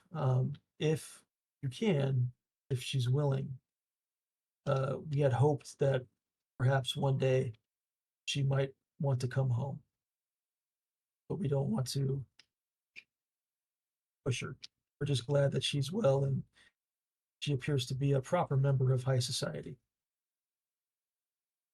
Mhm. Okay. So May, back in the cafe, Yes. Arin returns back to you. He's got this bowl of he calls it he calls it, this is my archaeological dig. It's a bowl that looks kind of like a stew, but it's not quite a stew. It does has vegetables in it. It has some goat cheese in it. It's got a kind of soft boiled egg kind of buried in there somewhere. It's got this really fragrant, like lemon tahini dressing on top of it. Um, and I whipped this up for you. It's not much, but this is all I can whip up with what I have on hand right now. So this will fill your stomach for the rest of the day. I look at the bowl. I like smell it like by like waving my hand to like get the smell to my nose. And I look back up at him again, and I just smile. Take the bowl, turn to Ruya, nod my head to like one of the seats, sit down and like eat it, and like kind of like ask Ruya if she wants to have a bite. Okay. So you hold up the bowl to Ruya. Does Ruya take a bite? Mm-hmm. It's warm. It's a satisfying blend of earthy flavors, rich textures. It's very thick. Uh, yeah, and it's like as you kind of eat it, it is kind of like an archaeological dig. You're kind of digging with every spoonful, digging through, finding like little bits of different microgreens, flower petals, things that are kind of hidden in this stew. It's very delicious. Okay. All right. Huh? Anything else you want to do, Mae? Well, when we finish the bowl, I Mhm. kind of want to like get up, kind of wave goodbye, and then try to make my way like back into like the main room and the middle room, and try to like just gather where everyone is, what's going on, what the situation is, preparing myself to like go over to the stone exhibition. Sure, sounds good. Yeah, I mean, you guys are pretty much ready if that's something you wanted to do. If you wanted to go right into this gemstone exhibit, entirely up to you right now. But yeah, you guys are pretty much ready. Okay, so my question to the group, like outside of the game right now, is it's almost 1 a.m. my time. I know that some of you also said they couldn't do much longer than that. I know this was supposed to be a one shot, but we took a bit longer. Do you guys want to keep playing right now, or would you guys be down to? This is just to let you guys know, this is the last kind of room. So we're pretty much at the end. So how much longer no, do you think it would be? I want to say about 20 minutes. Yeah, we finish it. Okay. Yeah, we finish it. Okay. Doesn't good. mean I we just can't wanted not to do ask. it again in the future. Definitely, but I was just gonna ask because I didn't know how much was still left, and I didn't want to like overstep anyone's time. Yeah. So let's finish it then. So I might guide you guys a little bit then to the end here. Be the friendly DM. Yep. So yeah, you kind of make your way across the dinosaur exhibit as it's still kind of flailing around. Kids are playing with it. You make your way over to the guard. The guard has a long waiting list. He looks rather impatient, but he says, "Is your name on the list?" And I look at him, smile, kind of lean forward, and say, I think it is. You should look for the name Scarecrow. And just kind of like I see. give him like a look. He says, I see. He wait one moment and he knocks on the door. Maybe 10 seconds goes by, 15 seconds, and then something knocks on the other side. He says, "Okay, you're free to go in." Let me clear this really quick. Really quick. So inside the room is it's a large room. It's a massive gemstone exhibit. There's little tables. There's kind of drawers. There's exhibits all over the place behind glass walls of different kinds of rocks, of stones, as you all kind of slowly filter in. On the other side of the room is a green. It looks like an egg, not more of a stone. It does indeed look like an egg. It's about a foot in diameter and it's glowing green. It's almost a pulsating to it. On either side are two guards who are standing there. They're just looking straight ahead. They don't even really look at you as you start to kind of filter into that room. Okay. Okay, who's leading the way? Who has the highest passive perception? 14. So Vale and Ruya both have the highest passive perception. As you kind of enter into that room, Vale and Ruya, something feels off. Can't quite put your finger on it, but something feels off. There's just a feeling in this room that does not feel natural. It's almost as if there's like an enchantment on this room. Can I sign that to May? What was it again? Perception? Yeah. No, it just I'm looking at your passive perception, not the actual perception skill. The two of you have the highest passive perception of the group. So you just notice that there's something just feels off. You can't quite put your finger on it, but something feels off. Can I sign that to May? Yes, you can. Yeah. So May, you see Ruya signing to you that something feels off. When she tells you that, May, you start to look around the room and you get the same sense that they do. There's like a weird shimmer on everything. Just a weird shimmer. Something just doesn't feel quite right. That's a spell. Can I do like when as soon as like Ria sends it to me, I kind of like grab my eyebrows and look around. And can I do like Oh, Carl, you broke up. percep? Yeah. Oh, I hello. missed it. What'd you say, man? I don't. Yeah. I think it's like a sound. If you put like a sound cap on your stream, because I think Mhm. it's cutting out under a certain amount. Hello. There we go. That's better. That's better. Yeah. Okay. I was saying that like as soon as like Ria sends it to me, like I furrow my eyebrows, start looking around, and I wanted to know if I can do like a Okay, perception you're gone check again. or something. Yeah. I think you The turned spell your is mic working off. IRL. Can Maybe your hello? mic is speaking. Hello. Yeah. Can I do a Yes. perception check? Yeah, do a Arcana check. Actually, it's the first one on that list. Or sorry, the third one on that list. Okay, so I have real dice.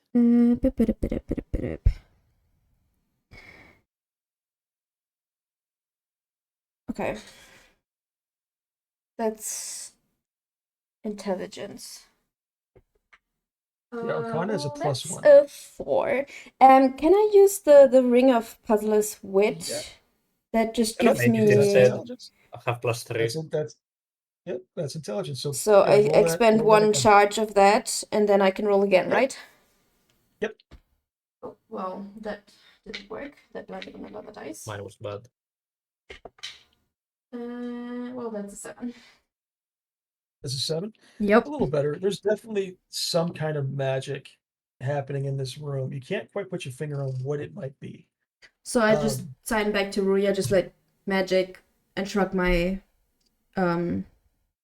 shoulders, and kind of turn to like look at like the other magic users.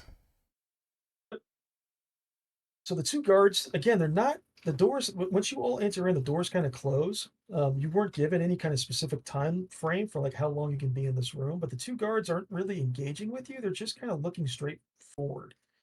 At some point, one of you, let me just pick one of you. I'm glad Urso. Violet stayed outside, by the way.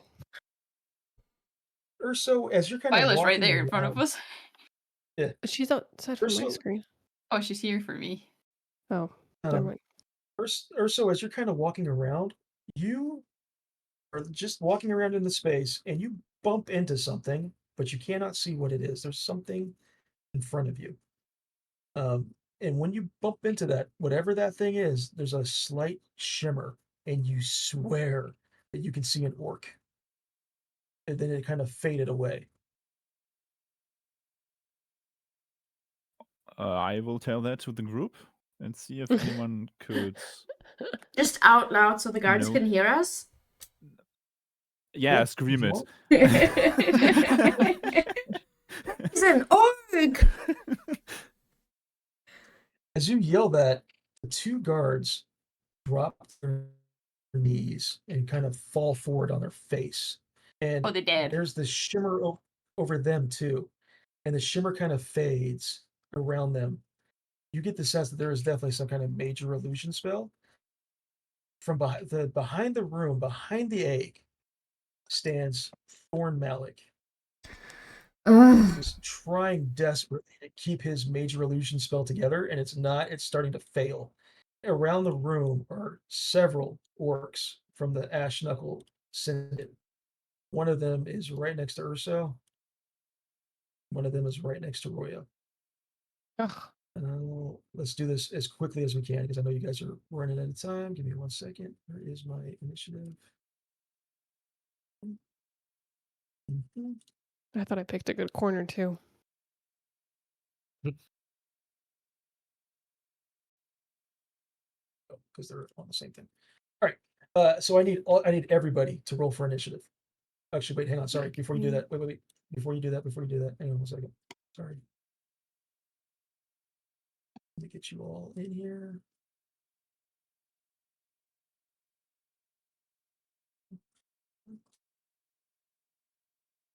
One, 2, 3, 4, 5, 6, 7. Cool. All right. Roll for initiative. Oh, now I roll low. Oh. Uh-oh. No, we're in trouble. And then May, That's better. tell me, May, what you got? Got 5. Oh, 18. never mind. 18? Wow. Okay. Did everybody roll? Mm-hmm. Yep. Yes. Shit. Yes. Wait. What am I rolling? Oh, initiative. Fuck. I didn't. Sorry. That's all right. I can change it. I think. There you go. 13. 14. 13? 14? You 14. would have landed in the same space. Sorry. There you are. Oh, no. Never mind. I pause this so I don't have to do it. All right. I'm just going to have to remember that. Okay. May, you're up first. Thor Malik's in the room. He appears to be working with the Ash Knuckle Syndicate to steal this rock.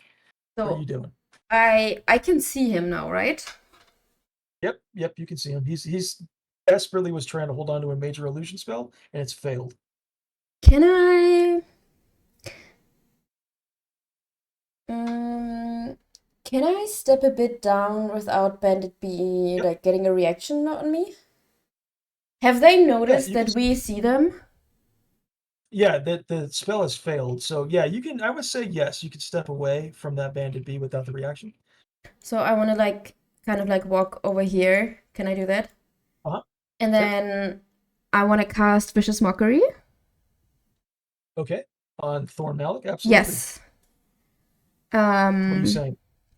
And I'm gonna say to him, Thorn Malik, I'm not saying you're the dumbest person in this museum, but you better hope they don't leave.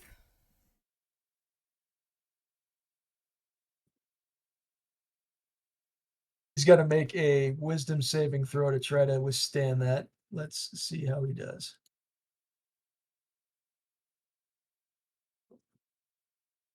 That pop up? No. Why didn't that pop up? Ay. Sorry, 1 second. It was supposed to pop up. There it is.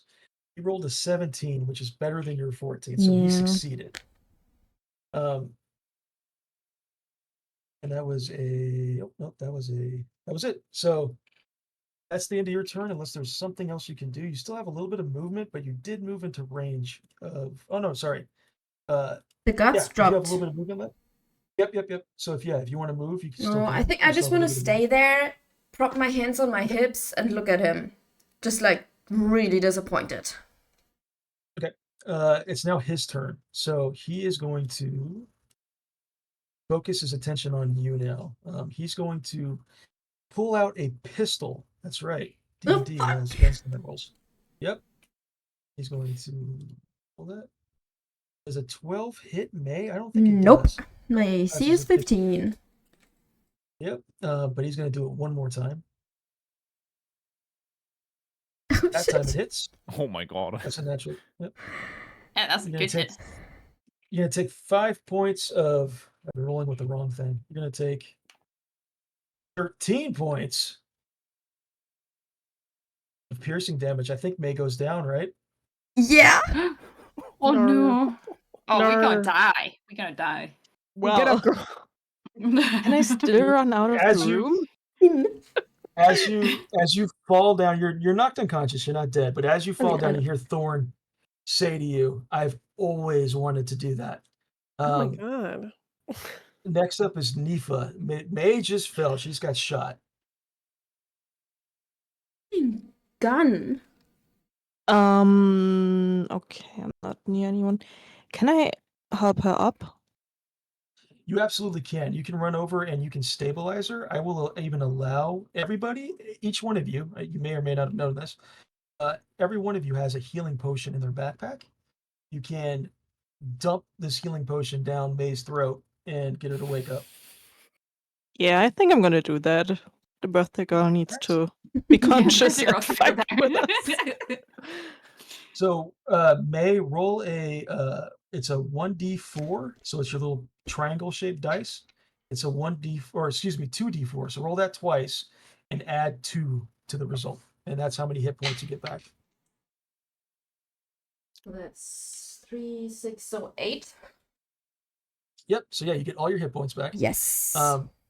So you wake up, you're still on the ground for the moment, but on your next turn you can stand up. Can I say something? Yeah, now that you're alert again, sure. I look at him and go, fuck you. Who brings a gun to a sword fight? Urso, you're up. What are you doing? I just wanna hit. I wanna equip my sword and my shield. If Okay. that is not equipped yet. Nope, Is that- that's equipped. Okay, then I'm gonna hit a bandit C. All right, yeah. What are you hitting him with your longsword? So yeah, Yes. D20 plus just hit that +4 that's right there.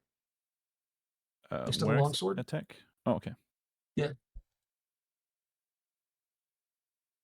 A 9.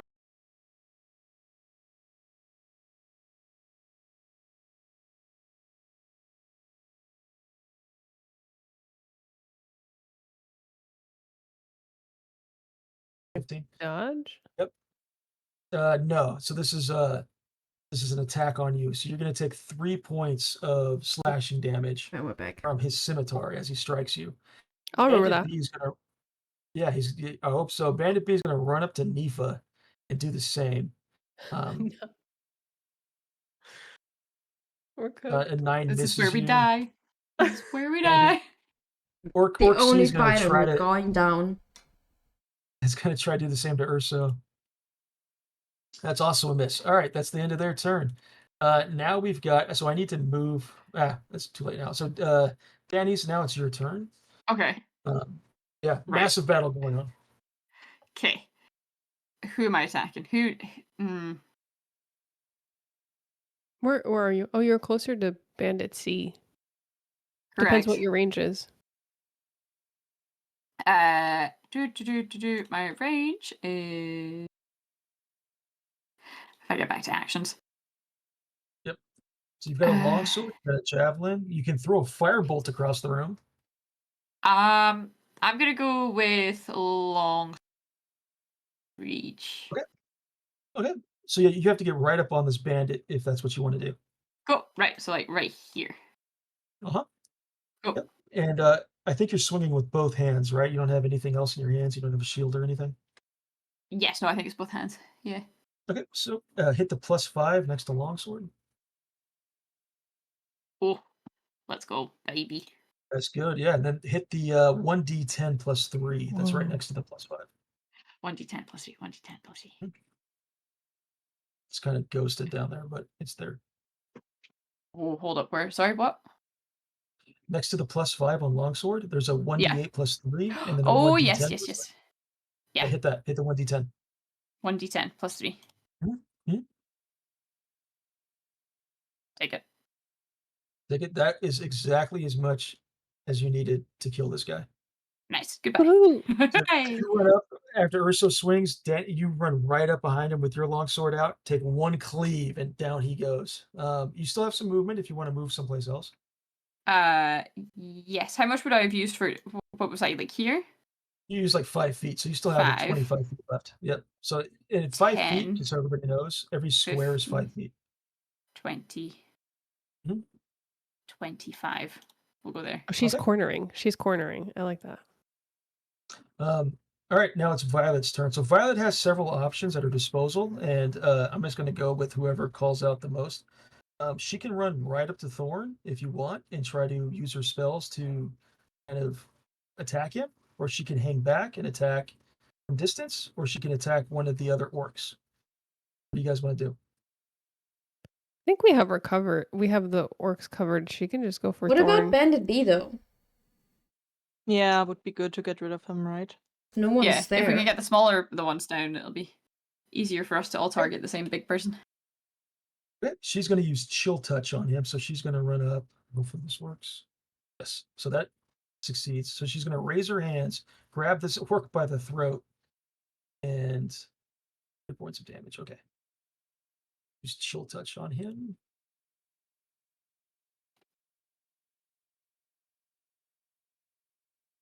All right, that's the end of her turn. Vale, you're up now.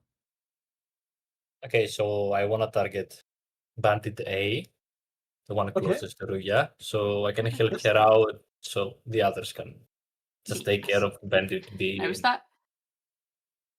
So this way we can then gang up to the others. Yep. So So yeah. I want to use the frostbite. Okay. Yeah, you can use that from range. So you're at a far enough distance away if you want to attack Bandit A and use Frostbite. Absolutely. I think he's got to make a Constitution save, if I recall. He does. Okay. Okay. 1 second. 1 So I second. need 1 second. He failed. So yeah, he's going to take the full hit of that, which was I think 5 points, if I recall. 5 points of damage. yeah. And I think he's. Yep, his next weapon attack is going to be at disadvantage because he's kind of frozen right now. So very good job. Vale, are you staying where you are? I will get a little bit closer with the others. Okay. Okay. Because I trust in Yeruya that she will kill that dude. We're about to find out. Roya, it's your turn. You got this orc right in front of you who just got hit with a cold blast. What are you doing? I was gonna use like fire, but if he's cold blasted, I'll just use a melee weapon on him. Okay, yeah, do it. You've got, I think, do you have a long sword too? I can't remember. You have a short sword. Oh, you have a I have a scimitar. short sword. Yeah, Mhm. either one, they did the same damage. So yeah, hit the +5 and see what happens. 16 Is that enough hits. skill? Right on. That might be. You have to hit the 1d. You see right next to it, it says 1d6 + 3. Yes. Okay. Yeah. That was enough. So yeah, Period. so this cold blast comes up behind him, kind of freezes him in place, and tees him up perfectly for you to swing your sword and knock him out. All right, back to the Teamwork. top of the round. Yeah, exactly. Yeah, you can move. Or you have up to 30 feet. Go ahead and move to where you want to. I think this is Uh, about 30, right? I was here, so then 10, 15. each square is 5 feet. So Yeah, I'm not going to 5, use all of it, I 20. guess. I'll just... Okay, that's fine. The guards are dead, right? These guards are dead. The guards are dead. Yeah, actually, let me get them. Okay. This is probably confusing. Okay. Okay. So back to the top of the round. May, you're on the ground, but you're awake. You got your full health points back. Go ahead and pop up. Well, popping up, like standing up from a prone position, you're going to lose on this turn. You're going to lose half your movement speed. So you only have 15 feet of movement because you use the other movement speed to stand up. But feel free to move. I assume you probably want to enact some revenge on Thorn Malik here. Yeah, I want to take like one step forward, like just with my right foot, like just a tiny, like not even move, just like kind of like lean forward, I guess. And I want to expand a spell slot and cast Dissonant Whispers. And I kind of like look at him, kind of lower myself, like with my step forward, like lean forward a bit, lower myself a bit forward, like look at him from like through my lashes, kind of look up at him and just start like humming a melody. Okay. He needs to make a wisdom save. And he failed. He failed miserably. So he's going to take 3d6. So your d6 die, roll that 3 times and add it together. That's 10. 10 points? Okay. And then he also must immediately use its reaction, if available, to move as far away from me as it can, To using the run away safest from route. you, right? Yeah, it needs Okay. to run away from me as far as he can on like the safest route. So he's going to move to the back corner of the room because he can't go forward because you're standing there. So he's just going to pick a corner. The corner he picks, you can't help but notice there is a window above this room that leads to the outside, and there's a rope kind of like tied to the side of the wall. This is clearly an escape route of some kind to get out of the museum. So you get the sense that he may be trying to escape right now. Are you staying where you are, May? You want to? Do I have enough movement to like step up to the egg? That's the egg, the green thing, right? Oh, yeah, that is the green thing. Yeah. Who has the bag of holding? I forgot who has it. I think Urso has it. I'm still carrying it. Yeah. Yeah, also. Okay. But yeah, I want to Right, yeah, like you can just move. step up next to it, and I want You like can the move. whole time I'm gonna keep looking at Thorn Malik. Okay. All right. Yeah. The egg is glowing. It's got a pulsating green glow to it. It appears to be on the verge of hatching. Maybe. Okay. That's the end of your turn. It's now his turn. I think he cannot move like towards you until the start of your next turn, if I recall. He's going to try to pull out his pistol again and fire at Roya just because we're right in front of him. I gotta find it. 12 to hit Roya. I think that misses. I think your Roya's AC is higher. Yeah, your AC is 15. Yeah, he's gonna try it again, and it's just almost pure desperation at this point. Can I give him the middle finger? Yeah, absolutely. There. 21 to hit. He's gonna roll this damage die. So you're gonna take 6 points of piercing damage, Roya, from this pistol. He's in pure panic mode right now. That's the end of his turn. It is now Nifa's turn. You're up. My short bow should hit from this distance, right? That's not 80 feet, or is it? No. At, No, it's no, not. no. at You should Thor? be. No.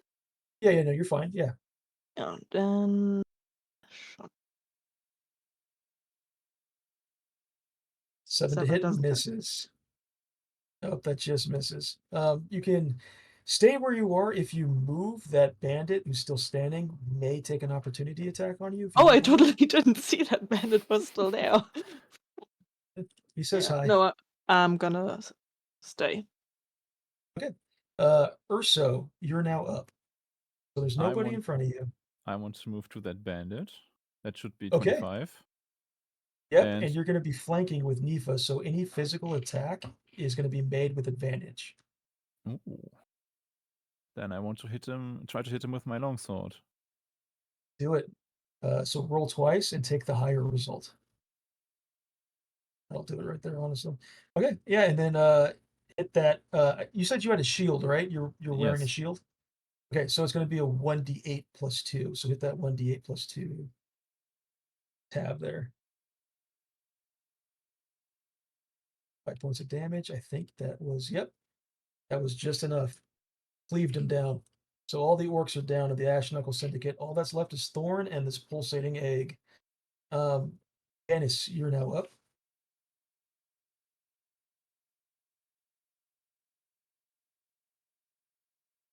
I will not move any further. Who was that, Urso? You may have used most of your speed to get to that point. Yeah. So yeah, Dennis, what are you doing? And you're on mute if that means anything for you. Sorry. Yes.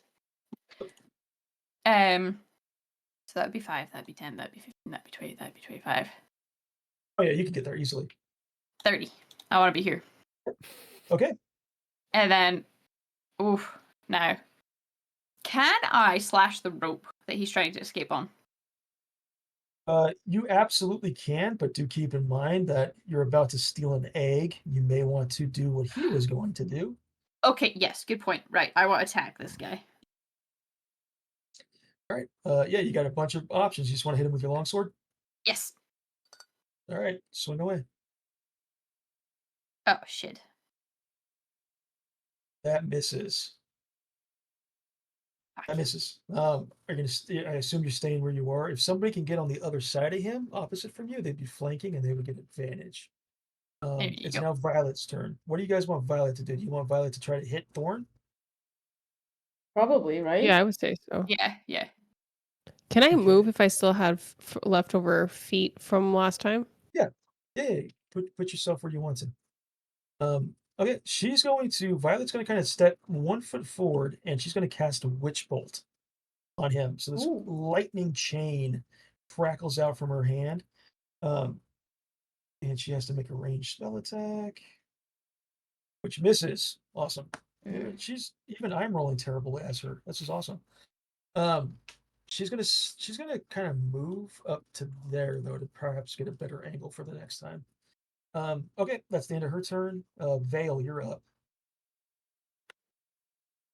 Okay. You're almost done. My God, Navi one.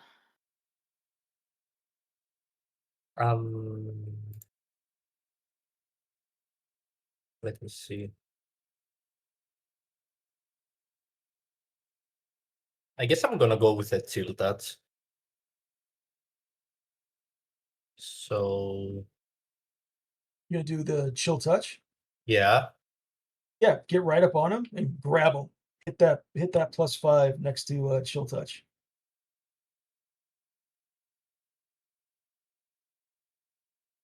Nice, that hits.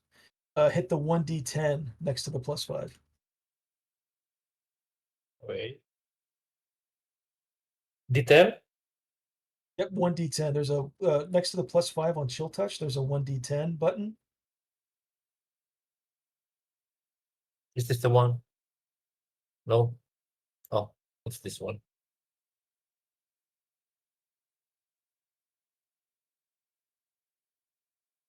Yep, there you go. Oh, that was perfect. You got maximum damage.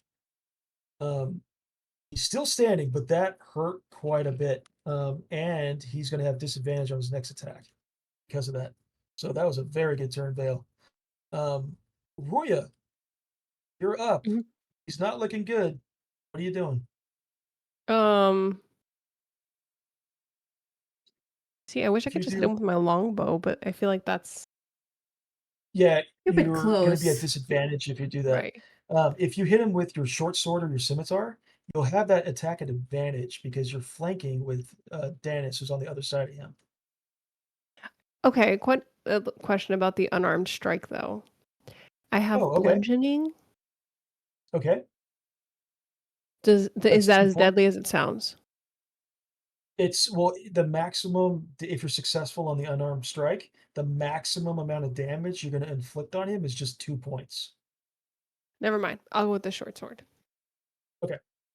So yeah, swing that short sword twice. So +5 twice. We'll take the higher one. Oh, that was a natural 20. So we're gonna okay. Is that a So crit? you're going to. It is a crit. So what's going to happen is you're going to hit the 1d6 +3. You're going to hit that twice. Okay. And how this, and I'll explain how it works once the rolls come in.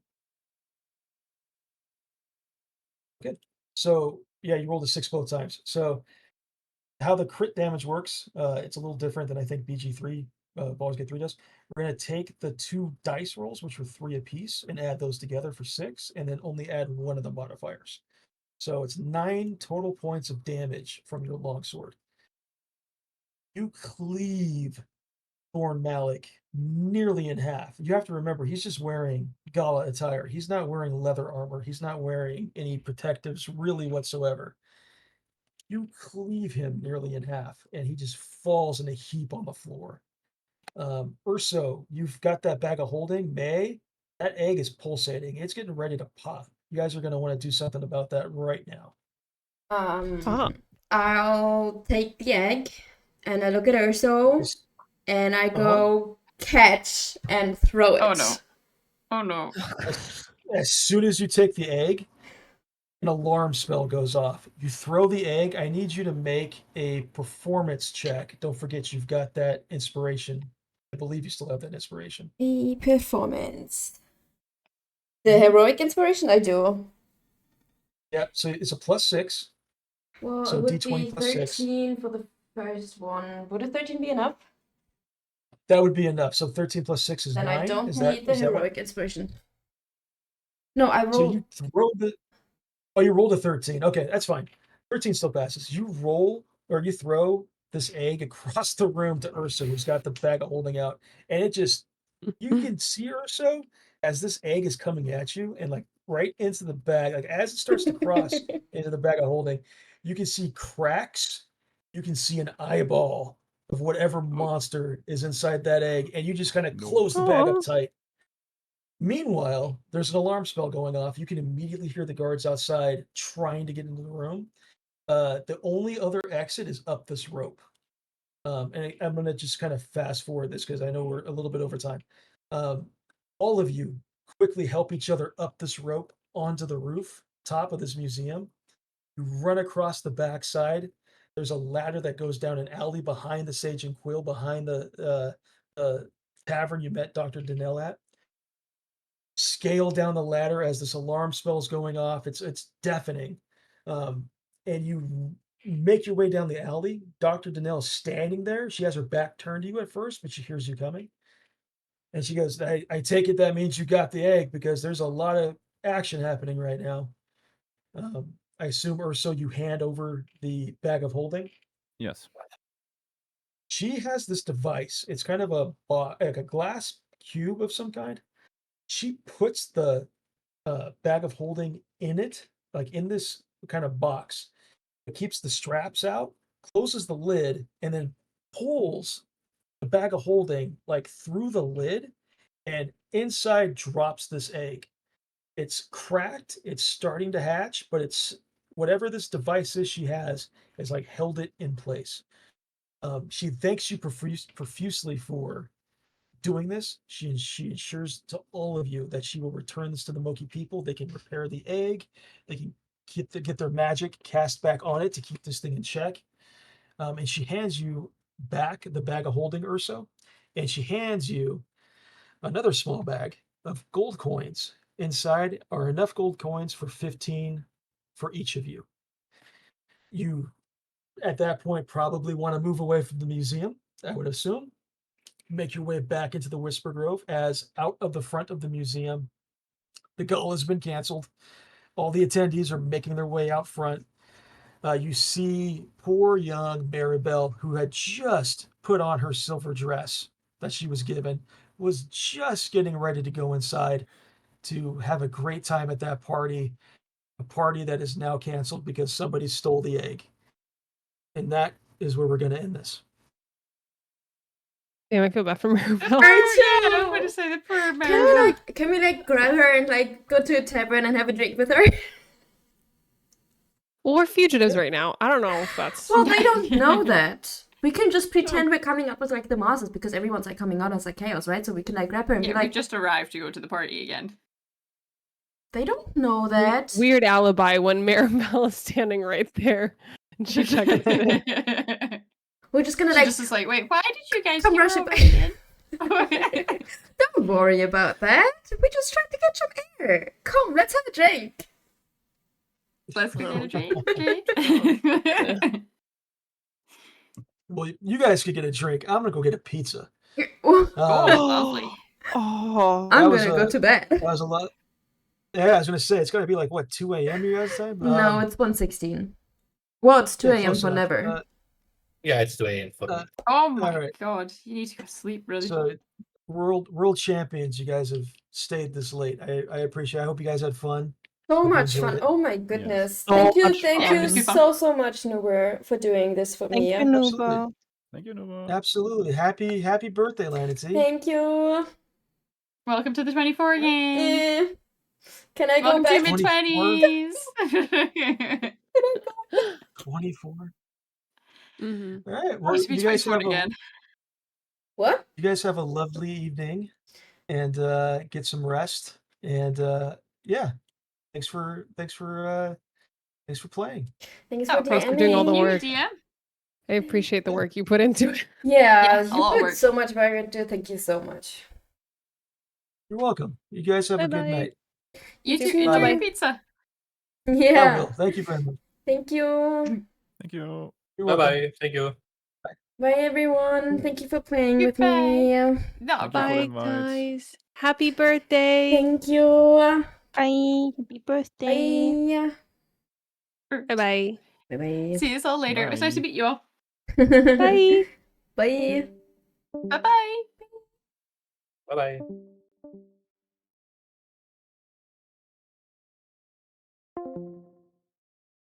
One second, guys.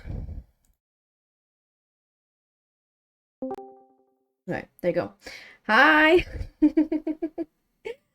I hope you guys enjoyed this as much as I did. I had so much fun. So if Nuber is still here, again, thank you so much for doing this for me.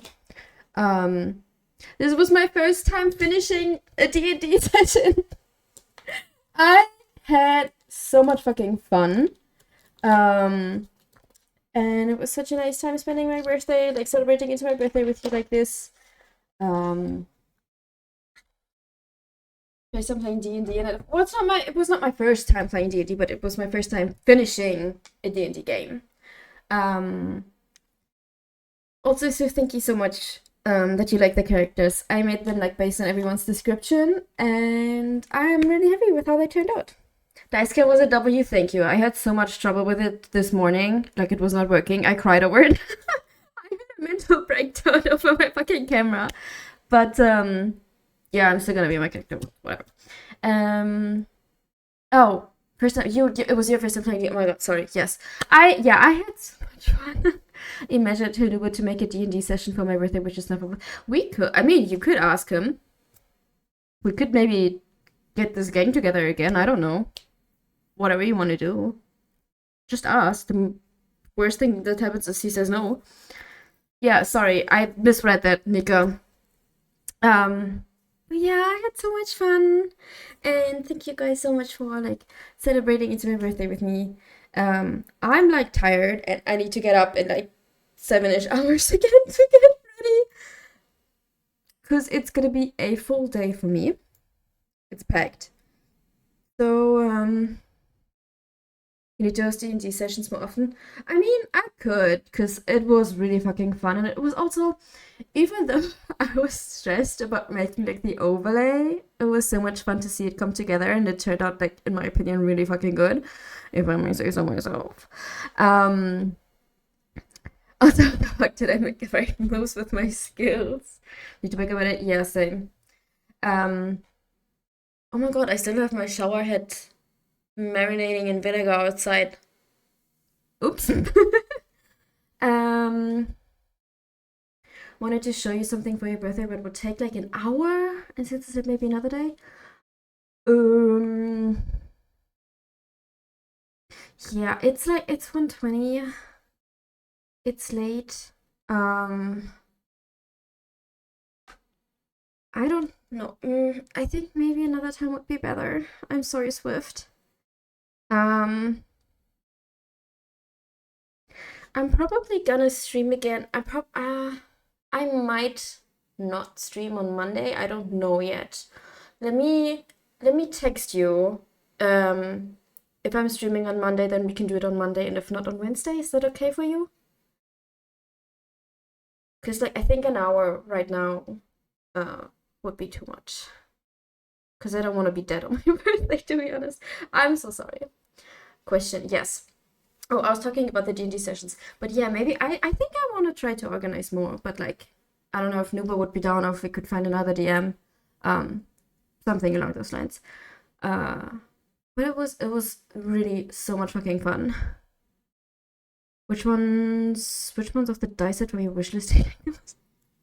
Someone earlier today also already gave me a dice set from my throne.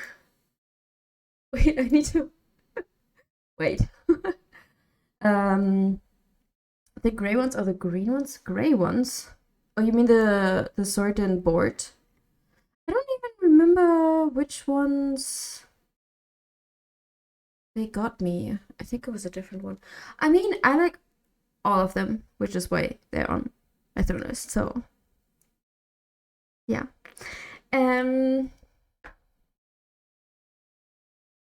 Yes, okay. Swift, I'll try to remember to text you if I'm streaming on Monday. Because I want to, but I don't know if I have the time. I had to back my laughter beneath her head this emotional scene, and I was imagining myself playing with the dinosaur. I wasn't even there. I was on the phone with my mom, and she was calling my dad a traitor because my dad texted me at midnight to congratulate me, and my mom, she called me and she was like, yeah, he didn't tell me. He just I was dancing and he just kind of vanished. And then I found him at one point outside with a friend, and he was like, did you congratulate Lanity already? And mom was like, oh, what time is it? And it was 1:30 already-ish. And she was like, oh my god, you traitor, I hate you. And then she instantly called me, which that was really funny. Hi, Hannah. Whenever school. Okay. So it's gonna be either Monday or Wednesday. I was not prepared for an emotional scene, so I was just like, nope. It was fitting. It was fitting. Even though I wasn't part of it, but yeah, fitting for your character.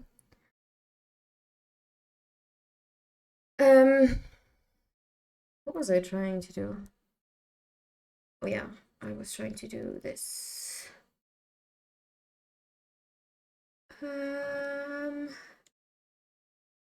Oh my fucking god. Thank you so much, Never. Thank you. Oh my god, that scared me. It's so loud, but I don't know how to turn it down.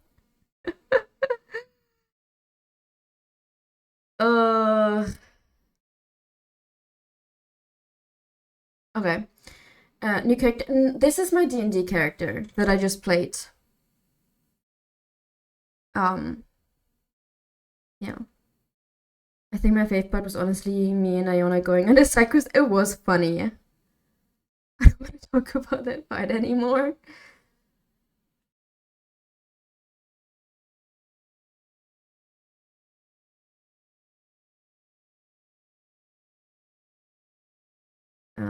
You guys, very figures. It's Pride Month. I never seen it before. Yeah, because it's I just made it for today for the D&D session.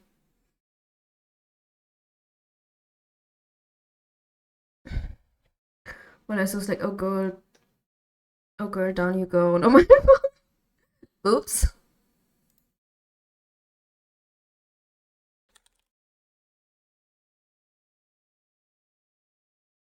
Last resort, Valrus. Always.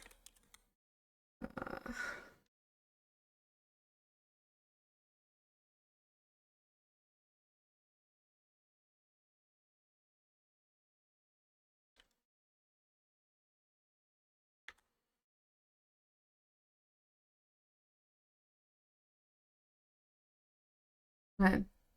Oopsie doopsie.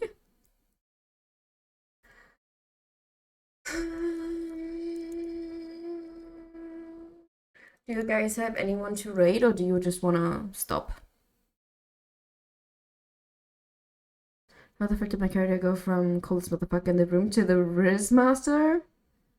I don't know.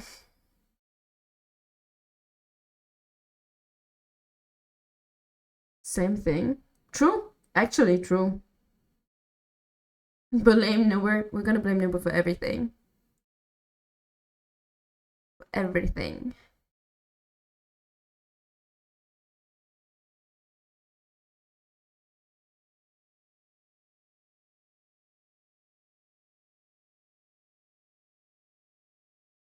I wanted to attack the egg? Nah. I'll go to bed unless I won't stay for it anyways. Yes, okay. Well, I'll just get off then. Okay. I'm gonna end stream. I wanted to attack that thing in the office, the marigold. The doll. Probably. Everyone said kind of. It's so warm. Like I've been sweating. I'm like, ugh. I feel disgusting. There's not gonna be a raid MVP. No raid. Just night. Just EP time.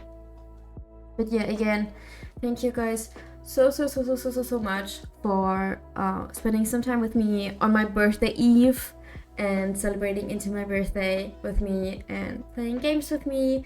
I can't stop saying how much fun I had, because it really was fucking fun, and I really want to do this again, and I hope we can do this again soon. If in this constellation or another constellation with new characters. Like, I have so many ideas for characters, you guys. It's not even funny.